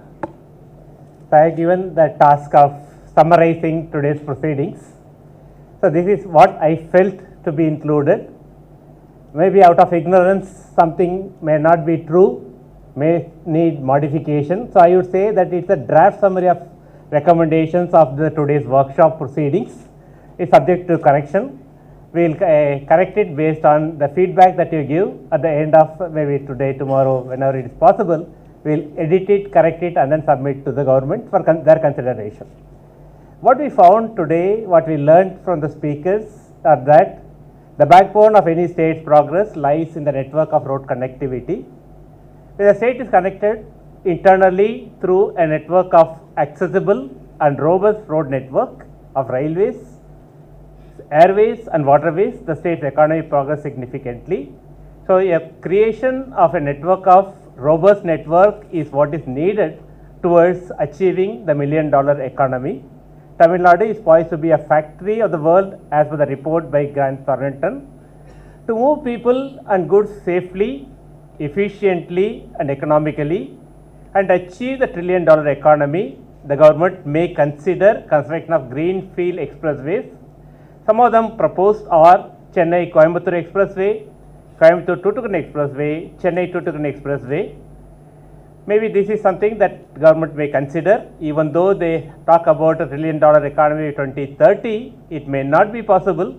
Maybe by 2041-42, when they can achieve, perhaps these expressways can be initiated. Elevator corridors may be considered wherever there is a problem of land acquisition. This is a corridor which has been proposed. Maybe is another report I got from Chennai to Coimbatore to Tuticorin to Chennai. Perhaps it may also overlap with the Chennai-Kanyakumari industrial corridor. But what I propose at this point of time is an elevated expressway only other than the part of the Chennai-Bangalore expressway, a part is in Chennai, in Tamil Nadu. Other than that, we cannot call any expressway as an expressway. Maybe way back in 70-80, when I was doing my research work, I evaluated an Ennuru expressway because it was meeting the expressway standards at that time. Today, an expressway should have a lane width of 3.75 meters, a right of way of 100 meters. A part of the peripheral ring road meets the requirement. Nevertheless, it does not meet the expressway standards. Therefore, it is always preferable to construct a greenfield expressway. That is exactly what Mr. Palnivel also recommended as findings of his study. It is also necessary to consider a Tamil Nadu Defence Industrial Corridor connecting Chennai, Hosur, Coimbatore, Salem, Tiruchirappalli and Chennai. This again can be considered towards achieving the $1 trillion economy. Looking ahead, investment of road infrastructure is again a recommendation of Professor Krishna Raju. The investment of the budgetary allocation for the highways department should be increased from 20,000 crores to 50,000 crores to the state. When I presented this to the minister, he said that with the several welfare schemes of the government may not be able to allocate 50,000 crores as been proposed. Nevertheless, we have to find out alternate ways of funding. It's not that government should fund 50,000. We should find ways and means of augmenting the funding so that we are able to create the infrastructure as proposed. National highway network should again be increased from 7,000 to 20,000 kilometers if you want to make people goods to move safely and efficiently. In addition, there should be an economic corridor, townships along the expressway. In addition, the government of, this is my personal remark, because I was associated with the Pradhan Mantri Gram Sadak Yojana from 2000 onwards, the last 25 years. We prepared, first thing that we did was a preparation of a core network connecting villages with a population of 1000 at the time, population of 500 subsequently, population of 250 subsequently, with an all-weather road connectivity. Similarly, the highway department may prepare a core network of roads connecting different district headquarters, taluk headquarters to district headquarters, and also the identified 250 industrial clusters. But this should again be based on the utility value. Many good lessons we can learn from the PMGSY program. It's not that it's only utility value. There is a checking. The plan has to be approved by the panchayat, has to be approved by the MLA, MP and by the government. So, several sets of approvals are required. So, you can start with the utility value and consider that economic feasibility, we can identify these roads. And again, these roads are to be prioritized for timely upgradation and rehabilitation based on cost economics, which will improve significantly towards achieving the $1 trillion economy. Well-connected network of roads with airports and ports to district headquarters will definitely ensure faster growth of economy. And what I feel is that there should be a shelf of projects. We should be prepared for prioritization and year-wise selection of projects for upgradation and rehabilitation. What you have been conventionally doing is that an overlay of 40 mm BC at the end of 5th year. With the result, there are two questions at this point of time. Should a road be resurfaced every 5th year or not? Under what circumstances do you undertake the resurfacing? Can the road resurfacing be extended to 7 years, 8 years, 10 years? Well, nowhere in the world there is resurface every 5 years. But why are we resurfacing every 5 years with a 40 mm BC? Again, IRC 111 2024-25, I think the new code will be released.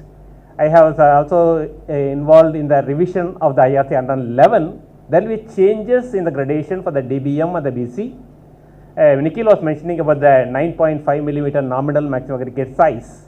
I think it's time that the government of Tamil Nadu consider a preventive maintenance for major highways. A preventive maintenance can even be a 30 mm BC.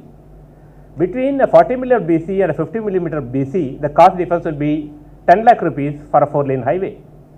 If I invest 10 lakh rupees more, can I increase the life of this overlay from 5 years to 8 years or 10 years? Quite possible. Can I use a modified binder? Quite possible. But why are we not adopting? This is another issue that needs to be addressed. Why are we not adopting new materials and technologies in the highways department, and what steps should be taken up to introduce new materials and technologies? Again, I was involved with the preparation of a techno-economic feasibility studies for the Tamil Nadu road sector project, maybe about 10-12 years back. We studied the different network of roads, projected the traffic, decided in which year different roads need conversion from 2 lane to 4 lane, 4 lane to 6 lane, 6 lane to multi lanes, 8 lanes, and what are the funding options? Can they be taken up under the BOT? Can they be taken up under the viability gap funding? So we have prepared a shelf of projects way back about 12 to 13 years. I do not know what happened this subsequently. It's time that we prepare such projects so that the next 10 years we will take them up on a prioritized list. Time and cost are well related. Time is money. If you delay the project by 1 year, we found that cost increases by 20 to 30%. Mainly, the cost of raw material increases, the labor cost increases, land acquisition cost increases, but we don't realize the time value of the money. I am not talking about the road user cost, delay cost that will run to several thousand crores of rupees. In order to avoid the land acquisition delays, I think there's a need to creation of land banks for greenfield expressways, upgradation of highways from 2 lane to 4 lane, 4 lane to 6 lane, and for the development of economic corridors. Use of new materials and technologies are rightly mentioned by Nikhil Sabu. There are many, he has been doing a lot of research on the new material technologies, including a full depth reclamation which he has been evaluating now in the state of UP. I think it's time that we introduce new material technologies. The sad part is that whatever technology that we are adopting for the peripheral road, for example CTB, we are not able to incorporate that in the regular highways. So I don't know why. What should be done? In every training program I ask this question, why are you not adopting stone matrix asphalt? Why are you not adopting polymer modified bitumen? Why are you not adopting geosynthetics, geocells, geogrids? This is something that we need to look if we want to have a long lasting highways, so that the money saved in one project can be made use of for another road project. I am not saying that highways department should get a lower funding. This money can be effectively utilized for the upgradation, rehabilitation of other categories of roads, so that the state as a whole will have a robust, durable, long-lasting road network. The design wing of the highway department is only sitting at Chennai. I think may have to be distributed to all circles to adopt cost-effective new materials and technologies.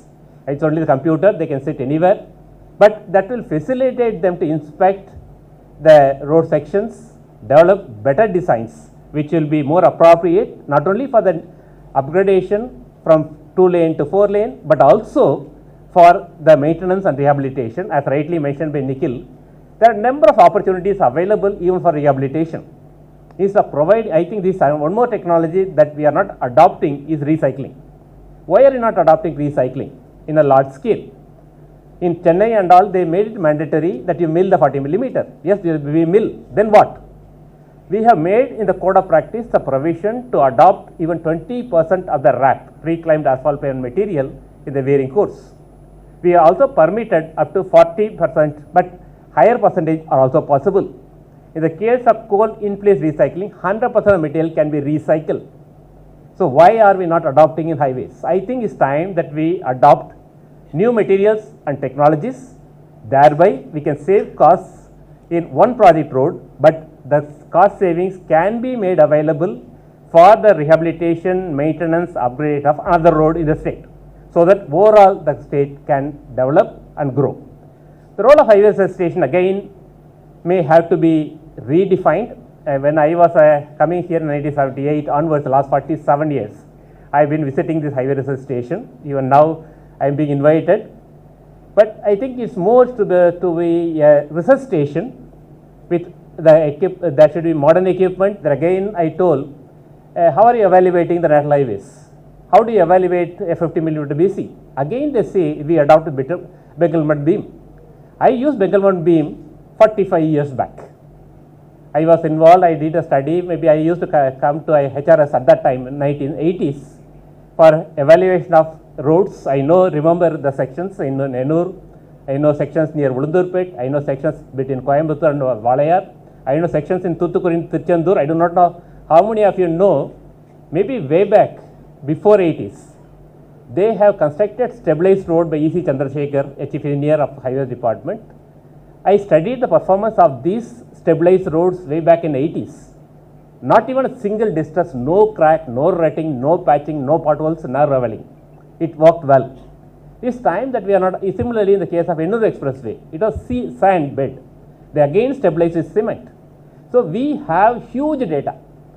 I don't know how many of you have visited the library of HRS. I have climbed the steps of the mezzanine floor. You can go and see at least the, I don't know whether it is still there or not. I am talking about a 47 years old story. We used to have a highway research station, used to have a record, highway research station records. When my colleagues from IIT Madras, when they returned from USA, they were showing reports from USA about the temperature gradient in bituminous layer. I immediately had a copy of the HRS report, research report, wherein they studied prior to 1980 the temperature gradient and they published a report. I said that we are much ahead of US and other countries. We have published reports, but unfortunately nobody knows that. Only I am the continuous link from 1978 till date who is remembering all this. All transport research records at the time that are available in the HRS library. I think if those who are interested at the time, fortunately or unfortunately, there were no computers, no laptops, no desktop computers, no laptops, no mobile phones, no television. Television came in the 80s. So we had to go through all the papers, write by our own hand in the notebooks that enabled us to remember all these even today. I think more research should be done at HRS, laboratory studies on the new materials and technologies. We will fund NRIDA and other Ministry of Road Transport Highways. I think Nikhil was mentioning about some projects. We can take up projects, HRS can be a partner in that. I know very well in the case of in the 80s, we had a project R2 on axle load survey. I don't know whether anybody knows about that. We had a project on R5 on moisture distribution in between pavement layers. There is a project on R3 on a continuous axle load, continuous traffic volume count. R6 Begelman beam studies. So I do not know whether anybody knows such projects were carried out. Where are the reports? I do not know. I personally feel HRS should be tuned to do more cutting edge research. Maybe that we need more research staff. It should also help us to develop guidelines, standards and specifications. What I found is that the major impediments, the problem is not having the rate analysis and the schedule of rates. Why we are not able to adopt the new material technologies in the schedule of rates is something, and as rightly mentioned by Nikhil, we should also have a performance study to know how they are performing. What I found is that when the technology is not properly adopted, the technology gets a bad name. It may be because of poor quality of construction, but the technology gets a bad name. That should not happen. The SMA never failed in any country of the world, but has failed in the case of Delhi-Mumbai Expressway. Why? Even before opening the traffic. We tried even a precast concrete pavement. It's again a new technology. Again it cracked in Bangalore. Why? So this is something that HRS only can do. And the new IRC, I think HRS is also a member. That's a pilot projects committee. The Indian Roads Congress has, I think, the last Raipur, they have approved a pilots project committee. Under this pilot project committee, we can have number of test tracks. If the payment fails, nobody will be held responsible. Nobody will be held accountable. I think this is an initiative the government has ventured. We will adopt new materials, technologies. HRS role should be different in the years to come towards achieving $1 million economy by bringing better materials and better technologies. There's urgent need to adopt best practices to improve the quality of arterial and subarterial roads. Major roads are good. GSC road is good. But when you get out of the GSC road, the quality of the roads are not good. That why? Because the specifications that are followed are not the state of the art, the best practices. Drainage is not given due consideration. I always tell there are three causes for the failure of the bituminous roads. One is drainage, 2 is drainage, 3 is drainage. Unless you take care of the drainage, give it the respect that it deserves, your payment will not last. I think it's time that we adopt a dense bituminous mixes for low volume roads, urban roads, rather than adopting open graded previous carpet mixed surfacing. Adoption of new material technologies will enable long lasting urban roads in municipalities. I think they also need training. I wish the training center trains the engineers from municipalities on best practices, do's and don'ts. I think that will be a human service the highways department will do. So they need training. In case of low volume roads, use of new material technologies. I also admire the NRIDA. We adopt 15% of the road length in every year should be with the new material technologies. Perhaps the highways department can also consider a new material, new technologies in their construction, new construction, repair, rehabilitation, maintenance. This will enable us to have which is performing better, what is the cost effectiveness. We found that the rural road connectivity has enabled improved travel pattern. We have studied the socio-economic benefits of road connectivity. We found that it has improved a lot on the social life of the people in the villages, in towns. In particular, even we talk about the free bus service, we studied the benefit of enabling the women to travel free. It has significantly enhanced the life of the women. Similarly, in the case of villages, we studied, we have interviewed a number of villages, number of women. We found that their quality of the life has improved, the vehicle ownership has improved, their education has improved, health has improved, agricultural produce has improved, and social life also is much, much better today. So overall, definitely the roads will contribute towards a $1 trillion economy. Improved road connectivity has also will enable setting up of agro-based industries in rural areas that were thereby contributing to a $1 trillion economy. But again, it's time for digitization. It's time that we go from the conventional paper-based approach to a digitization. We need an online management. I should be able to sit here and see the road under construction in Tirunelveli. What is the quality of construction? How much quantity? What is the amount of compaction? I can see sitting here. Now we are talking about automation in construction. Automatically the data on the thickness of the layer, automatically the data on the density of compaction of the layers, I will be able to, temperature of the pavement constructed, maybe in Tirunelveli, maybe in Kanyakumari, I will be able to sit here and monitor. It's time that we bring in a monitoring and accounting system, electronic maintenance management system, project management information system, app for monitoring, managing and planning of roads, geospatial road information system, public grievances portal. I am a person who always complain for the poor quality of roads. Whenever I see a bad quality of roads, I immediately complain. Recently, I complained about the Chennai, I think Tambaram to Dindivanam highway. It was awfully bad. I immediately complained to the public grievances portal. This I redirected to the project director of NHAI. He has responded to me what he is going to do. Again, I said that what you are doing is wrong. This is the way you have to do. Again, he gave a detailed report of what section is under the highways department, what section that the DPR prepared, and what he is going to construct, and what he is going to do for the third section between Tambaram to Dindivanam, 3 sections. Then again, I talked to Mr. Pannisalom. I did not leave him. I sent him the photos of the bad roads. He shared me the patchwork being done. Again, I said that the patchwork that you are doing is not adequate to improve the riding quality. It needs a preventive maintenance. More has to be done. So it's time that we also participate in such maintenance rehabilitation program. There should be a dashboard for real-time monitoring of the physical progress. We should be able to sit here. Engineer need not go to the field. With automated construction, it is possible. Government may consider a road asset management system and a bridge management system. This is exactly what Professor Raghavan had mentioned. It will also enable a cost-effective technologies for road asset management with the use of drone technologies. Even physical progress, physical evaluation may not be required. Using drone, you can collect the pavement distress data. You can calculate the pavement condition index. We have brought out IRC 82/2023, where you can compute the pavement condition index based on the different distresses. It's time that we bring, similarly, drones can be used for the condition evaluation of bridges, supports, bearings. The technology has so much advanced, it's time that highway department considers all this. Optimal utilization of available resources will enable all-round development. It's time the highway department adopts recycling. It can be coal recycling or hot recycling, or it can be full depth reclamation. It can be a central plant recycling, or it can be in situ recycling. Some appropriate technology to be adopted depending upon the equipment availability, distress and time.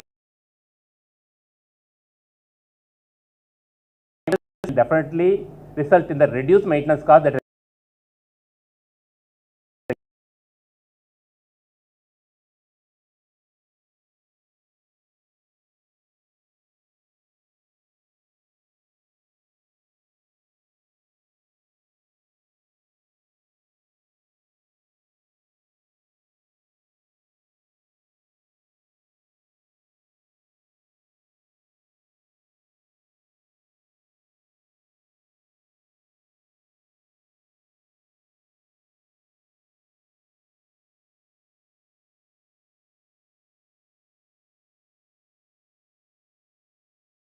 department. I think it's time that investigation wing or the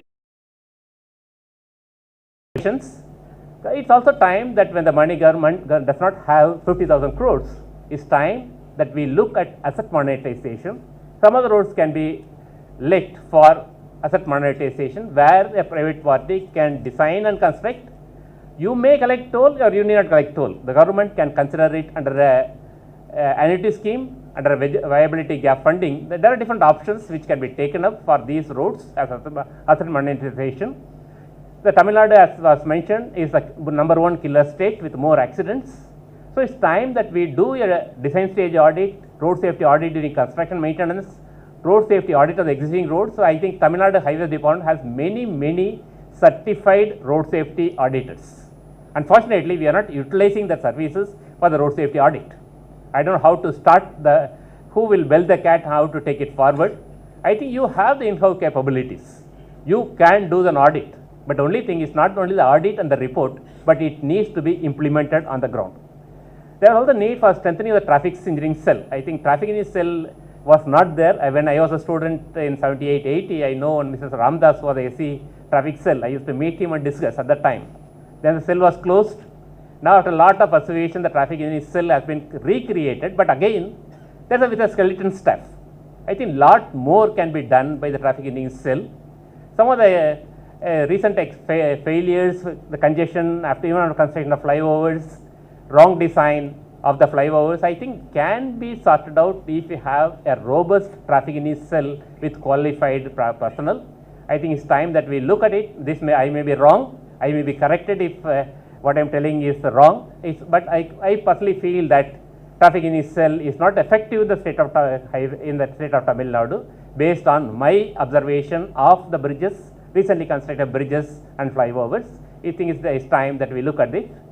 Accelerated bridge construction relies on the advanced project planning and design, use of innovative materials, smarter procurement, new construction methods to reduce the time, effort it takes to rehabilitate and repair the bridges. This accelerated bridge construction reduces costly disruption to traffic. It creates a strong, durable and long-lasting bridges than the conventional. I think Professor Raghavan has very clearly mentioned the accelerated bridge construction. It includes precast deck panels, girder panels, precast pier systems, precast model abutment systems, modular superstructure systems, bridge erection systems.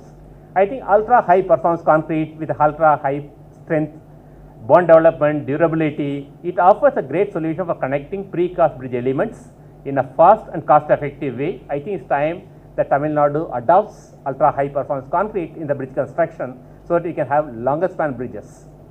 Fast track implementation of bridges is a key factor in the path to $1 trillion economy, as bridges are key components of the highway system with high visibility and high cost. In view of the various complexities in the bridges, they take longer time period to construct. There is a need for a systems approach for a faster construction, integrated design and construction methods in a holistic and innovative manner. Many different materials, system methods are available, but as rightly mentioned by Professor Raghavan, the right combination of materials, systems and methods are to be chosen for fast track construction of bridges depending upon the requirement. It's also important to pay attention to the aesthetic of bridges as they have a high visibility and prominence. Chennai Peripheral Road is expected to be a high growth corridor with sustainable level of density. I think Mr. Palanivel shared the various aspects of the design, construction, and operation. Only I am not happy that the width is not 3.75 meter, lane width 3.5, which prevents us to travel 120 kilometers. Maximum can be 80 to 100, not more than that. But I am not very sure whether safety audit of the design has been carried out or not. If not, it's time that we carry out a road safety audit of the design. Secondly, safety during the construction need to be carried out. The new port connectivity development at Kattupalli, Petrocham Park, Greenfield Airport and Mahindra City will definitely act as an impetus for the full development of the peripheral road and contribute to the economy. But again, we can travel fast up to up to maybe Singaperumal Koil. Then beyond what? How do we travel to Tirchi? How do we travel to Madurai? How do we travel to Kanyakumari? So again, do we have a 6-lane highway fast track movement? No. The average speed is only 60 kilometers per hour. I think it's time that we integrate, connect this peripheral road with a network of expressways. We will not be able to achieve the economy that we need. So thank you very much for enabling me to summarize today's proceedings. I think it's time. Thank you for the opportunity.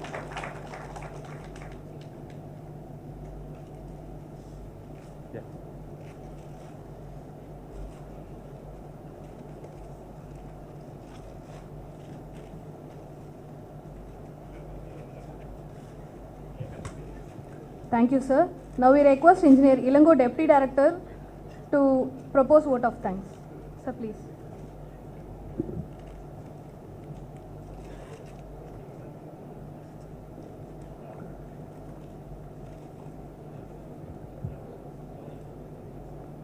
Very good evening to all. First of all, we like to express our heartfelt gratitude to our esteemed experts, Dr. Krishna Raj, Dr. S. Chinnamai, Professor N. Veera Raghavan, Dr. Nikhil Sabu, Engineer S. Palanivel, and Dr. A. Veera Raghavan, who shared their knowledge to the Engineers of Highways Department in this one-day workshop on Road to 1 Trillion Economy. We thank all the Chief Engineers of Highways Department for invaluable support for this workshop. We express our sincere thanks to our Director HRS for his motivation to make the workshop a grand success. We thank our Joint Director Training Center for encouraging us throughout the program from the inception. We thank our Joint Director Madam HRS for the driving force behind all the activities at the micro level for smooth flow of the program. We thank all the engineers of Highways Department who participated in this one-day workshop. We thank all the engineers of various wings who involved and made a wonderful contribution in various activities in this one-day workshop. We thank all the engineers and staff of Training Center, HRS, Quality Control and Road Safety for their involvement. We thank all the administrative staff, officers of various cadres, team involved in food, dining, transportation, electricity, media, housekeeping and security. Thank you one and all.